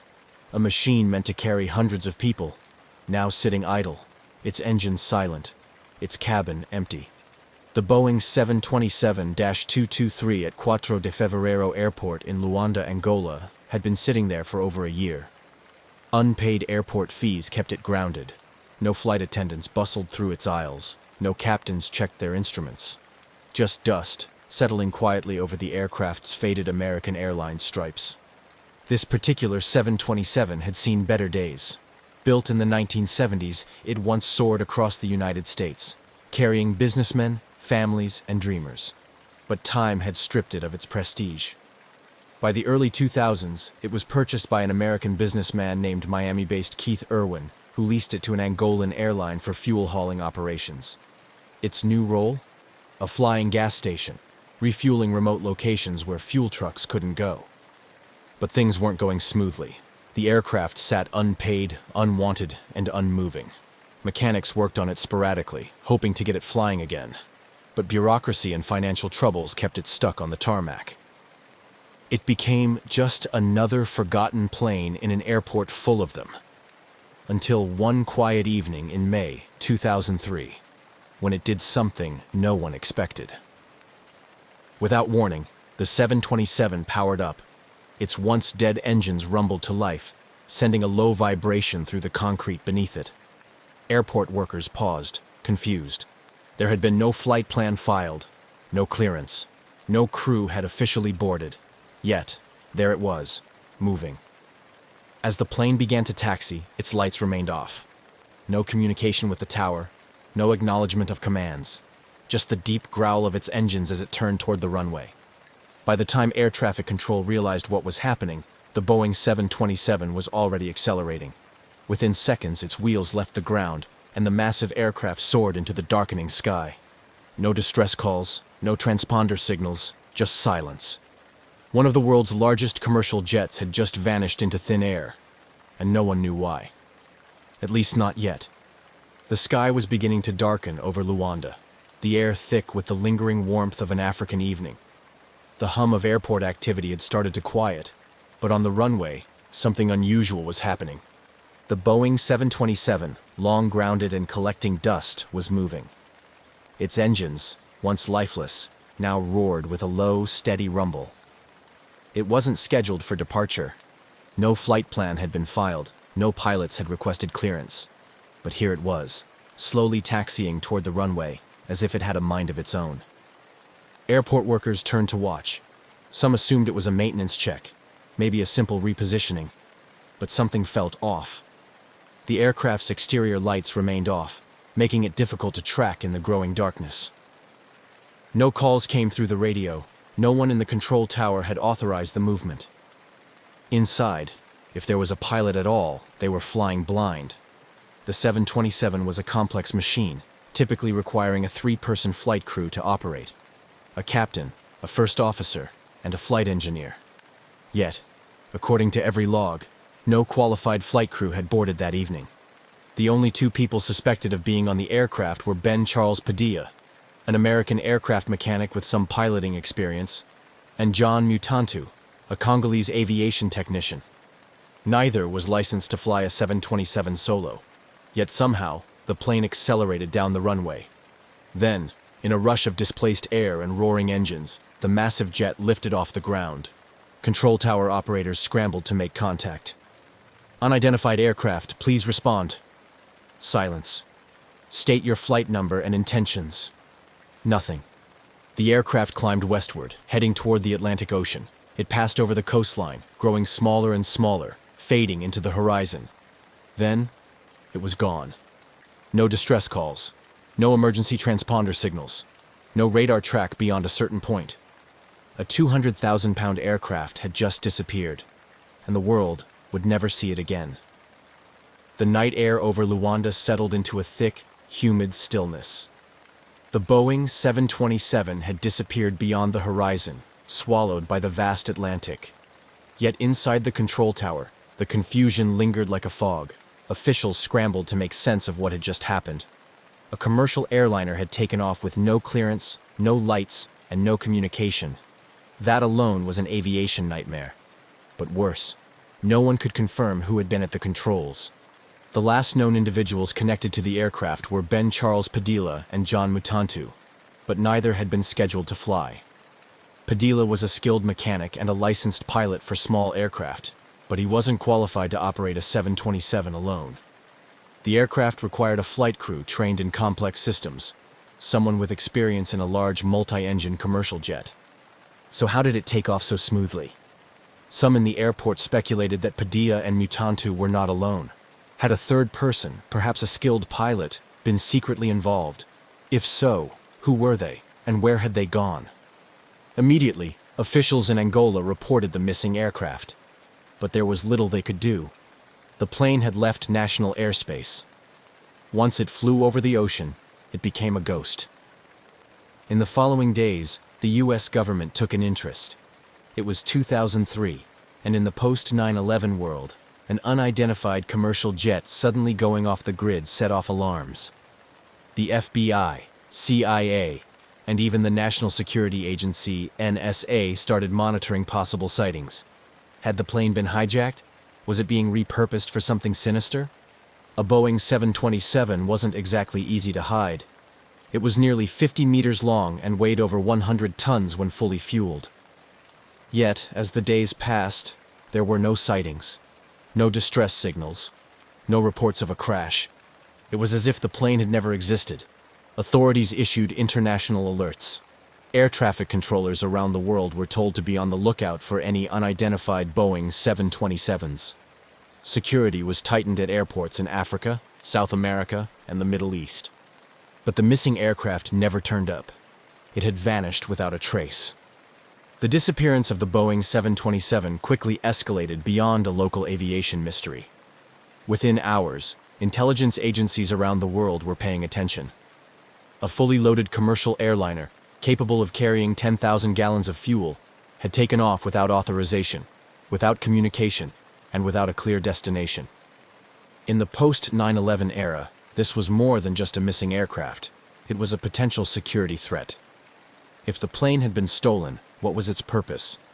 Was it being repurposed for smuggling? A terrorist attack? A military operation? The questions mounted, but the answers were nowhere to be found. The U.S. government immediately launched an investigation. The CIA, FBI, and NSA began tracking any possible sightings, while the Federal Aviation Administration, FAA, issued an international alert.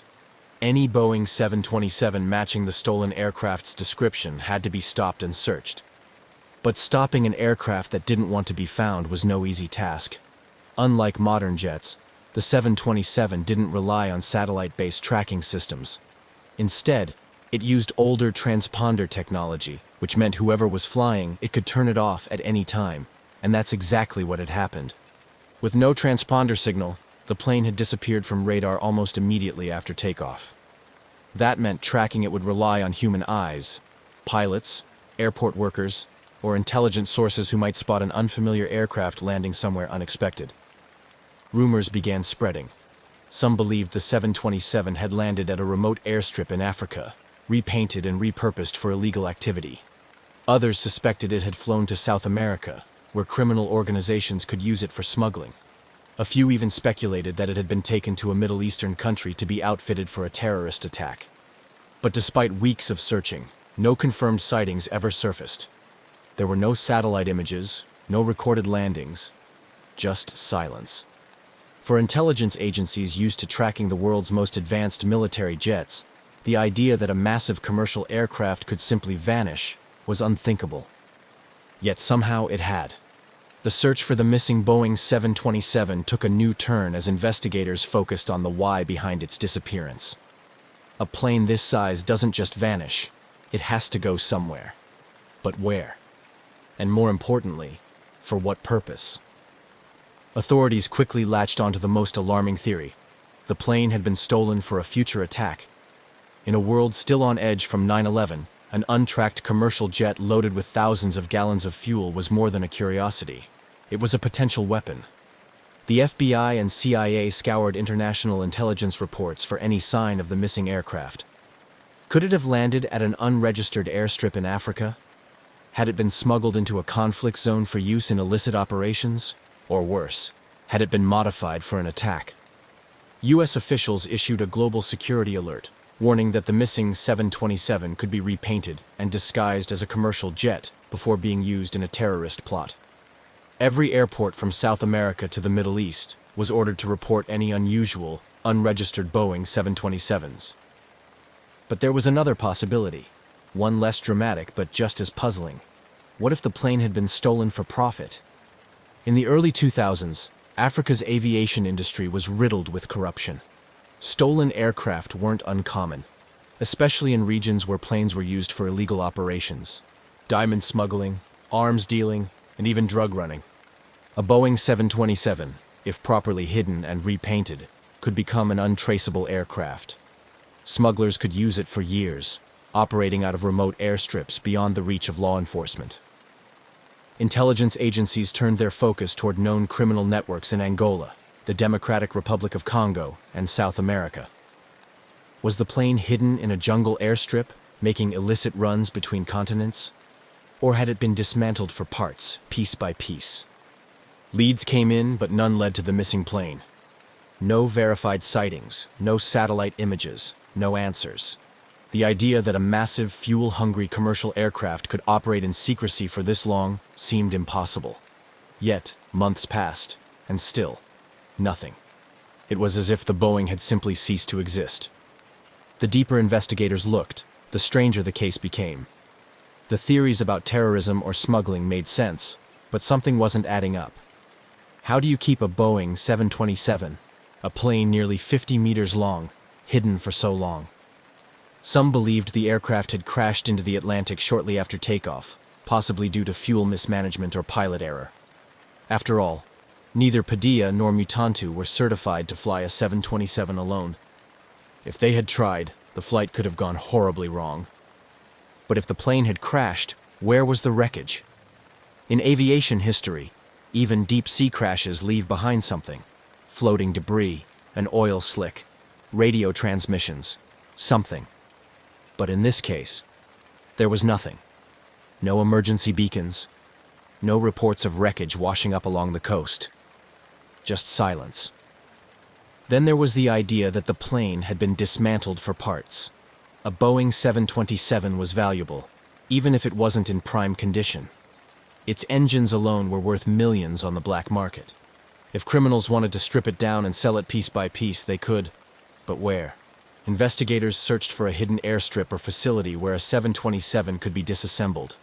Remote airports in Africa, illegal smuggling hubs in South America, anywhere a plane could be secretly torn apart. But again, nothing. No missing aircraft parts matching the plane's serial numbers ever surfaced. Then came the most bizarre theory. The plane was still flying. Some experts believed the 727 had been repainted and given a fake identity, allowing it to blend into international air traffic. In less regulated parts of the world, paperwork could be forged, flight plans fabricated, and an aircraft's past erased. Reports surfaced of suspicious Boeing 727s spotted in Guinea, Colombia, and even the Middle East. But every lead hit a dead end. None of them could be confirmed as the missing Angola aircraft. The lack of evidence only deepened the mystery. If the aircraft had been stolen for profit, why had it disappeared so completely? If it had crashed, why wasn't there a single trace of it? And if it was still out there, flying under a new identity, who was using it, and for what purpose? Months turned into years, and the missing Boeing 727 became something more than just a stolen plane. It became a legend. The case never truly went cold. There were always whispers, rumors of sightings, and theories that refused to die. A plane of that size couldn't just vanish. Someone, somewhere, had to know something. Then, in 2005, 2 years after the disappearance, an unregistered Boeing 727 was spotted in Guinea, West Africa. The sighting came from a private intelligence source, someone who had been tracking illegal aircraft movements in the region. The plane matched the description of the missing Angola jet. Same model, same modifications, but there was no way to confirm if it was the same aircraft. By the time authorities arrived, the plane was gone. Not long after, a second suspicious 727 was reported, this time in Colombia, a known hub for drug cartels and smuggling operations. Again, the details were vague. The aircraft had no verifiable records, and its ownership was a mystery. Could the missing plane have been repurposed for illegal operations? If so, who was flying it?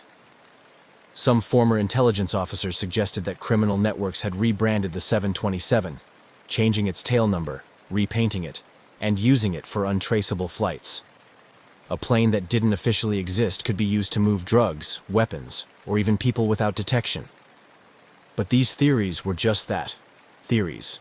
No concrete evidence ever surfaced, no serial numbers were confirmed, and despite the occasional sighting, no government agency was ever able to intercept or identify the missing plane. At one point, aviation enthusiasts, conspiracy theorists, and even former pilots started forming their own networks, trying to track the aircraft. Online forums buzzed with speculation. Had the plane been hidden in a hangar, waiting to be used? Was it flying in a war zone, running supplies or weapons? Or had it been quietly destroyed, its parts scattered beyond recognition? Every time a new sighting emerged, hope flickered, but just as quickly, it faded. The Boeing remained a ghost, appearing and disappearing in whispers, but never in reality. The missing Boeing 727 wasn't just a plane anymore. It was a riddle with no answer.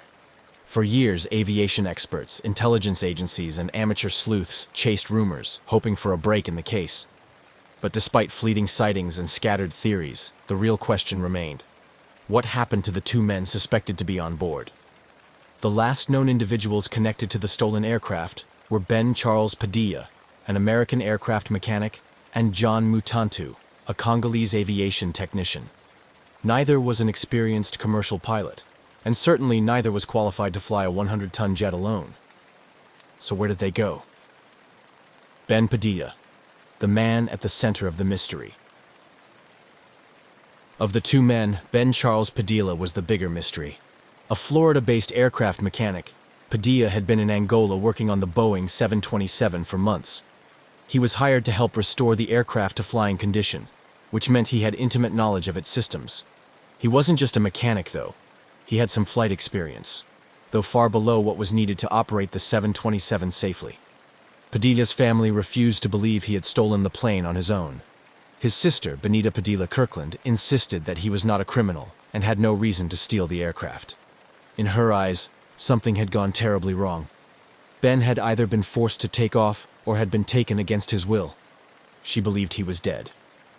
According to Padilla's family, the most plausible scenario was that someone else hijacked the plane, forcing Padilla to fly it before eventually disposing of him. But if that was the case, where was the wreckage? Where was the aircraft?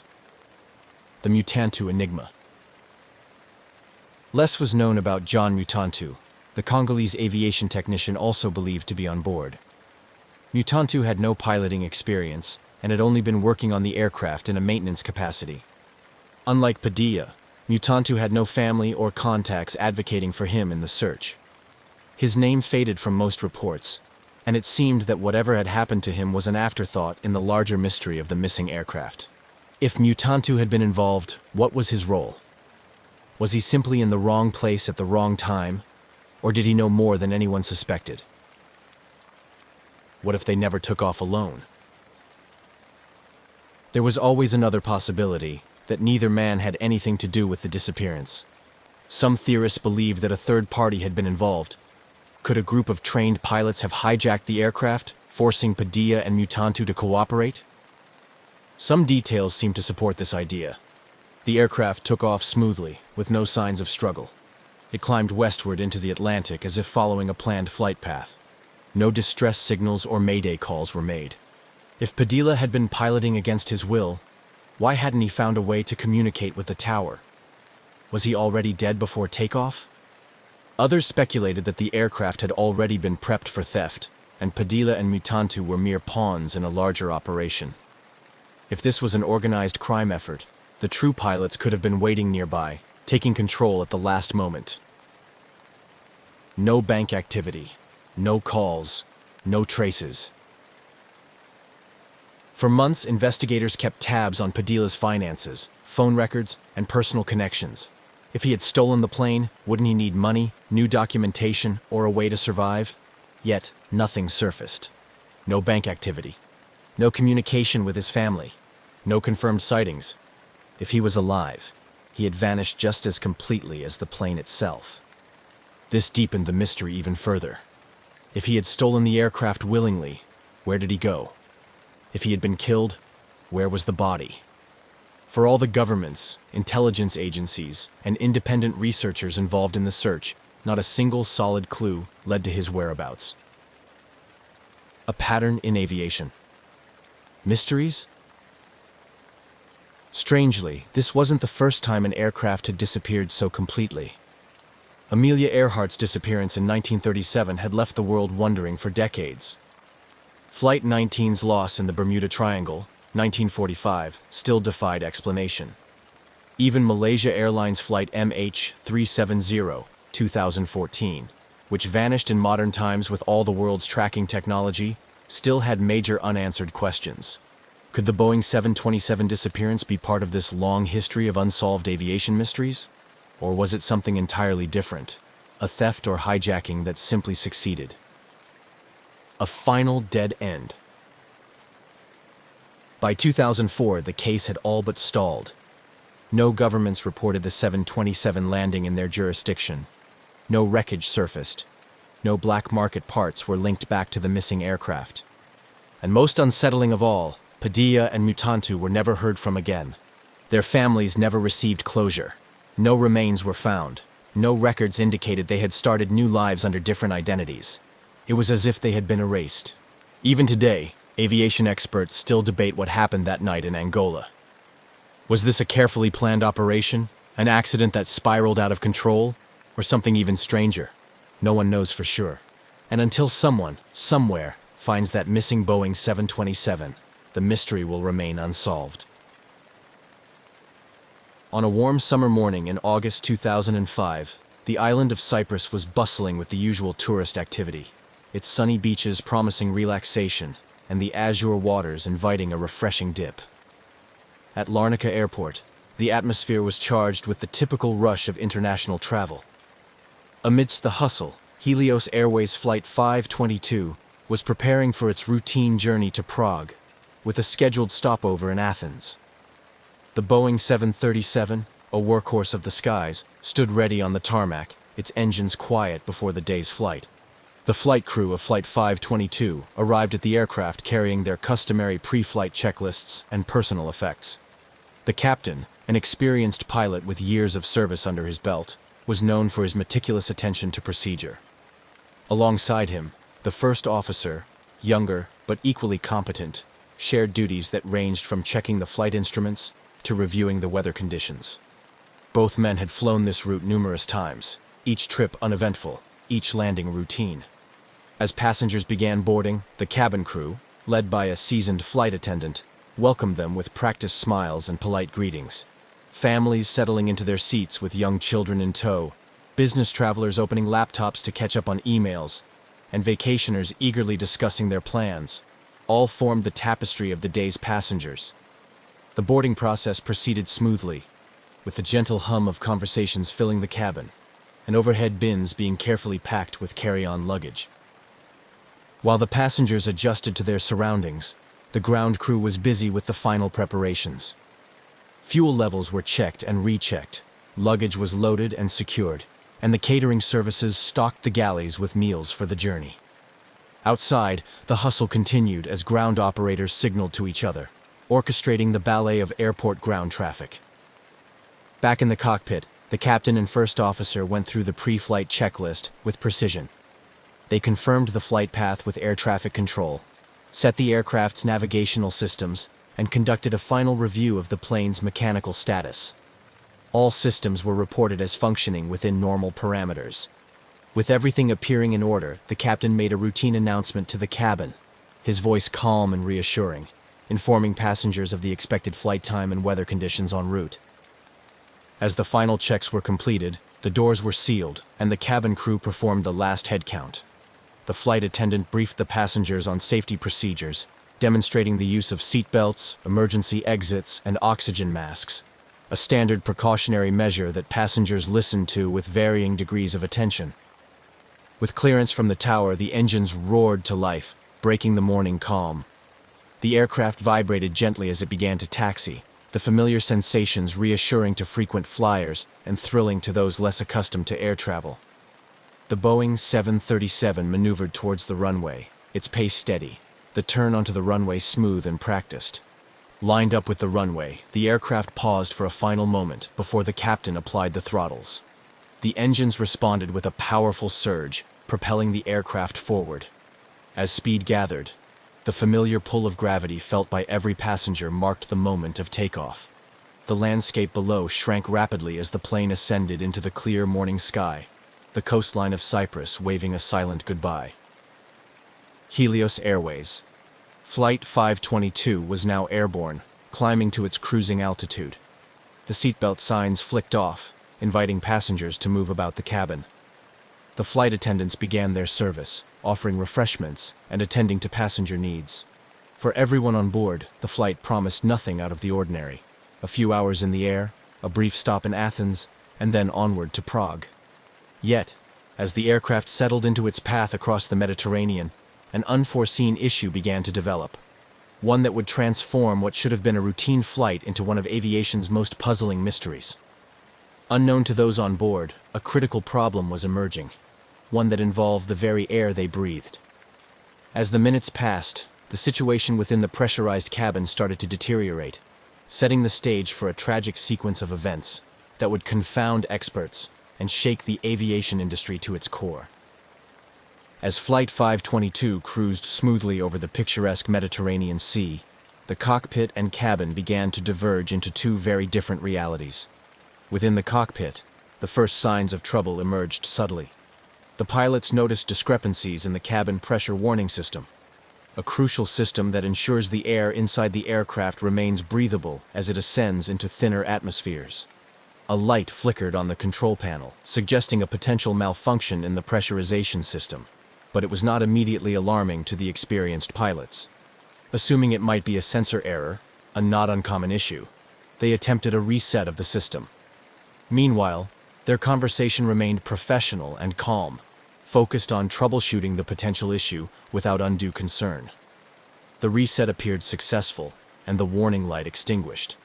With no further indications of malfunction, the pilots settled back into the routine of monitoring the flight's progress, discussing expected weather conditions in Athens, and occasionally exchanging light banter. Back in the cabin, the atmosphere was entirely different. Unbeknownst to the flight crew, the aircraft's pressurization system had failed to operate correctly despite the reset. As the plane climbed higher, the cabin altitude, the equivalent altitude inside the aircraft, began to rise, reducing the oxygen levels. This change was gradual, not immediately noticeable to the passengers or the cabin crew, who were busy with meal services and routine duties. The first real indication of something amiss came from the passengers themselves. Some began to feel symptoms of hypoxia, although they may not have recognized them as such. Hypoxia, a deficiency in the amount of oxygen reaching the tissues, starts with subtle symptoms like headache, dizziness, and fatigue. Symptoms easy to attribute to the normal stresses of air travel or a lack of sleep. Meanwhile, in the cockpit, the flight continued as planned. The aircraft had reached its cruising altitude and was now on autopilot, heading towards Athens. The pilots remained unaware of the developing crisis behind them, as communication between the cockpit and cabin had not yet conveyed any sense of urgency. The cabin crew, accustomed to dealing with minor passenger ailments, didn't immediately connect the dots between the various complaints. However, as the aircraft continued its journey, the situation escalated. More passengers began to show signs of discomfort. A child started crying, unable to articulate the nausea and headache overwhelming him. An elderly passenger felt severe dizziness and reached out for help from a flight attendant, who herself began to feel lightheaded and confused. It was then that the cabin crew started to realize that these were not isolated incidents. Concerned, the chief flight attendant tried to contact the cockpit. Yet, upon reaching the cockpit door, she found herself struggling with cognitive and physical symptoms of hypoxia. Her knocks on the locked cockpit door went unanswered as the pilots, now also succumbing to the same invisible threat, were losing their ability to perform critical functions. The flight deck had become an increasingly confused and disoriented environment. The captain and first officer, each experiencing the insidious onset of hypoxia, found it difficult to concentrate or understand the severity of their situation. Commands to check instruments and assess systems became sluggish and incoherent. As the situation deteriorated, the aircraft continued on its flight path, governed by the unyielding automation of the autopilot system. The disconnect between the helpless situation in the cabin and the serene, automated flight of the aircraft created a stark and tragic dichotomy.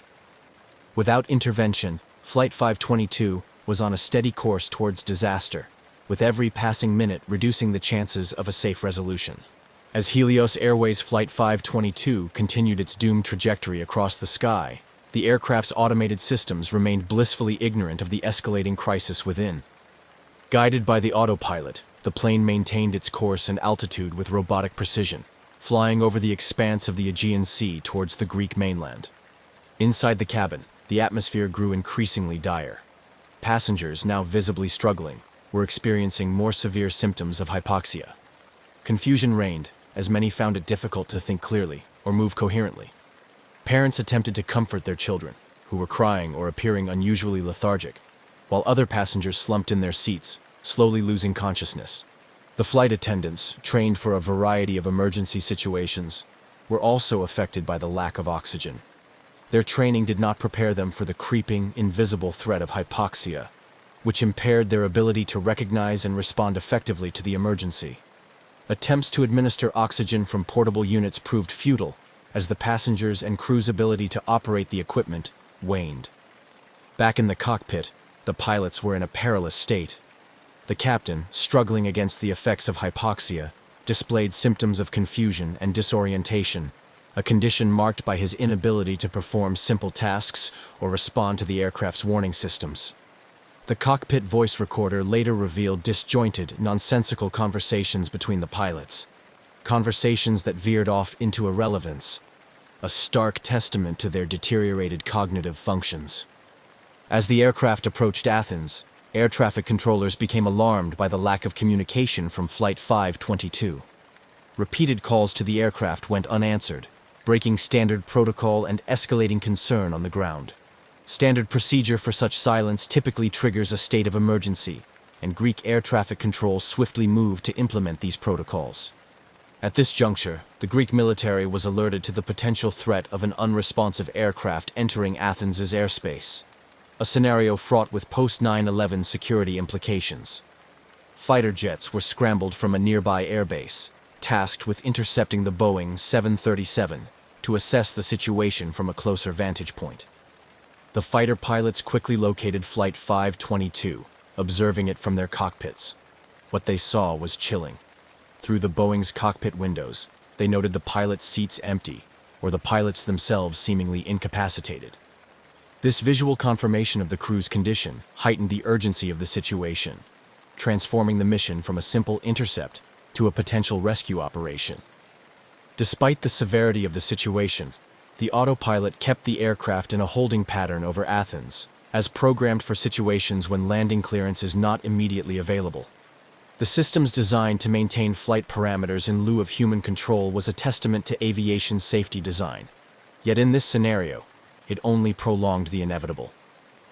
As the fighter jets accompanied the ghostly flight, they relayed real-time observations back to ground control, painting a grim picture of a plane effectively flying itself, with no conscious human guidance.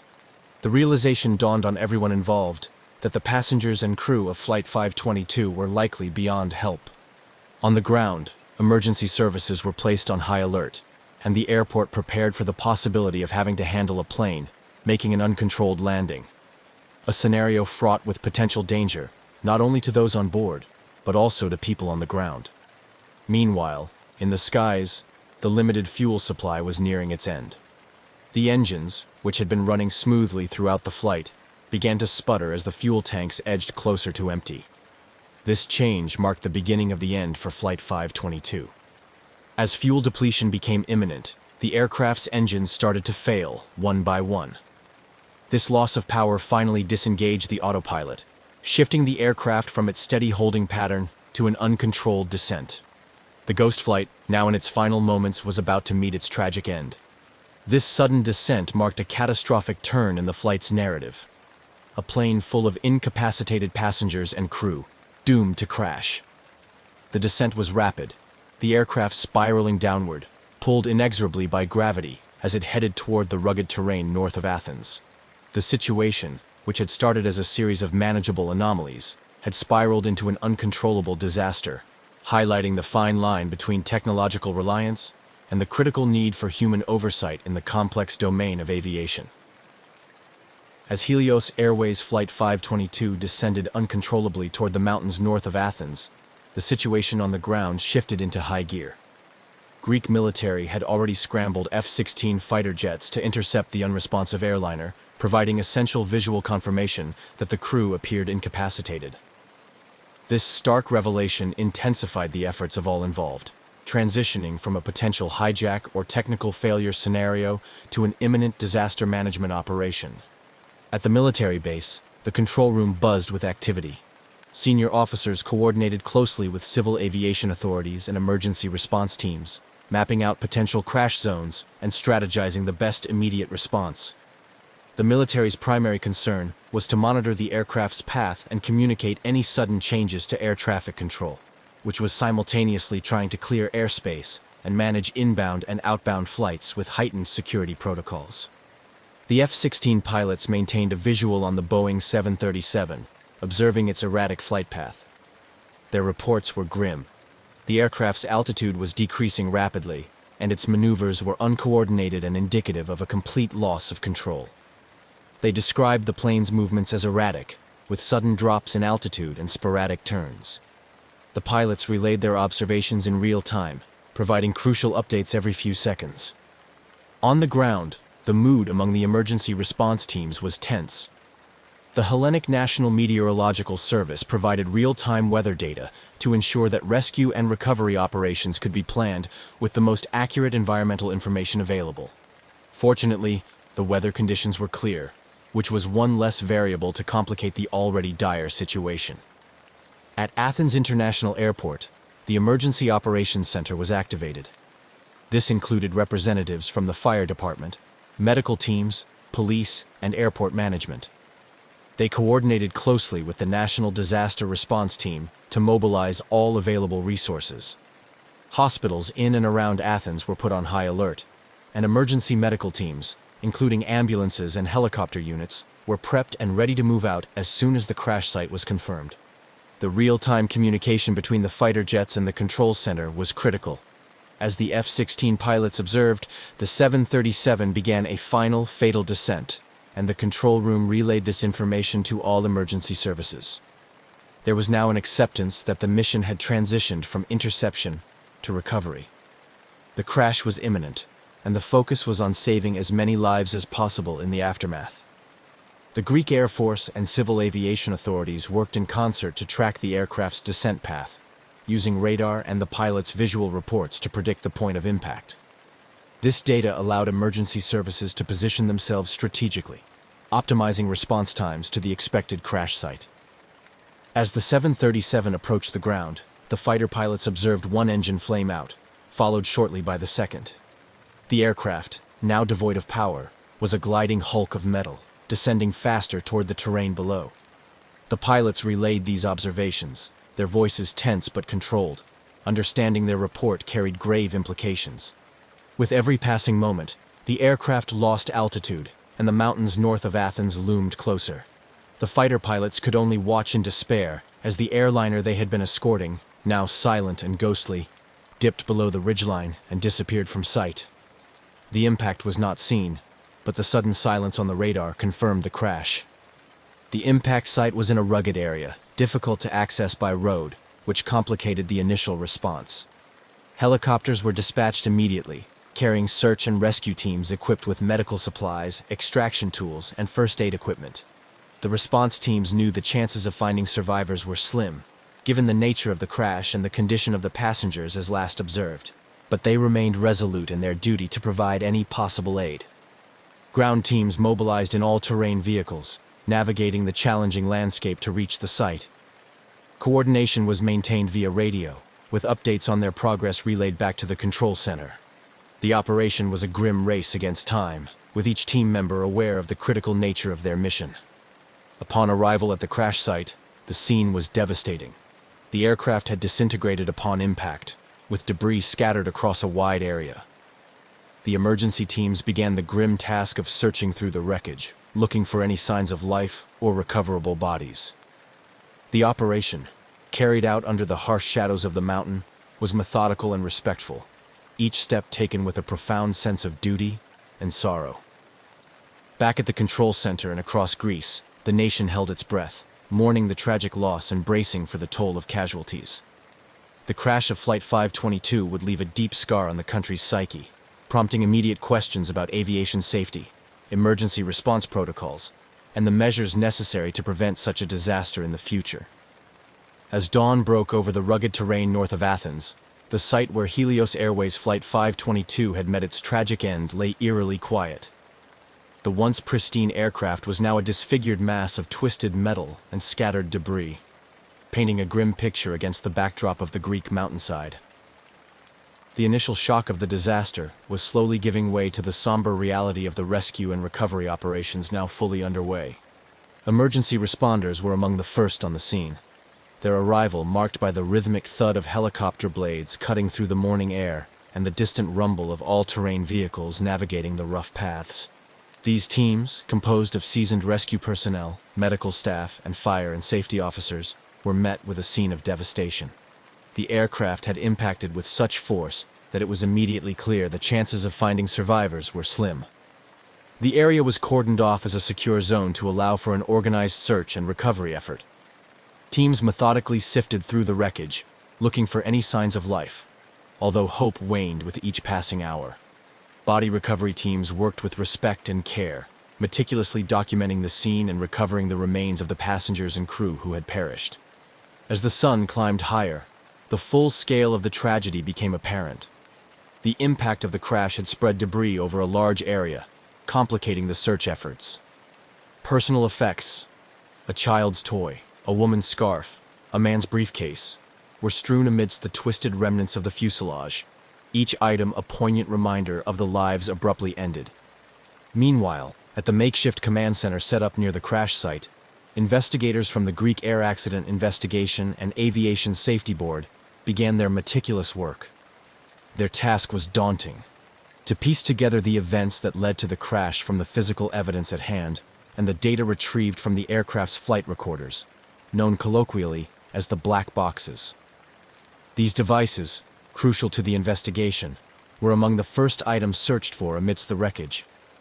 The black boxes, once recovered, were immediately transported to an analysis facility where experts began to extract and interpret the flight data and cockpit voice recordings. The data revealed a chilling timeline of the aircraft's final moments, including the loss of cabin pressure and the crew's incapacitating hypoxia. The voice recorder captured the pilot's increasingly confused and disoriented communication, painting a harrowing picture of their final struggle. Back in Athens, the tragedy had already begun to dominate the media, with continuous coverage broadcasting the grim details to a nation in mourning.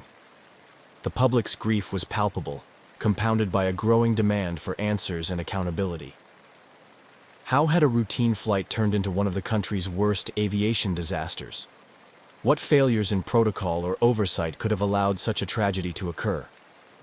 In response to the mounting public pressure, the Greek government announced the formation of an official commission to investigate the crash. This body was tasked with not only determining the causes of the disaster, but also recommending changes to prevent future tragedies. The investigation was to be thorough, transparent, and wide-ranging, involving experts from various fields of aviation and safety. As the days turned into weeks, the investigation deepened. Experts examined every aspect of the flight, from the maintenance records of the aircraft to the training and background of the crew. They scrutinized the airline's operational procedures and the actions of the air traffic control personnel. Each layer peeled back added complexity to the understanding of the crash, pointing to a confluence of technical failure, human error, and systemic issues in aviation oversight.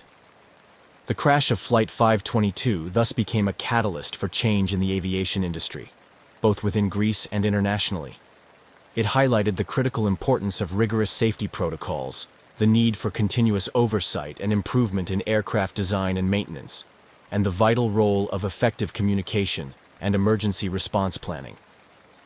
As the investigation continued, the families of the victims began their own, more personal journey through grief and loss. Memorials were held, both in Greece and in the home countries of the passengers and crew, where communities came together to mourn and remember the lives lost. The legacy of Flight 522, marked by both tragedy and the lessons learned in its aftermath, would resonate in the annals of aviation history, serving as a somber reminder of the stakes involved in the complex interplay of human factors and technological reliance in modern air travel. As the investigation into the crash of Helios Airways Flight 522 continued, it became a focal point for profound changes in the aviation industry, not only in Greece, but across the globe. The months following the disaster saw an intense scrutiny of airline operational procedures, aircraft maintenance practices, and pilot training programs. The final report, when released, did more than just elucidate the tragic sequence of events. It prompted a serious reevaluation of how airlines and aviation authorities address safety and compliance. The comprehensive analysis conducted by the Investigative Commission revealed a series of failures that led to the crash. The primary issue was identified as a failure in the pressurization system, which was not correctly set for flight. This mistake, compounded by a series of miscommunications and oversight failures, led to the cabin atmosphere becoming hypoxic. Critically, the report highlighted that the flight crew missed several standard checks and did not adequately respond to the warning signals indicating a pressurization problem. Furthermore, the investigation pointed to deficiencies in the airline's training programs, particularly in emergency preparedness and response to pressurization issues. It became evident that the crew's incapacitation was due to a lack of oxygen, something that could potentially have been mitigated with better training and adherence to protocol.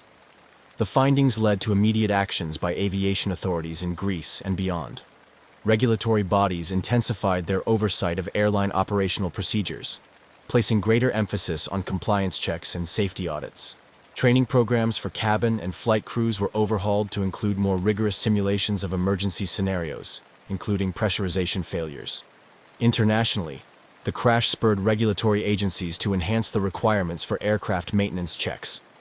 There was a renewed focus on ensuring that all safety systems, especially those related to cabin pressurization, were not only fully operational, but also regularly checked and double verified. In response to the disaster, there were calls for better technology to monitor the cabin environment actively. Advances were made in cockpit alert systems to ensure that warning signals could not be missed or misunderstood by flight crews, regardless of their workload or stress levels. Additionally, policies were implemented that required more frequent and detailed communication between pilots and ground control, especially concerning aircraft system status and any deviations from normal flight operations. Beyond the technical and procedural enhancements, the Helios Flight 522 tragedy led to a cultural shift within the aviation industry. There was a renewed emphasis on safety culture, encouraging transparency, accountability, and continuous improvement. Airlines began to invest more heavily in crew resource management training, focusing on communication, decision-making, and teamwork in the cockpit. The victims of Flight 522 were memorialized in several poignant ceremonies and permanent memorials in Greece and Cyprus, serving as a somber reminder of the lives lost.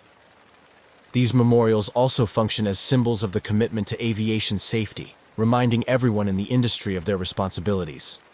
Families of the victims found some solace in scholarships and foundations set up in memory of their loved ones, aimed at improving safety in aviation through research and education. These initiatives helped to channel their grief into efforts that could prevent future tragedies. The legacy of Helios Airways Flight 522 is twofold. It is a story of a tragic loss, a reminder of the potential human cost of oversight and error in complex systems. but it is also a story of learning and adaptation, a testament to the aviation industry's capacity to evolve and enhance safety in response to its failures. The changes implemented in the wake of the crash have undoubtedly saved lives, making air travel safer for millions of passengers around the world. As years pass, the lessons learned from Flight 522 continue to influence aviation practices and safety standards, ensuring that the memory of those lost informs a commitment to vigilance, excellence, and care within the industry.